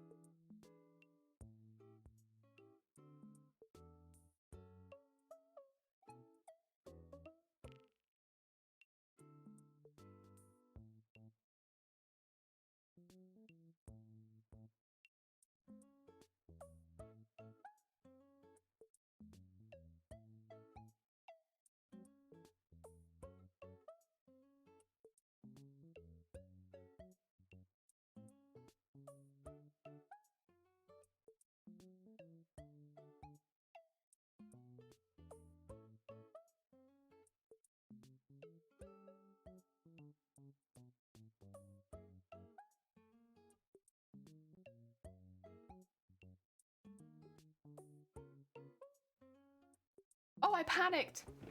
I accidentally, sorry, I thought that I muted being like, oh, what am I doing? I accidentally, instead of clicking mute or unmute, I flicked my volume to 100%. And then because I can't remember what the volume level I leave my mic at, I went to Control Z it, but instead I Control C'd it, and I just copied loads of my Mateus layer. Oh my god, how goes the patterning? It's going really good. Yeah, I mean, we haven't done most of the complicated stuff yet. We've just been making like the arm pads that they attach into. So what we're going to be doing next is patterning the first 4 pieces for this wing. Yeah, like the underneath pieces. I don't want to pattern the bits that go over the top just yet. Also, would you like some egg yolk? There you go. Egg yolk.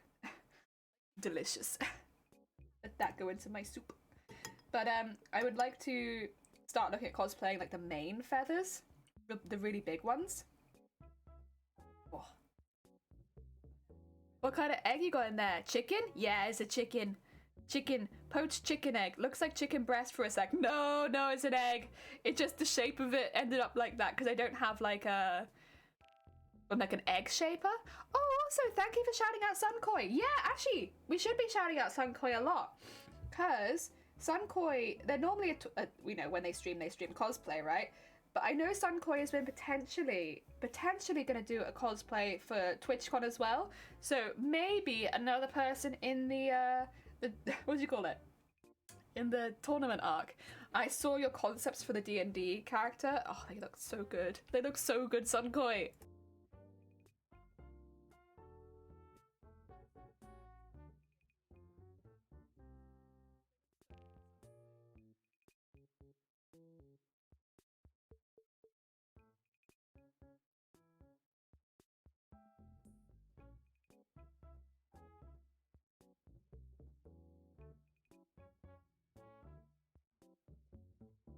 Delicious. Delicious. I should probably eat some of the egg because the water's so hot, it starts to cook the yolk. Oh dear, news are good? They're great.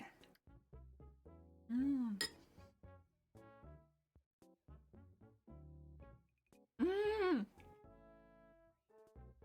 Craft room 99% finished? Oh, heck yeah.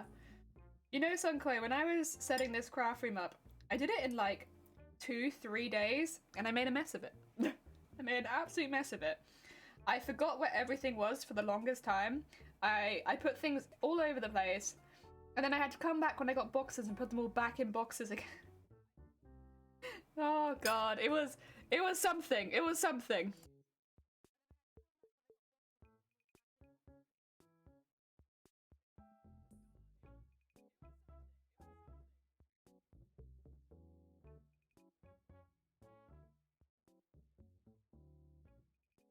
I realized from the top screen you're just going to be getting my head going over as I slurp noodles. My bad.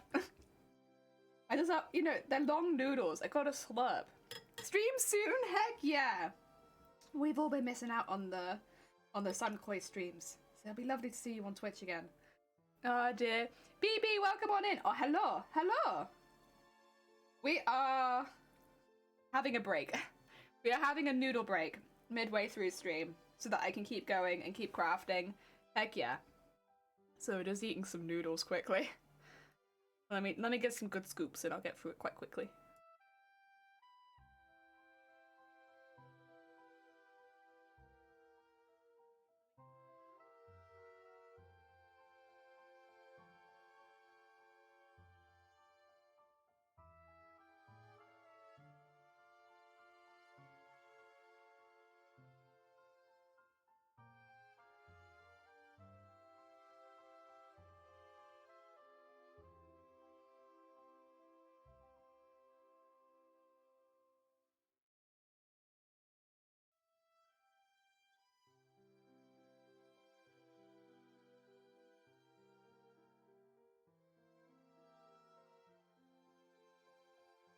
It's very hot and kind of spicy. It's nowhere near as spicy as the Shin, but it's still spicy. Oh, oh, spicy noodles. I'm just starting cosplay, so I wanted to pop in and see how pro— oh, bless you. I am by no means a pro. I just like cosplay a lot. Good luck. Do you have any idea what kind of cosplays you want to be making? What kind of stuff you've got in mind? Any that you've already started? Oh my god. Oh, and PP, thank you for the follow. It's very kind of you. Oh dear. We've been working on this one since like September, so it's a really big costume. But it's been really fun, and I've been enjoying it a lot. And I'm so glad we picked this one, because it's just been perfect. It's been really, really good. Let me mute again, so I can slurp.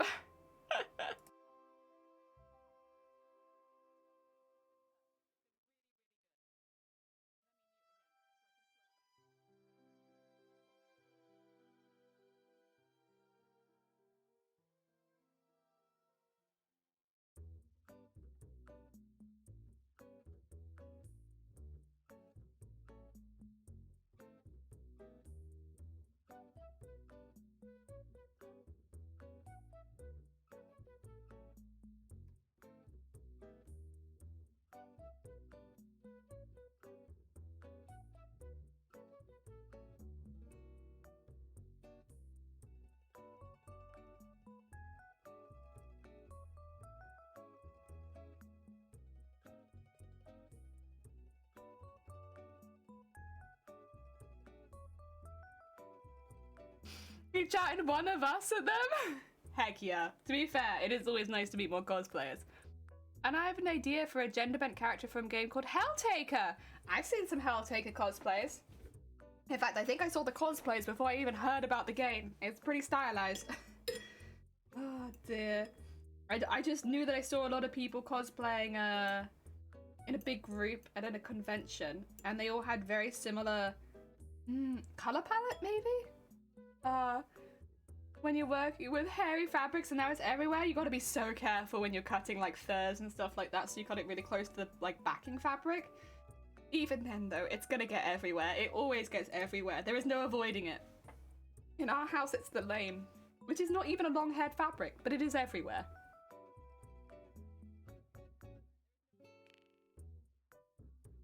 Small egg bite.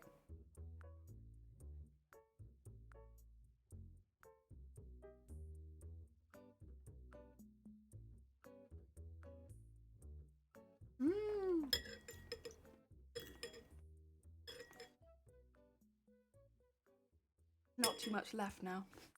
That's the thing with these noodles. You get through them so quickly and then they're just gone. Just gone. No more noodles. I feel like I've only had like 4 slurps. Everything is super soft, but it can be such a mess. You need like, have you seen like the cat and dog hair rollers? They're like £1 for a couple in like in a Savers or a 99p store or something. They're like little rollers with sticky on all sides. You need some of them for your workspace. The little sticky on all sides rollers.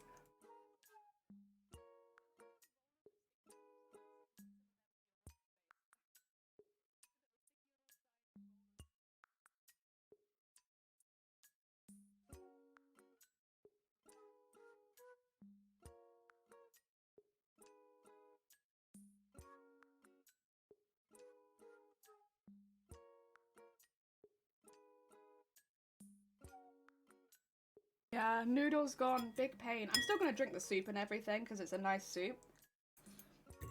But like, they go so fast. Where were they? That's okay.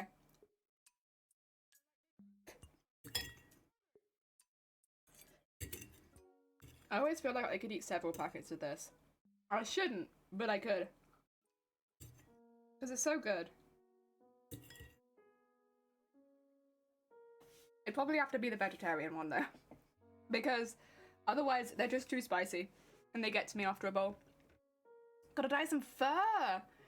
For the mods. Oh, of course you do. Oh, I didn't even think of that. Oh my god. Well, I'm assuming it's synthetic, right? So you should be able to dye it like any synthetic fabric. It's just gonna drip everywhere. Oh dear, you're gonna have like a very messy dye room. I keep forgetting to buy them, so my little dust machine will have to do the work. Ah, sounds difficult, Koi? Yeah. Yeah, that working with fur in general is a pain in the ass because it gets everywhere. It's really messy. It's difficult to make clean cuts and stuff like that. How to dye it on top of that? That's rough. That's really rough. It's just gonna drip all over the place, and I think fur is one of those things that when it's wet it can be deceiving. Look a lot more dyed than it actually is.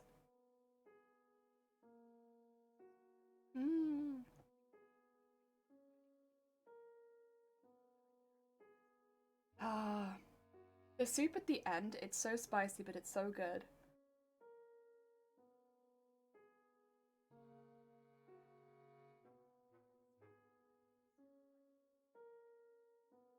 Honestly, it might be my favourite bit. I like the egg, I like the noodles, but I think the soup's my best. That's rough, buddy. It is rough, buddy! Every time I wear my fur suit, I end up covered in fluff. Doesn't surprise me. Fur is just an endless nightmare.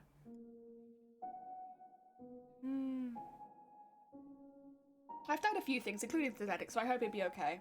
That's the thing, I have to dye some synthetic chiffon, and it makes me nervous, because I'm not going to be able to get any more of it very easily. But also, I've done synthetics before, so I think it'll be alright. It's just certain fabrics make you nervous, right? Ah.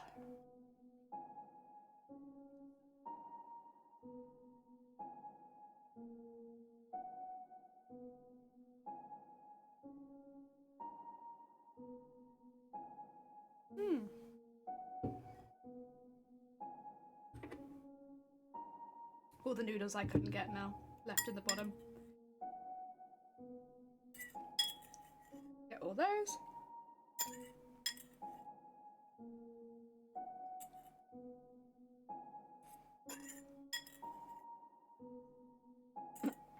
Keep picking up the same bit and dropping it again. There we go. Delicious.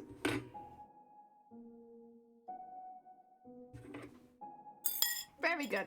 Very nice. Lunch done. Complete. Lunch is completed.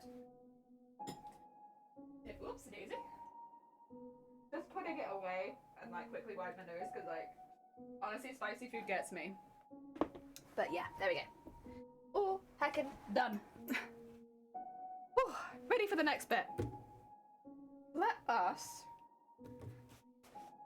Oh, actually, I say put those to one side, but actually, I'm probably going to need to see the base of these just so I know how far apart, excuse me, how far apart I've got for the wings. Let's get my paper as well. I can make some little marks on that about where the boning is going to have to come from. Because what I'm probably going to draw here is draw all the pieces together as I kind of want them, and then I'll come back and split them into individual pieces, I think. That's kind of how I'm feeling this is going to go. So, for instance, I will want one piece of boning here, one piece of boning here, one piece of boning here, and one piece of boning there. They're all pretty evenly apart, to be fair, so it kind of makes sense. But I still need them to come into places, otherwise I'm going to get lost. So, the way that this works, it's meant to be quite large, but I think it's going to come out like this. And then, like, just a little bit bigger, like this. And then here, just a little bit bigger, and then here, which will be the biggest, and also put like a little point on there. Thing is, this one can't be that large. That's difficult. That's going to be a really weird bit. That's okay. I think it'll probably end up being like that, maybe with a bit more spike at the end. Yeah, like a bit more like that. Yeah. Probably something a bit like this.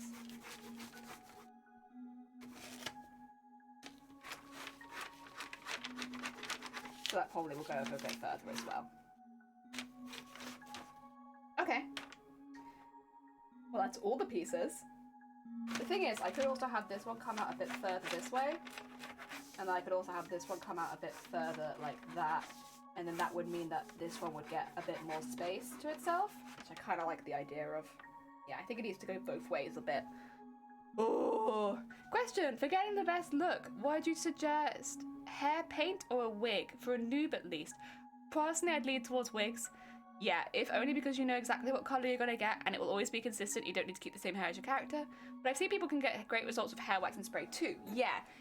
I would say probably agree, because until you get used to it, waxes and paints for the hair, a bit difficult to use, whereas a wig, you just whack it on your head and style it. I think it's a bit more beginner friendly to get a wig. There's so many wig styling tutorials on YouTube as well, so it's not like you're going to be left on your own with it. I think that's probably what I'd also recommend, to be quite honest. Would be the wig. Not because the other one would look bad, I don't think that it would, but I think it'd just be a little bit more beginner friendly. Oh yeah. Right, how am I going to separate this? The only piece that is actually the size it's going to end up being is this one. So I need to separate these into lots of separate ones. So I can quite easily cut this one out. Then yeah, all of these are going to need a bit of work. That should look okay, right? Let me just grab this back again. That's going to look okay, right? Yeah, it is going to end up being about the width of this, but it should be that all of the boning channels go straight into the channels we made. Okay. I hope be careful because I got biro on my hands, so I don't really want to be scratching my nose. What about if I cut this out and then cut them individually and then redraw these bits so they have like the finished size? Because the size won't necessarily be like that. It's probably going to be more like that. Yeah.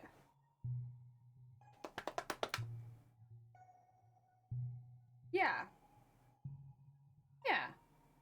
And then I could also put the details on. Actually, I should probably do that. Oh dear. You crazy person who made your own wig for a second cosplay. That would be... it would be a challenge, but it should be quite a fun challenge. It would be a challenge, though. Oh dear. Can you get male wigs, like short hair? Oh, absolutely you can get short hair wigs. There's loads and loads of short ones, and they tend to be a little bit cheaper as well. I'm just going to quickly pop this up on the screen, because I want to have a little look at it. Because, yeah, okay, so they're all split into 3. But they're actually pretty flat at the top, so I don't have to add any spikes or anything. That's okay. Hard, isn't it? But I think we can manage with this. Okay. Mine is probably a little bit smaller than hers, but then also if I had one the size of that, I'm not going to be able to like use my arms for anything useful. They will just forever be useless arms that cannot be used because my cosplay prevents it. So I'm just getting the general shape cut out quickly, and then I'll cut all the individual bits out. Probably separately. Thanks for rolling up, by the way, I appreciate it. That made my life so much easier. Okay, leave that down there for a second while we cut this out, and then we'll look at doing something with this. Okay.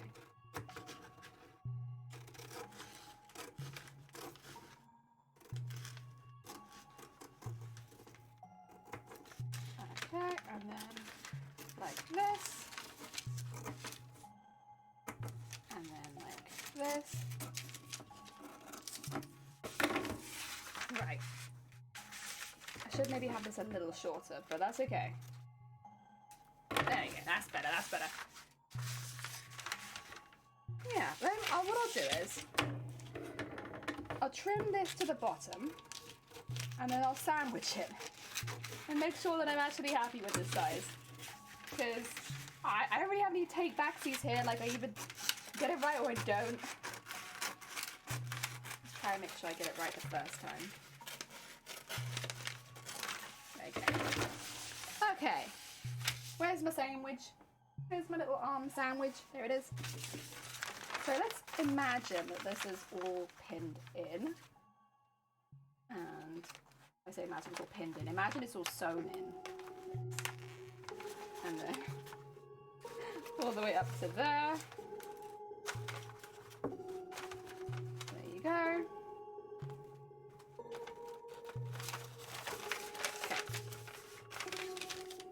Move that back.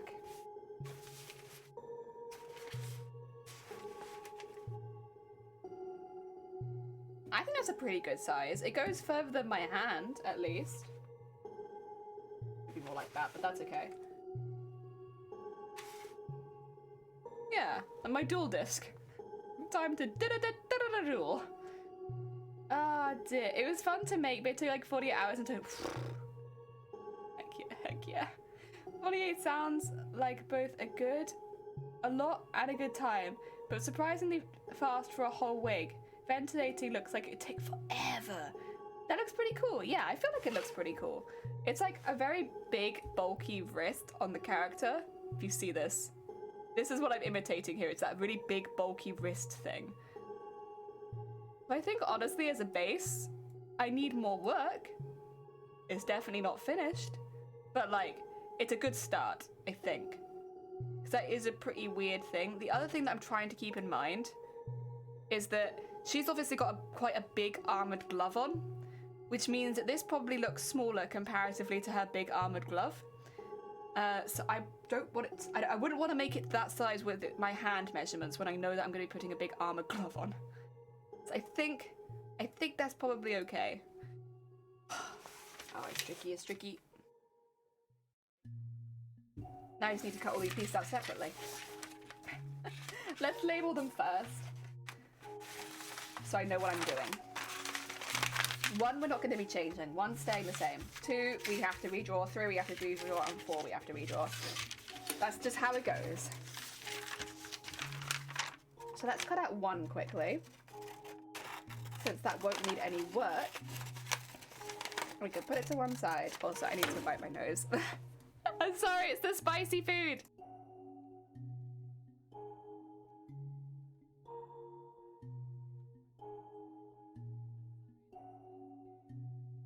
God. It was a second try that got finished too. Oh, good. I'm glad you managed to get it. Oh, Koi, I followed you so I can watch more pros. Heck yeah! See, now Koi is a pro cosplayer. They do cosplay tutorials. They do all that kind of good stuff for a new cosplayer. Now that I'd recommend. That I'd recommend. Oh dear. Let's take that one.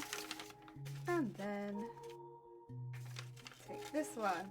I'm actually wondering if I could maybe, well, this might be a bit cheeky though, but maybe just redraw them if I attach it to something else first. Or is that too cheeky? Am I being too cheeky? Maybe. It just means I wouldn't have to waste the original pattern, which I kind of like the idea. Let's cut this bit off so this is flat up there. Good. And then let's have a look at getting these bits. So that's one. One we like. We don't want to change one. Two. There we go. That's one we want to change. Oh my god! Pee-pee! What the heck? You only popped in today? Oh, it's very heckin' kind of you. Thank you. Heck. Oh, heck. Oh, dear. So what I want to do is double-sided tape probably this bit in. Yeah. Oh, dear. Bessie, thank you. Senpai Koi! Senpai Koi. Oh, heck yeah. Where the hell have I put my double-sided tape? There it is. Okay. Sorry, I was just like, whoa. Right, let's get this bit and attach it in there.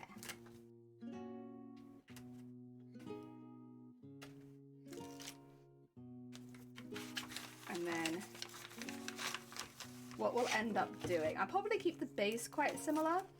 I don't want to overlap those too much. Maybe just a little bit, like an extra centimeter or something.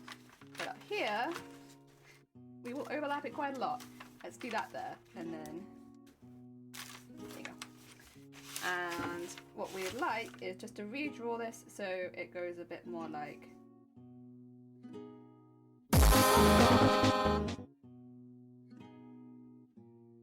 What the heck, BB? What are you doing? What are you doing? Jesus!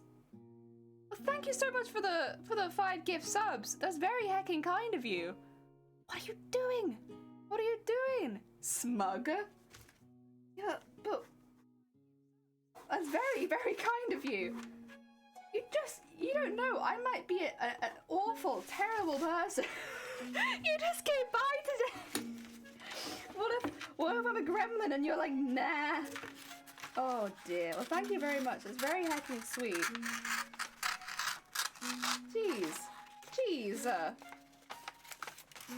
Honestly. Horn! Heck yeah. We love a bit of horn and party here. We're big horn and party animals. There we go. And then I'll just trim this from the inside. So I know you can't see my scissors, but I do. Oh, who did it? Thank you for the double horn. Heck yeah. Gotta have a double horn. Very important. It's just how it goes here. That way, what we've got now is one, which will then go over the top of that one. But it's not like that's just stopped. It's just that, you know, it's gone over the top of it. And I probably will put some stitching in there once it's finished. But I need it to have the extra bit so it doesn't look like it just stops early. If I want them to be separate wings, I think that's probably the best way of getting them to look like separate wings. Or not separate wings. Maybe separate wings? Separate something. And... oh, I need to do it this way around. That's okay. I give it my shot to not waste the stuff. Yeah, it's very kind of them. Heck yeah. I hope everyone who got gifted a sub enjoys their emotes. Have fun with the jellies. Be nice to them, they're good beans.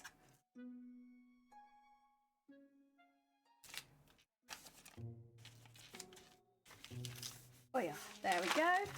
Curls up and finds comfy spot on the ceiling. You had me until you said your comfy spot was on the ceiling. Oh, Nocta, welcome on in. What have you been up to? 2 seconds. I've just put double-sided sticky tape down, but how was your stream? Oh, heckin' awesome. Heck yeah. Welcome. Noct. How was your heckin' stream? Oh, thank you. Immediately put it back away again. Thanks, Dem. Welcome on in. What were you up to? Makers and crafting. But in fact, what were you making in crafting on your stream? Unless you need to go get food, and then, you know, don't let me stop you. Feed. But if you have a moment, what were you making? We've made armbands, and we're now just patterning some of the wings that will be coming out of those armbands. Because the costume has like a dual disc at the front, but it's like a dual disc made of wings. And so we're just patterning that right now. Ah, dear. It went super well, thanks. Heck yeah. I'm glad to hear it. Oh, dear. Did you get up to anything fun, or are you just having like a chill crafty time? Are you in fact entering TwitchCon cosplay contest? I'm trying to get everyone to enter it. I'm just like, hey, you do crafts? Have you considered TwitchCon cosplay? Oh, dear. Mercury, welcome on in! By the way, if you want to get some good crafting stuff, look up Scrap Store in your location. Ooh! Scrap Store. That sounds like my language. I love scraps. Speaking of, I've just grabbed this out the bin. Don't mind me, it's okay. Only like cosplay stuff goes in the bin. Oh dear. I was working on the dancer of the Bone Real Valley armor from Dark Souls. Oh my god. You entering? Yes! We got another one! Alright. Are you entering? Just to check. Is it San Diego or Amsterdam? Oh my god! We got another one! We've had 3 in one stream! Heck yeah! We're finding them! The tournament arc shall start! Oh dear. Fantastic. PB, yeah! PB, you've been new here, so I guess you'd say to anyone who's newer here. TwitchCon cosplay contest is a little different to some other cosplay contest. So basically, they have 5 slots available for each skill type in each event. Amsterdam! Yes, that's what I'm entering. So they have 5 spaces for sewing, 5 spaces for armor, 5 spaces for SFX, and 5 spaces for larger than life. And so in total, you'll have 20 finalists that go to TwitchCon. Now, the cool thing about this con, if you get into that top 20, they pay for you to go. They send you £1,500 if it's any of the smaller costumes. If you do a larger than life, you get 2,500. Excuse me. Which means it's a really accessible con for people looking to do like a cosplay contest but normally wouldn't be able to travel to enter. Well, don't worry, because they literally pay your own way there. We're raiding. Hi, Shell. Had to verify my number. Oh, sorry. Yeah, I should say, we're taking part in Women's History Month here on Twitch. Because of that, we have some higher security than usual. It's just necessary to take part in the event. But, apologies. It will just be for the rest of March. After that, we'll have it turned back off again. Go! It's a tight competition. It is. It's so cool. So, yeah, basically, they'll pick the top 20 finalists who will enter, again, 5 from each category, and then once they've got them, they'll battle it out to be top of their part, and this will all be live at TwitchCon. So you'll have like a winner of the sewing, a winner of the, oh my god, wait, thank you so much for the heckin' follows, Shell and Drex, welcome on in. Sorry, I was hearing splashing and I was just like, someone's diving, it's all good. No, thank you very much. And a snack break, we can do that. We did just eat lunch, but I can still snack. So yeah, first of all, it's the first 20 finalists that get in. That's the first round. Second round, if you get in, the winner of each section, so the winner of sewing, the winner of armor, the winner of SFX, and the winner of larger than life, and then those 4 are up against each other for the number 1 spot. Yeah. It's like, it really is just set up like a tournament, and I love it. I love it so much. I'd love to keep talking, get some. Oh, bless you, Sunkoi. Look after yourself. And Noctua, have a good luck for some food. Have a good luck for some heckin' food. One can always snack more. Absolutely. Always. Plus, I have a fresh cup of tea to dunk my biscuits in. What?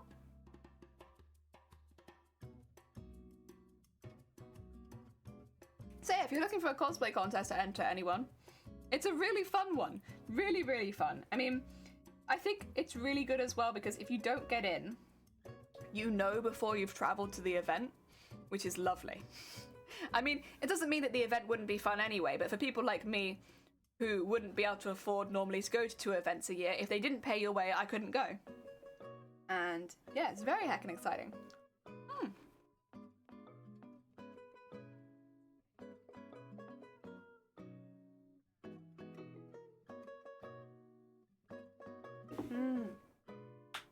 Right, while all that was happening, we finished our pattern for the feathers.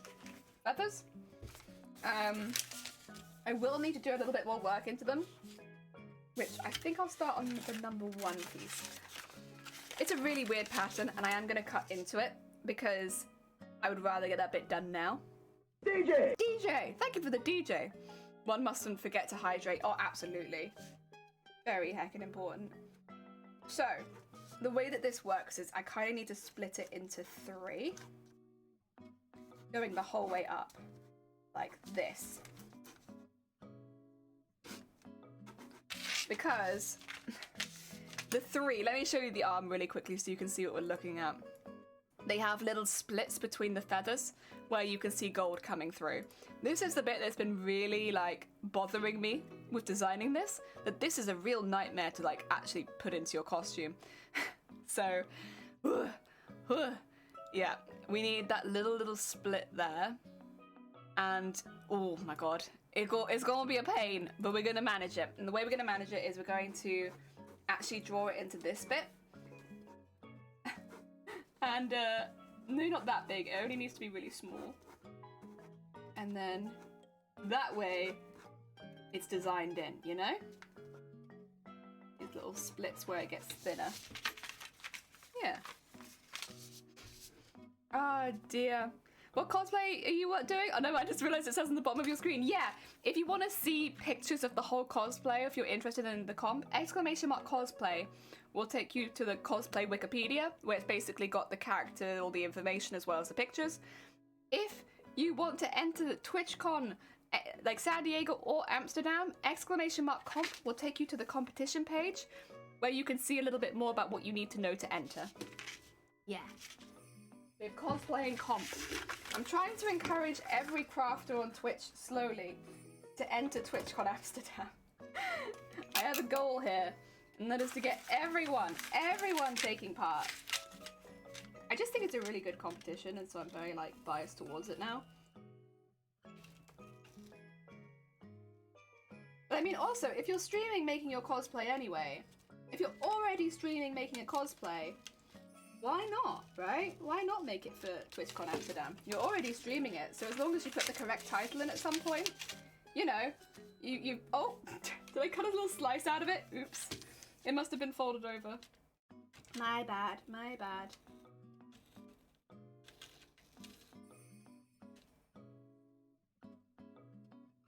And then just go around this side. Oh, no, not there, not there. There. There we go. That's not how you use that knife, that's very bad. I shouldn't do that. There you go.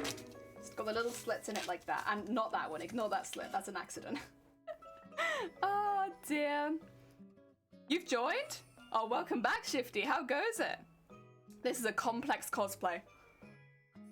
Oh yeah, oh yeah, that's a big boy cosplay. But I've been enjoying it so much, it's a really fun one. It's been like proper good fun, yeah. That's the thing about working on a really big cosplay though. It takes a long time, but it's so rewarding because all of your goals are so much bigger. I live in America and I'm new, so there are a few reasons why not. But San Diego Comic-Con has a much later entry date. So maybe by the time that, you know, they're looking for people to enter in a few months, you might be like, I'm ready. It is my time. You know? Excuse me. Or maybe not. I mean, the thing is as well, cosplay competitions are definitely not for everyone. I know a lot of people that really, they just want to cosplay for fun. They don't want to have anyone judging their costume and stuff like that. They're just in it for fun. And I totally understand. Like, at the end of the day, you have to, it's a hobby, right? You've got to cosplay the things that you enjoy and cosplay the way that you like to cosplay. That's fine. But if you have an inkling, it's a really good competition. I was gonna joke and say I joined the competition. Oh, I see. I like Shifty has joined the Twitch call. Shifty isn't cool. I can hear Shifty. I'm gonna keep them muted. But they're in the Twitch call now. How did that happen? I have no idea. It sounds like the kind of thing Shifty would manage to do somehow.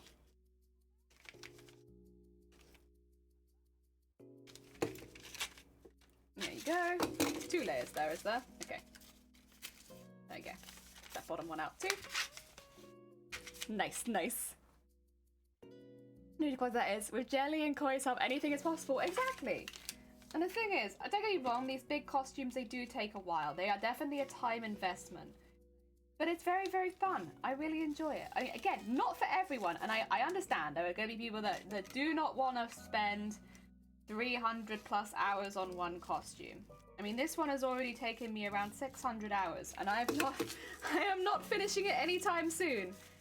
But like, again, it's a sort of thing where if you've ever had a curiosity about trying it, it's a really good way of doing that, you know? There we go. I need to do this in all of them, by the way, which is why I'm just going through all of them and doing this. Yeah. Oh, dear. I'd also say, in general, even if, you know, you don't want to enter TwitchCon, you're looking for something a bit smaller, a bit more local, maybe. If you're looking to improve your cosplay skills, entering competitions is a really fast way to get good, proper feedback from professionals and learn very quickly. Because you not only get feedback on your costume, everyone else is also receiving feedback on their costume. So you can learn from your own mistakes as well as other people's. It's a really fast way of getting better. I would recommend that one, but only if you're, again, I know some people really won't like stepping on a stage, and that's fair enough if that's like that really puts you off. I completely understand, it's not going to be for everyone. But if you don't mind that bit too much, cosplay competitions, even like local ones, are a really good way of having a professional judge your costume. Very valuable information. Phone, can you calm the heck down? You have been buzzing non-stop. And then you don't show me anything new. You just look the same as when I left you. I think my phone's just upset. It's just having a little bit of a tantrum over there on its own, you know? Also, the reason I'm cutting these bits out with a knife is they're complicated. Thank you for the horn. They're complicated, and I don't think I could cut them out very easily with scissors. I probably could physically cut them out with scissors, but I'd rather not. It's difficult. Do easy method. Cut with knife. There you go. And last bit. There we go.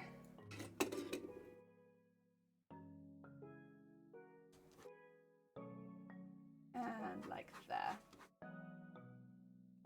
So just drawing where I kind of want to pretend the wings are, because it makes it a little bit easier to draw the little bits after that when I've got a pretend idea of where the wings are meant to be. There you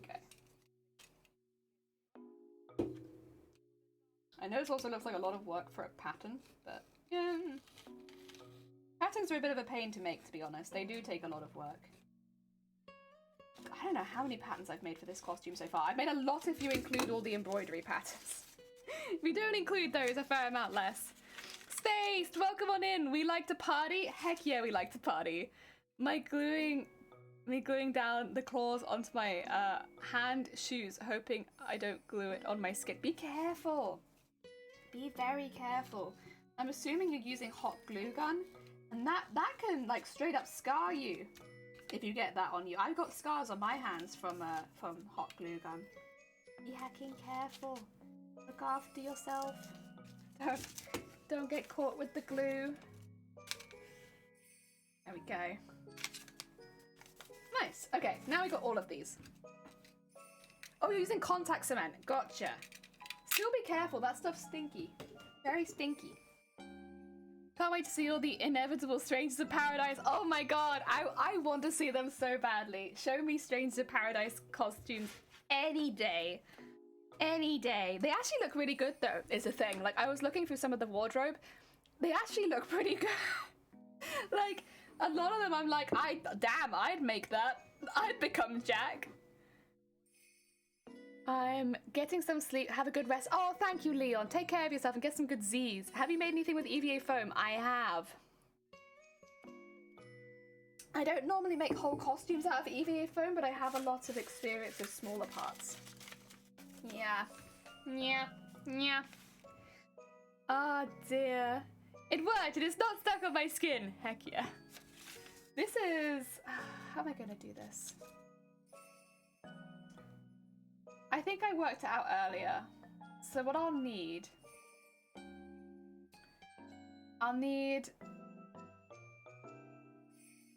gonna be really difficult though because those are awkward circles.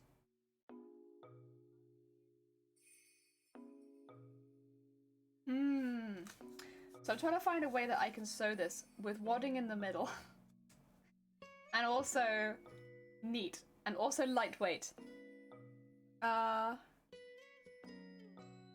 struggling with it, and what would you say is important in working with it? Working in a ventilated space, if you are using any sort of contact adhesive. Because even if you can't smell it strong, that stuff's dangerous. Work in a ventilated space. A Dremel is really useful because it's like great for getting those nice like beveled edges. Another thing you can use for edges with like a degree, like a knife like this. So this is got a little knife in it there. See if that like retracts. But this is a 45-degree angle cutter. So because it leans on its side, it only cuts things at 45 degrees. So if you're looking for like those sort of like sharp edge bits for EVA foam armor, this is really useful if you're not getting the same look you want. Like if you have wobbly hands like I do, this is great. It just does it for you. I'd say those are all useful. Working in a ventilated space is one of the most important bits though, because if you're sanding or anything like that, there's a lot of dust. If you're using contact adhesive, it can be toxic. Is it an X-Acto knife? No, this one is not, I don't believe. This one is not an X-Acto knife. An X-Acto knife will work for cutting out most of your cosplay pieces, but this is like specifically a what was it called? Is it a 45-degree knife? Yeah, so it only cuts things at 45 degrees. Yeah. It's called Red Circle, this one. I don't know if that helps anyone. Red Circle. But yeah. It just cuts like very nice edges into things. I wouldn't use it for cutting out thinner foam or like anything. I wouldn't use it for cutting thinner foam or anything that's like a connecting part unless it needs to be at a 45-degree angle. I'd probably just like, you know, kind of a smaller angle than this. But yeah, it's good. I like it. Very handy. And you can take this bit off and then it will just be like a regular knife. But like not very comfortable to hold, to be honest. How am I gonna fabric this? Like this pattern is correct, arguably. Like this is how I want it to look. Can't deny. I'm pretty happy with this. But how can I get it so that it does what I want? And yeah.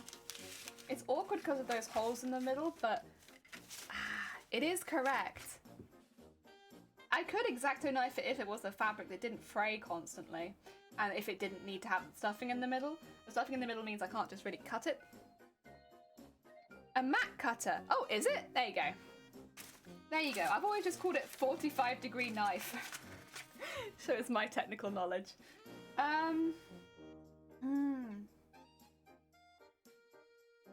What can I do?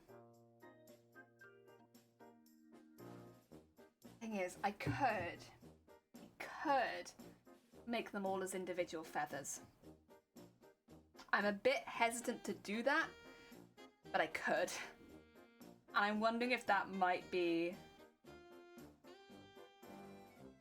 the best way. It hurts me in my soul to do that, to be honest. can't describe, but it hurts me in my soul to make them all individually.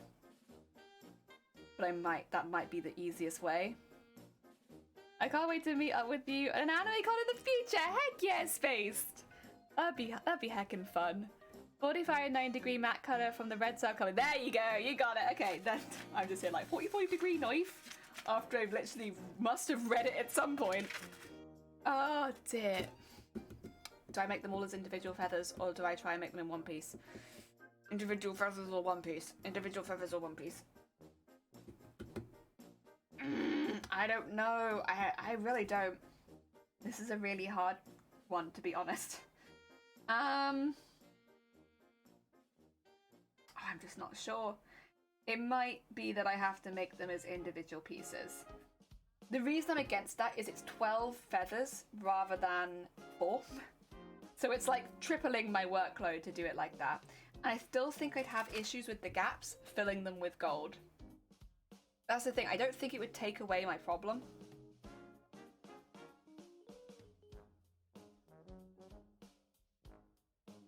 I think of anything I could do. The only thing I could think would be is if I just ever so slightly popped some bias tape in there and had it go in at a diagonal angle. And then I'd have like a little ring, which would probably appear like the gold inside. Could it be that I do that? Individual. Yeah, I think that might have to be how I go, to be honest. I think cut out hole and then do the gold parts by hand. If it was just cutting out the hole, yes. But the hole also has to be hemmed. And it has to be hemmed with the wadding on the inside. So it's like a really complicated one. So I can explain why this is difficult if this helps. So basically, these are such thin slits that I would basically need to leave the entirety of the slit as hemming fabric. And then because the fabric that goes inside this is so thick and needs to be sewn into it, it ends up probably being near impossible to hem in post. Yeah, which I need to do. It'd be probably quite messy. That's why I'm so umming and ahhing about it, is because if I wanted to hem this, I'd need extra fabric to fold back over onto the inside. And there's only ever going to be this much fabric in here, at a maximum, to fold over to both sides. And that like is probably at most ½ centimeter. ½ centimeter is not enough to cover the wadding. It needs more like a whole centimeter to cover the wadding. So I think we're gonna have to do them all as individuals. That's okay. Let's go 1, 2, 3, 4, 5, 6, 7, 8, 9, 10, 11, 12. It's alright. It's alright. We got this. We got this. Triple the workload, but triply worthwhile. If it looks neat, then yeah. Because normally, if this was just a cosplay for fun and I wasn't really thinking too much about it, I probably wouldn't even bother including these gold parts. But because this is one, well, it is fun, but because it is one that I'm entering into a competition, I can't really afford to ignore that they exist. So, that's okay. That's okay. I'll just sew them together in post. That's alright. Honestly, it might look nice having them all as individual feathers. You know what? It might look quite nice. Should we work on one at a time as well? Because otherwise we're going to have so many pattern pieces lying around that I am going to get overwhelmed with patterns. Let's put those back there for now. And we'll work on just one at a time. Cat is alive! Cat, welcome on in! I hope you're having a good day. We've made some big decisions on this costume. Very big decisions. So what I'll be doing, I'll need bias tape. Do I want it up both sides? I think I do, right? I want it up both sides. Forget. Where is the picture? There it is. Yeah, I want that up both sides. So, but actually no, I probably want a larger piece over that side. Oh, but I can do that. I can do the larger piece. I just have to sew it in differently. So, I want a large piece of bias tape up there, and then I'm going to come back and bias the edges of both of these. Yes.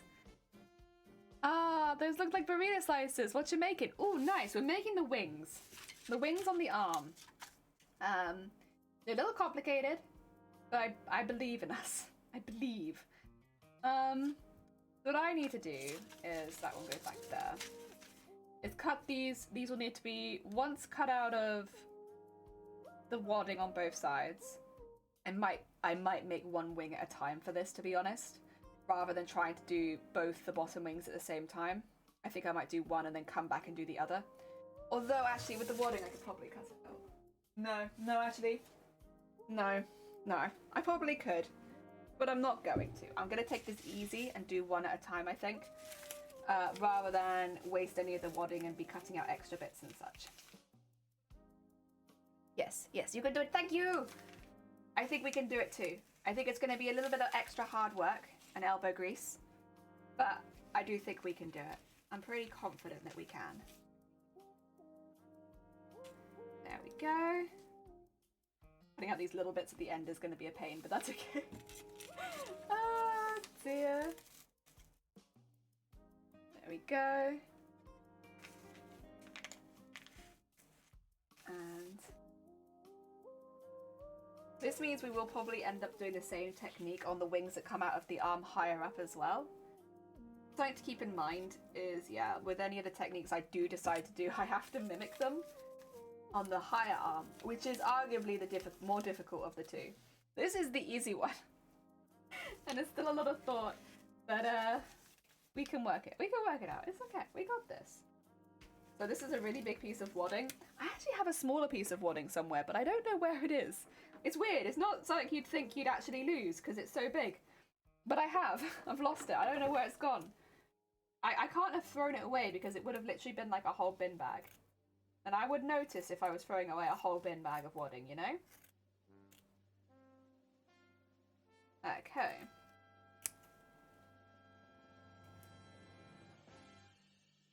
And... oh, and that reminds me, number 3 is meant to have bias tape in it. Just to... not bias tape, it's meant to have boning in it, just to make it really, really easy. I meant to have boning up this one. Oh god. Oh god. It makes it really easy, for sure, having one of these have boning in it. Yeah. It's alright. Again, as long as I actually remember that kind of thing, and I don't just straight up forget to put the boning in, it's okay. It's okay. Plus, using things like wadding makes it really, really lightweight, which will be really good for this. So I think the boning will be enough to hold this on its own, even though it's going to be quite a lot of fabric over the top. Because the base of it's so light, I think it'll be okay. There you go. The nice thing about having them as individual feathers as well means if I want to do any individual feather detailing, it's really easy because they're just separate from the beginning. There you go. That's one. Oh dear. I meant to have boning up that one. God, I am meant to have boning up that one. It's very important. It needs to be boned so that I have a bone that can like go into my arm and hold it up. Otherwise, this is just gonna flop. This whole thing would just be a floppy wing. That's no fun. No one wants a floppy wing. Especially me. I definitely don't want a floppy wing. Oh dear. You have to bone it so it's stiff. I guess that's the same reason you bone anything though, right? Like corsets, all that kind of stuff. So it's stiff and it holds its own weight. Although actually no, to be fair, with corsets it's more a structural thing, isn't it? As well, yeah, but it also kind of holds itself up. I don't know, an argument could be made. I'm not gonna make it.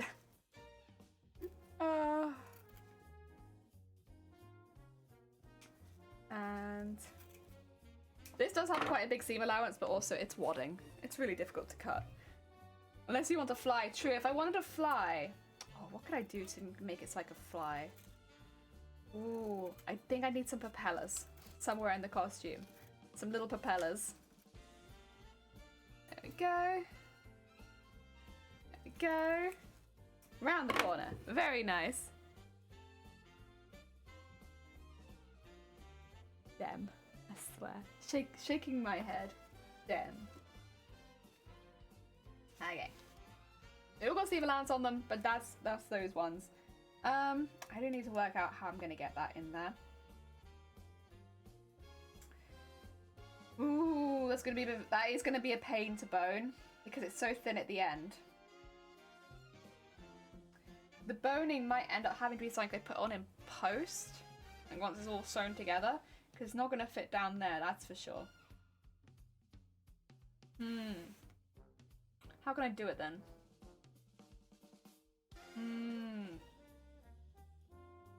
We'll work it out. You know what? That's not my problem right this instant. I can think about that one. I've got time. Where did I put all the purple fabric, by the way? Did anyone see? Can't see it right now, and I don't know where I've put it. I should have quite a bit of purple. Oh, is that it there? There you go. Okay, sorry. It's just underneath the bit I'd already worked on. I was getting so worried then. I was like, wait a minute. There's no way I didn't use all my purple, did I? No, I didn't. It's okay. It's okay. I have no clue. I know nothing about clothes or fashion. Nah, it's I wouldn't even say this is something like. I don't know. Boning's a weird one. Boning's very weird. Okay. Let's get these on here. I'm gonna draw these, like, what do you call it? Outlines on here. Because I will use that to sew it, since it'd be very difficult for me to get it based on the, that. They don't make it easy, that's for sure. There you go. That's number 3. Let me cut that out and immediately pin it back on because these all look very similar. And I don't think I could actually afford to have the designs away, like separated from each other because they look too similar. I'm gonna get them confused. So let's do that. I also on this one need to have a really big bit of bias tape coming out the back. Actually, no, I don't. I'm lying. Ignore me. I need it coming up the front, not the back. Oh, that's fine then. No worries. Ah, dear.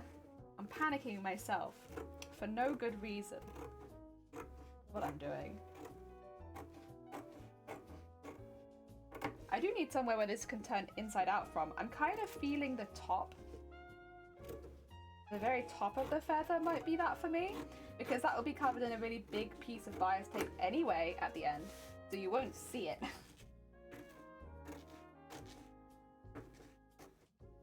There we go. And yeah, this one's just going to be biased in post, right? I think so. Difficult to tell, honestly, but I'm pretty sure that's the plan for this one. Like, we'll come in and we'll put bias tape on it afterwards. I think. There we go. And all the way down. And down to there. Where am I going to start this? I'm not sure. Somewhere. We'll start it somewhere. Something I'll have to put on in post. It is something I'll probably have to put on in post. I have nowhere to put the boning right now. It's not going to fit inside this feather. So, I don't know. It'll have to go on later. I might. Shall I sew this and then do the next one? No, I should probably cut them all out, or at least. Just, excuse me, make sure that this bit is stuck to it so that I don't get confused about which piece is which. It's easily done. Very easily done. Oh dear. Whenever I start using boning, the quotes just go out of control. It's like, oh yeah, she's boning on Twitch? Okay. Boning quotes ahoy. God, it's a very technical sewing term. That's what it is. The most technical sewing term. Adding bones to your outfit. So technical. Nothing funny about a technical process, that's for sure. Right, Twitch? Nothing funny. Oh, there you go. Get that all the way around there. I feel like this isn't a song I hear for Animal Crossing very much. I wonder if this is from the DLC.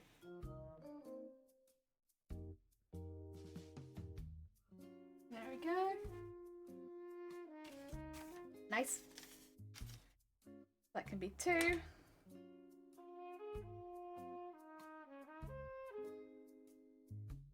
And get that all the way down. Wait! Oh god, that's a lot of damage. Jesus. I was just thinking, oh my god, it's so relaxing. Honestly, I love sewing on stream. It's just like the relaxing music, the slow progress. Perfect. Then suddenly, that's a lot of damage! Honestly. The vibes! Oh. Nah, to be fair, I love the flex tape. 10 out of 10. I genuinely wonder if you could use flex tape for fixing cosplay. Like when your cosplay falls apart at a convention and you need to quickly tape it back together, could you use flex tape? I mean, from the sounds of it, it can fix a boat, so like, I don't see why not. Okay, I need to snip that off. That's an annoying piece. Oh god, what happened? Oh, thank you.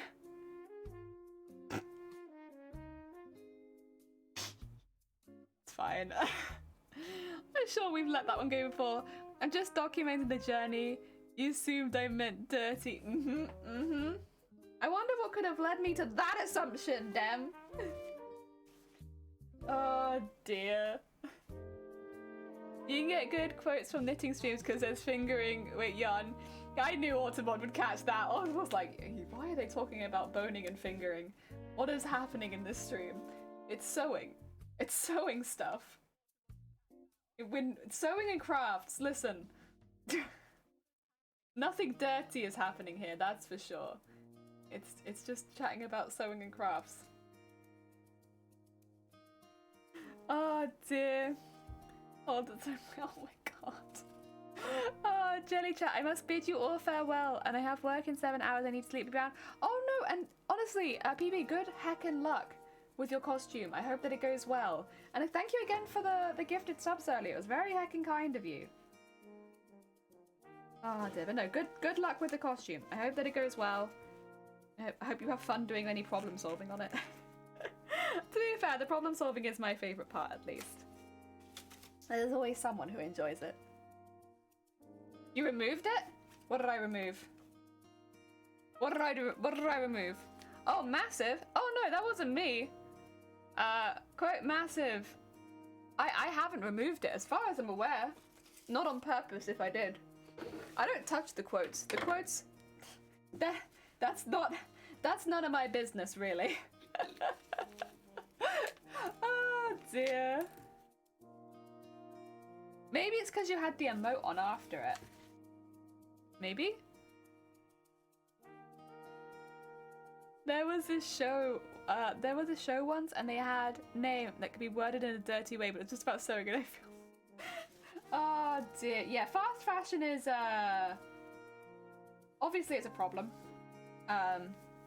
There's a few ways you can combat it though.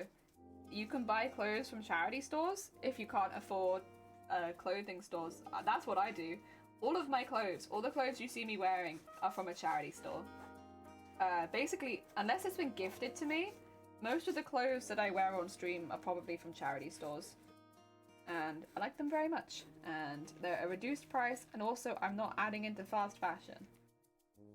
I think the thing that really gets me is the wages people get paid for making clothing. I think that's something that really needs to be looked into better. Because so many people are incredibly underpaid for the work that they do. Yeah. But you can avoid fast fashion by simply buying stuff that is secondhand. And also it means you avoid, what do you call it? Buying clothes from people that aren't being paid enough to make them. Yeah.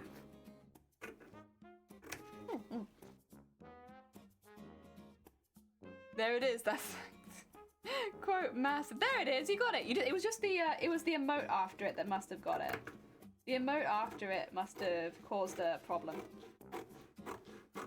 I don't know why, because I genuinely don't understand how the quotes work, but that must have been it. I'm going to put that in the scraps part, because that's quite a big scrap. I want that big scrap. A Raptor hoodie of mine, another hoodie I made a pattern from, so now I can make my own hoodies! I've done that with so many shirts. I'm like, this shirt, it's like kind of worn out, I can't really wear it anymore, I'm making it into a pattern, I'll just take another shirt pattern, thank you very much. I've made so many shirt patterns now. But it's just...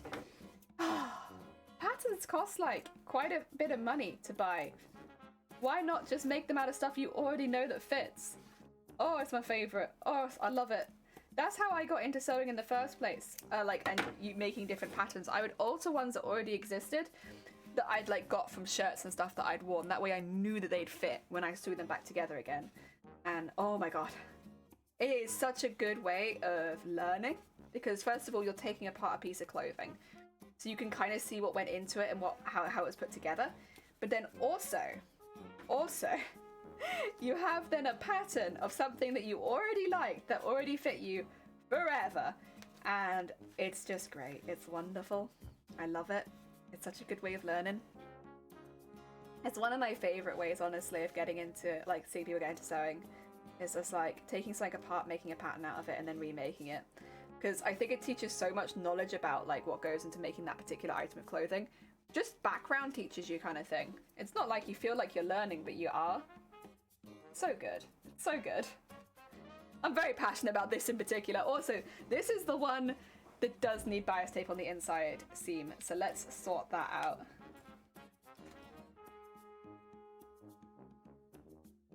Whip.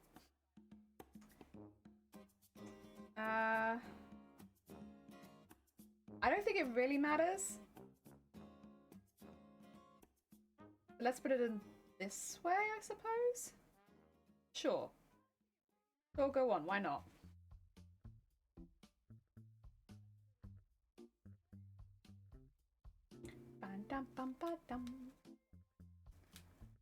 There you go.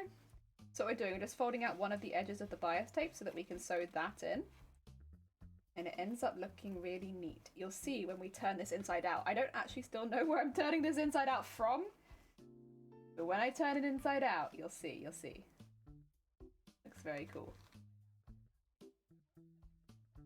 And might have to take that one out. There you go. And just put that there.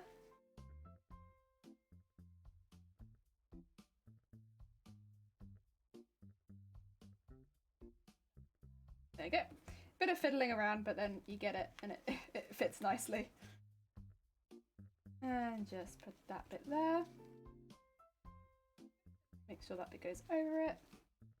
Probably need a bit more pinning than originally, but that's okay. So the thing is, I can't open it now across this side because this side needs to stay pinned. But I guess we'll work it out. That's okay. Put that in there. How can I do this then? Okay. Take that out. Take that out. Target has been selling granny square crochet clothing. You can't replicate crochet with a machine, so someone is getting paid next to nothing and hand crochet them. Yeah. Yeah.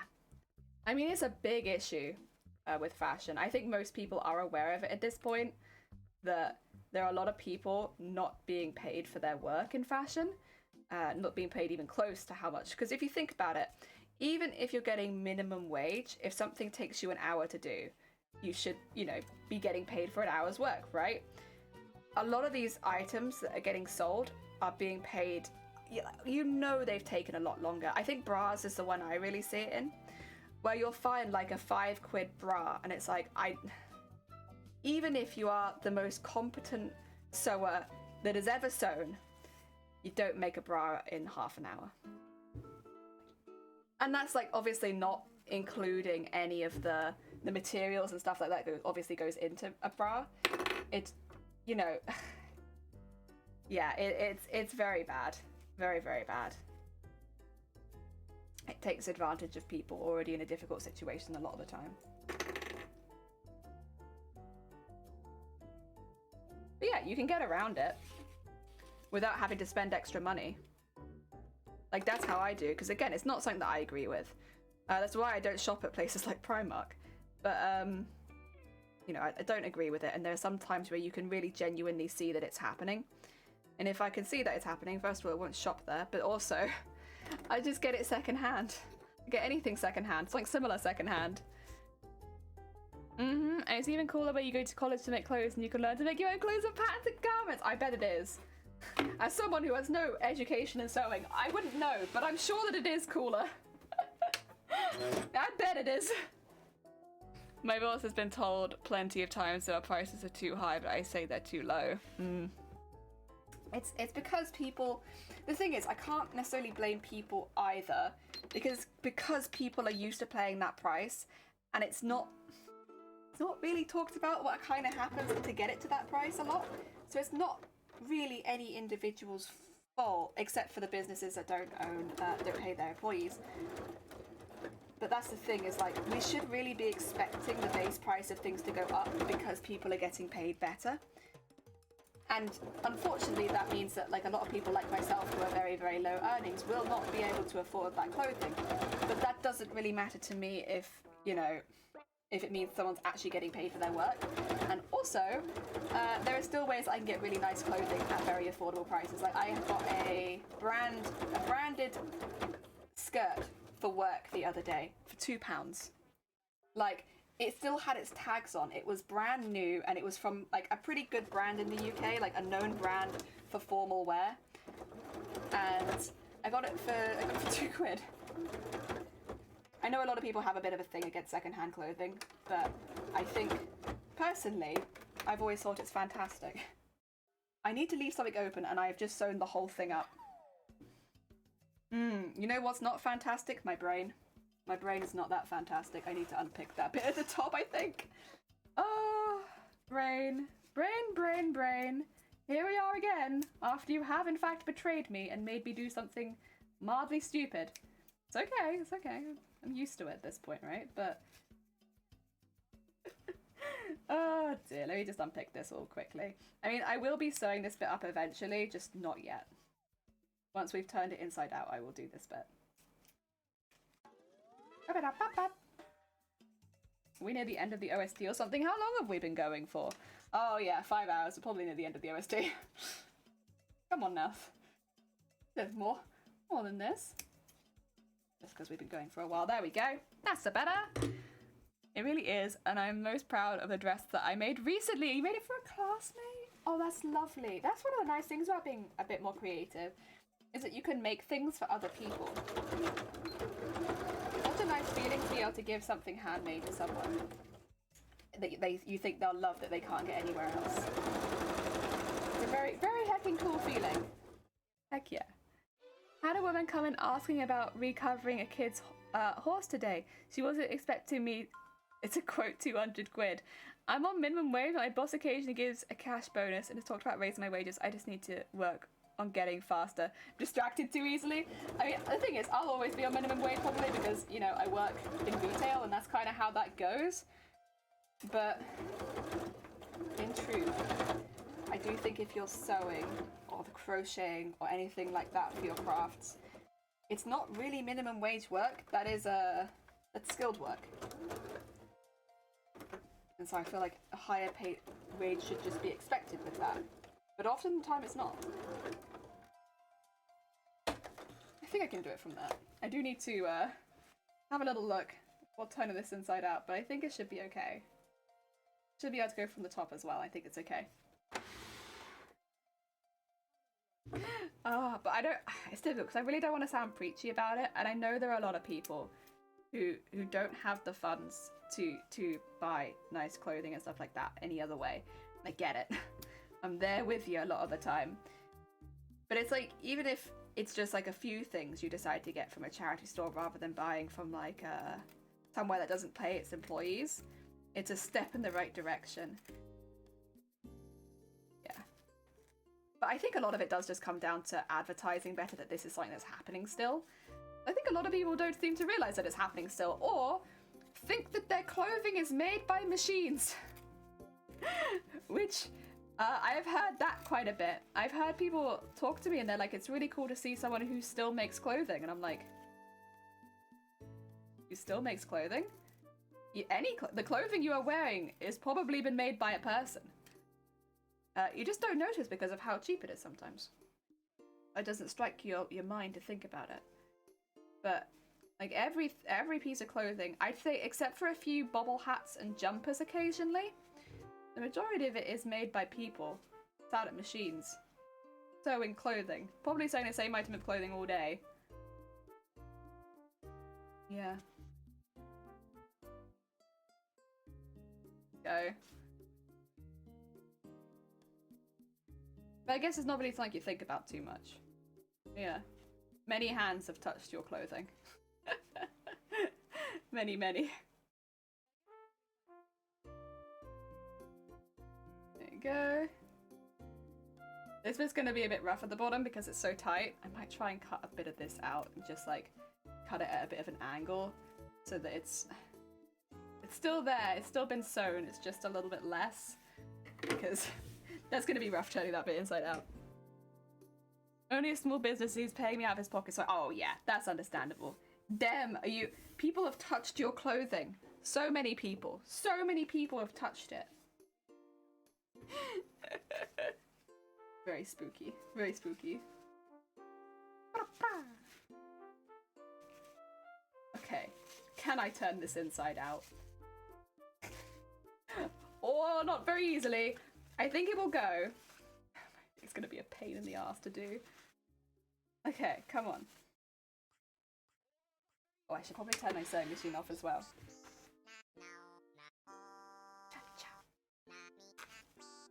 You have to be careful because I don't wanna rip anything. Oh god, it's tight in there. Jesus Christ.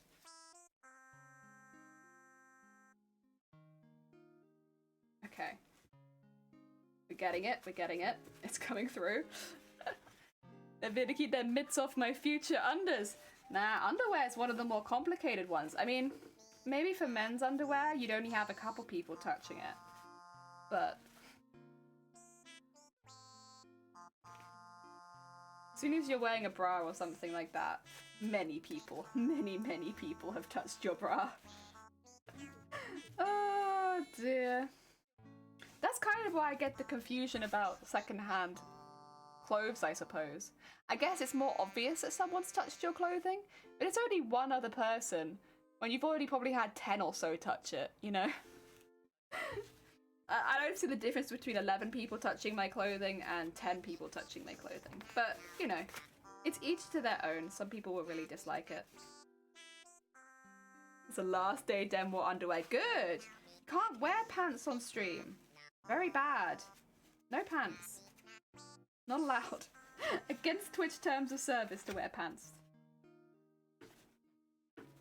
Oh my god, I don't know if this is feasible for doing for all of them. This is finger work, this is. And I won't be able to go for much longer because my finger won't fit. Oh. Come on. Get out of there. I don't really want to use the bias tape because bias tape's very delicate. But if I have to, you force my hand, I'll do it. I mean, it is coming out pretty well. That will end up going over this side.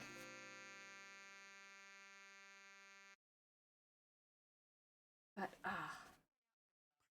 that 2 at the bottom is going to be a pain. I don't know if I'm going to be able to use the wadding. I really want to use the wadding, though. I want the wadding. Maybe I need a thinner wadding. Maybe that's what it needs.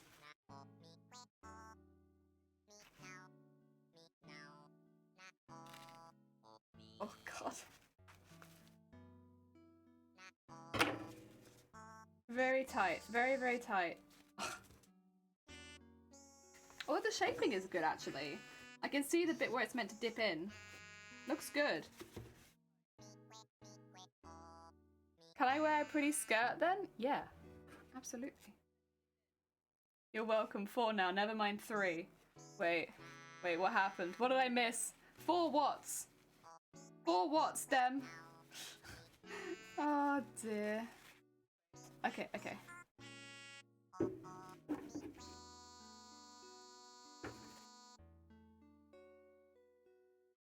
Push that through. Oh, no, no, no. No, no, no. No.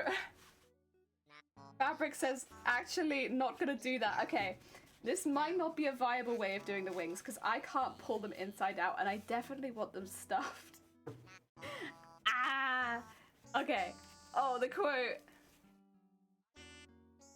One in the bottom is gonna be a pain. It is one in the bottom's gonna be a pain. Okay. I'm gonna stop wrestling with this because, like, there's no way. There's no way I can do this 12 times on each side. It is... no. What can I do instead? What could I do instead? I might have to go back to the drawing board with this, you know. I'll put this away, because... and I'll keep all of these. But I don't think this is the way to go. It doesn't feel right. So what can we do? I don't think I can do it with wadding. Not the way that I want it to. I can maybe stuff them. So like do them as a shell and then fill it with like toy stuffing. So that it still has that slightly bushy kind of amount. That might work a lot better actually. You're allowed helpers. I'm not allowed people to physically help me. So like, I can ask about, say, 3D printing and ask questions about it, but I can't have someone 3D print for me. That make sense? Yeah. So I can ask questions, I just can't have people do stuff for me. That's regular competition stuff though, to be fair. You can cut and paste that to basically any competition if you're entering as an individual. Because of course people ask, like, you know, do you like this fabric more, this fabric more, you know, stuff like that. But you can't physically have somebody sew the fabric for you. You're gonna offer to ask help flip it inside out. That's very kind of you. I think I'm just gonna approach it in a different way. I wonder, I like the idea, I suppose, of doing all of the individual feathers. And maybe just stuffing them so they look the same. I would have to get some stuffing probably. Actually, no, I have quite a lot left over from Nico's tail. I might be okay. Not that I could, but it's a thought that counts. All right. I mean, if I knew where my stuffing was, I could do that. But I genuinely have no... It's a really big bag, so it can't have gone that far. Not sure where my stuffing is.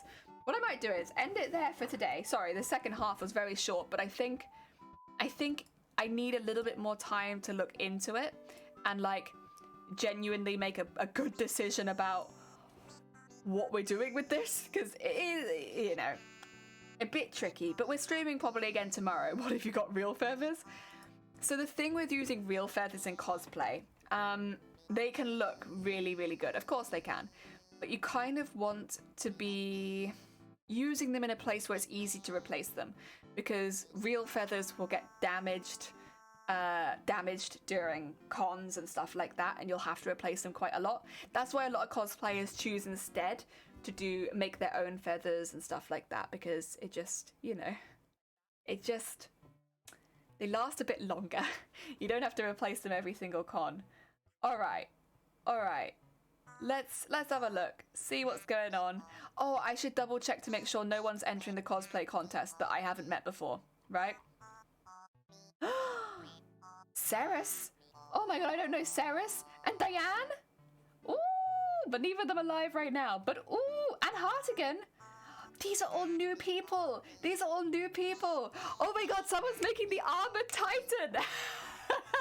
Yes! Honestly, if you don't do this already, I would highly recommend basically just searching in the bar at the top TwitchCon cosplay, and you can see, oh, is this person doing a sewing costume? I need to follow all of these people, obviously. Oh yeah, there's no way that's not a sewing costume. That's a huge hoop skirt. Okay. It's so exciting. What about Ceres? What's Ceres doing? Is that armor I see? Could be armor. I think that's armor, to be honest. That to me is looking good, like it's going to be an armor build. Ooh, yes. Okay. Okay, very heckin' exciting. Very heckin' exciting. Okay, I need to follow all of them really quickly. Let me just follow Ceres. Let me follow Diane. Follow. And then let me follow, who's the last one I saw? Hartigan. Hartigan, who's doing the Armored Titan.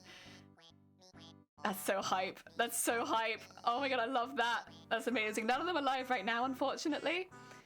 They all are live at different times. But, oh, that's so heckin' cool. That's so heckin' cool. Make a plan. I will make a plan. And thank you. Thank you. Cyrus and Diane? Yeah, I don't know who they are, but I'm actually as excited as you are. New Goal and Live use every English prefix wrong. Like, unbelievable. Yeah, that's unbelievable. Yeah. Non-comprehensible.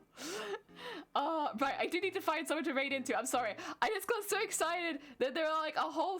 This is kind of what I expected to happen, was that you wouldn't see any new cosplayers for a while, and then suddenly there'd be loads. And yeah, it feels like we have more coming in now. It's very heckin' exciting. Let's see. I'm just gonna make sure I'm not missing anyone here that's like maybe typed in their title a little differently. I can't see any. But you never know. You never know. It's always worth checking. Always worth checking, because you never know when a cosplayer is just gonna drop out of the sky and be there. Nah, it doesn't. Ooh. No. Okay, I thought maybe, but no. It's alright. It's alright. Always worth checking, but it's alright. It's alright. And down here, no, can't really see any.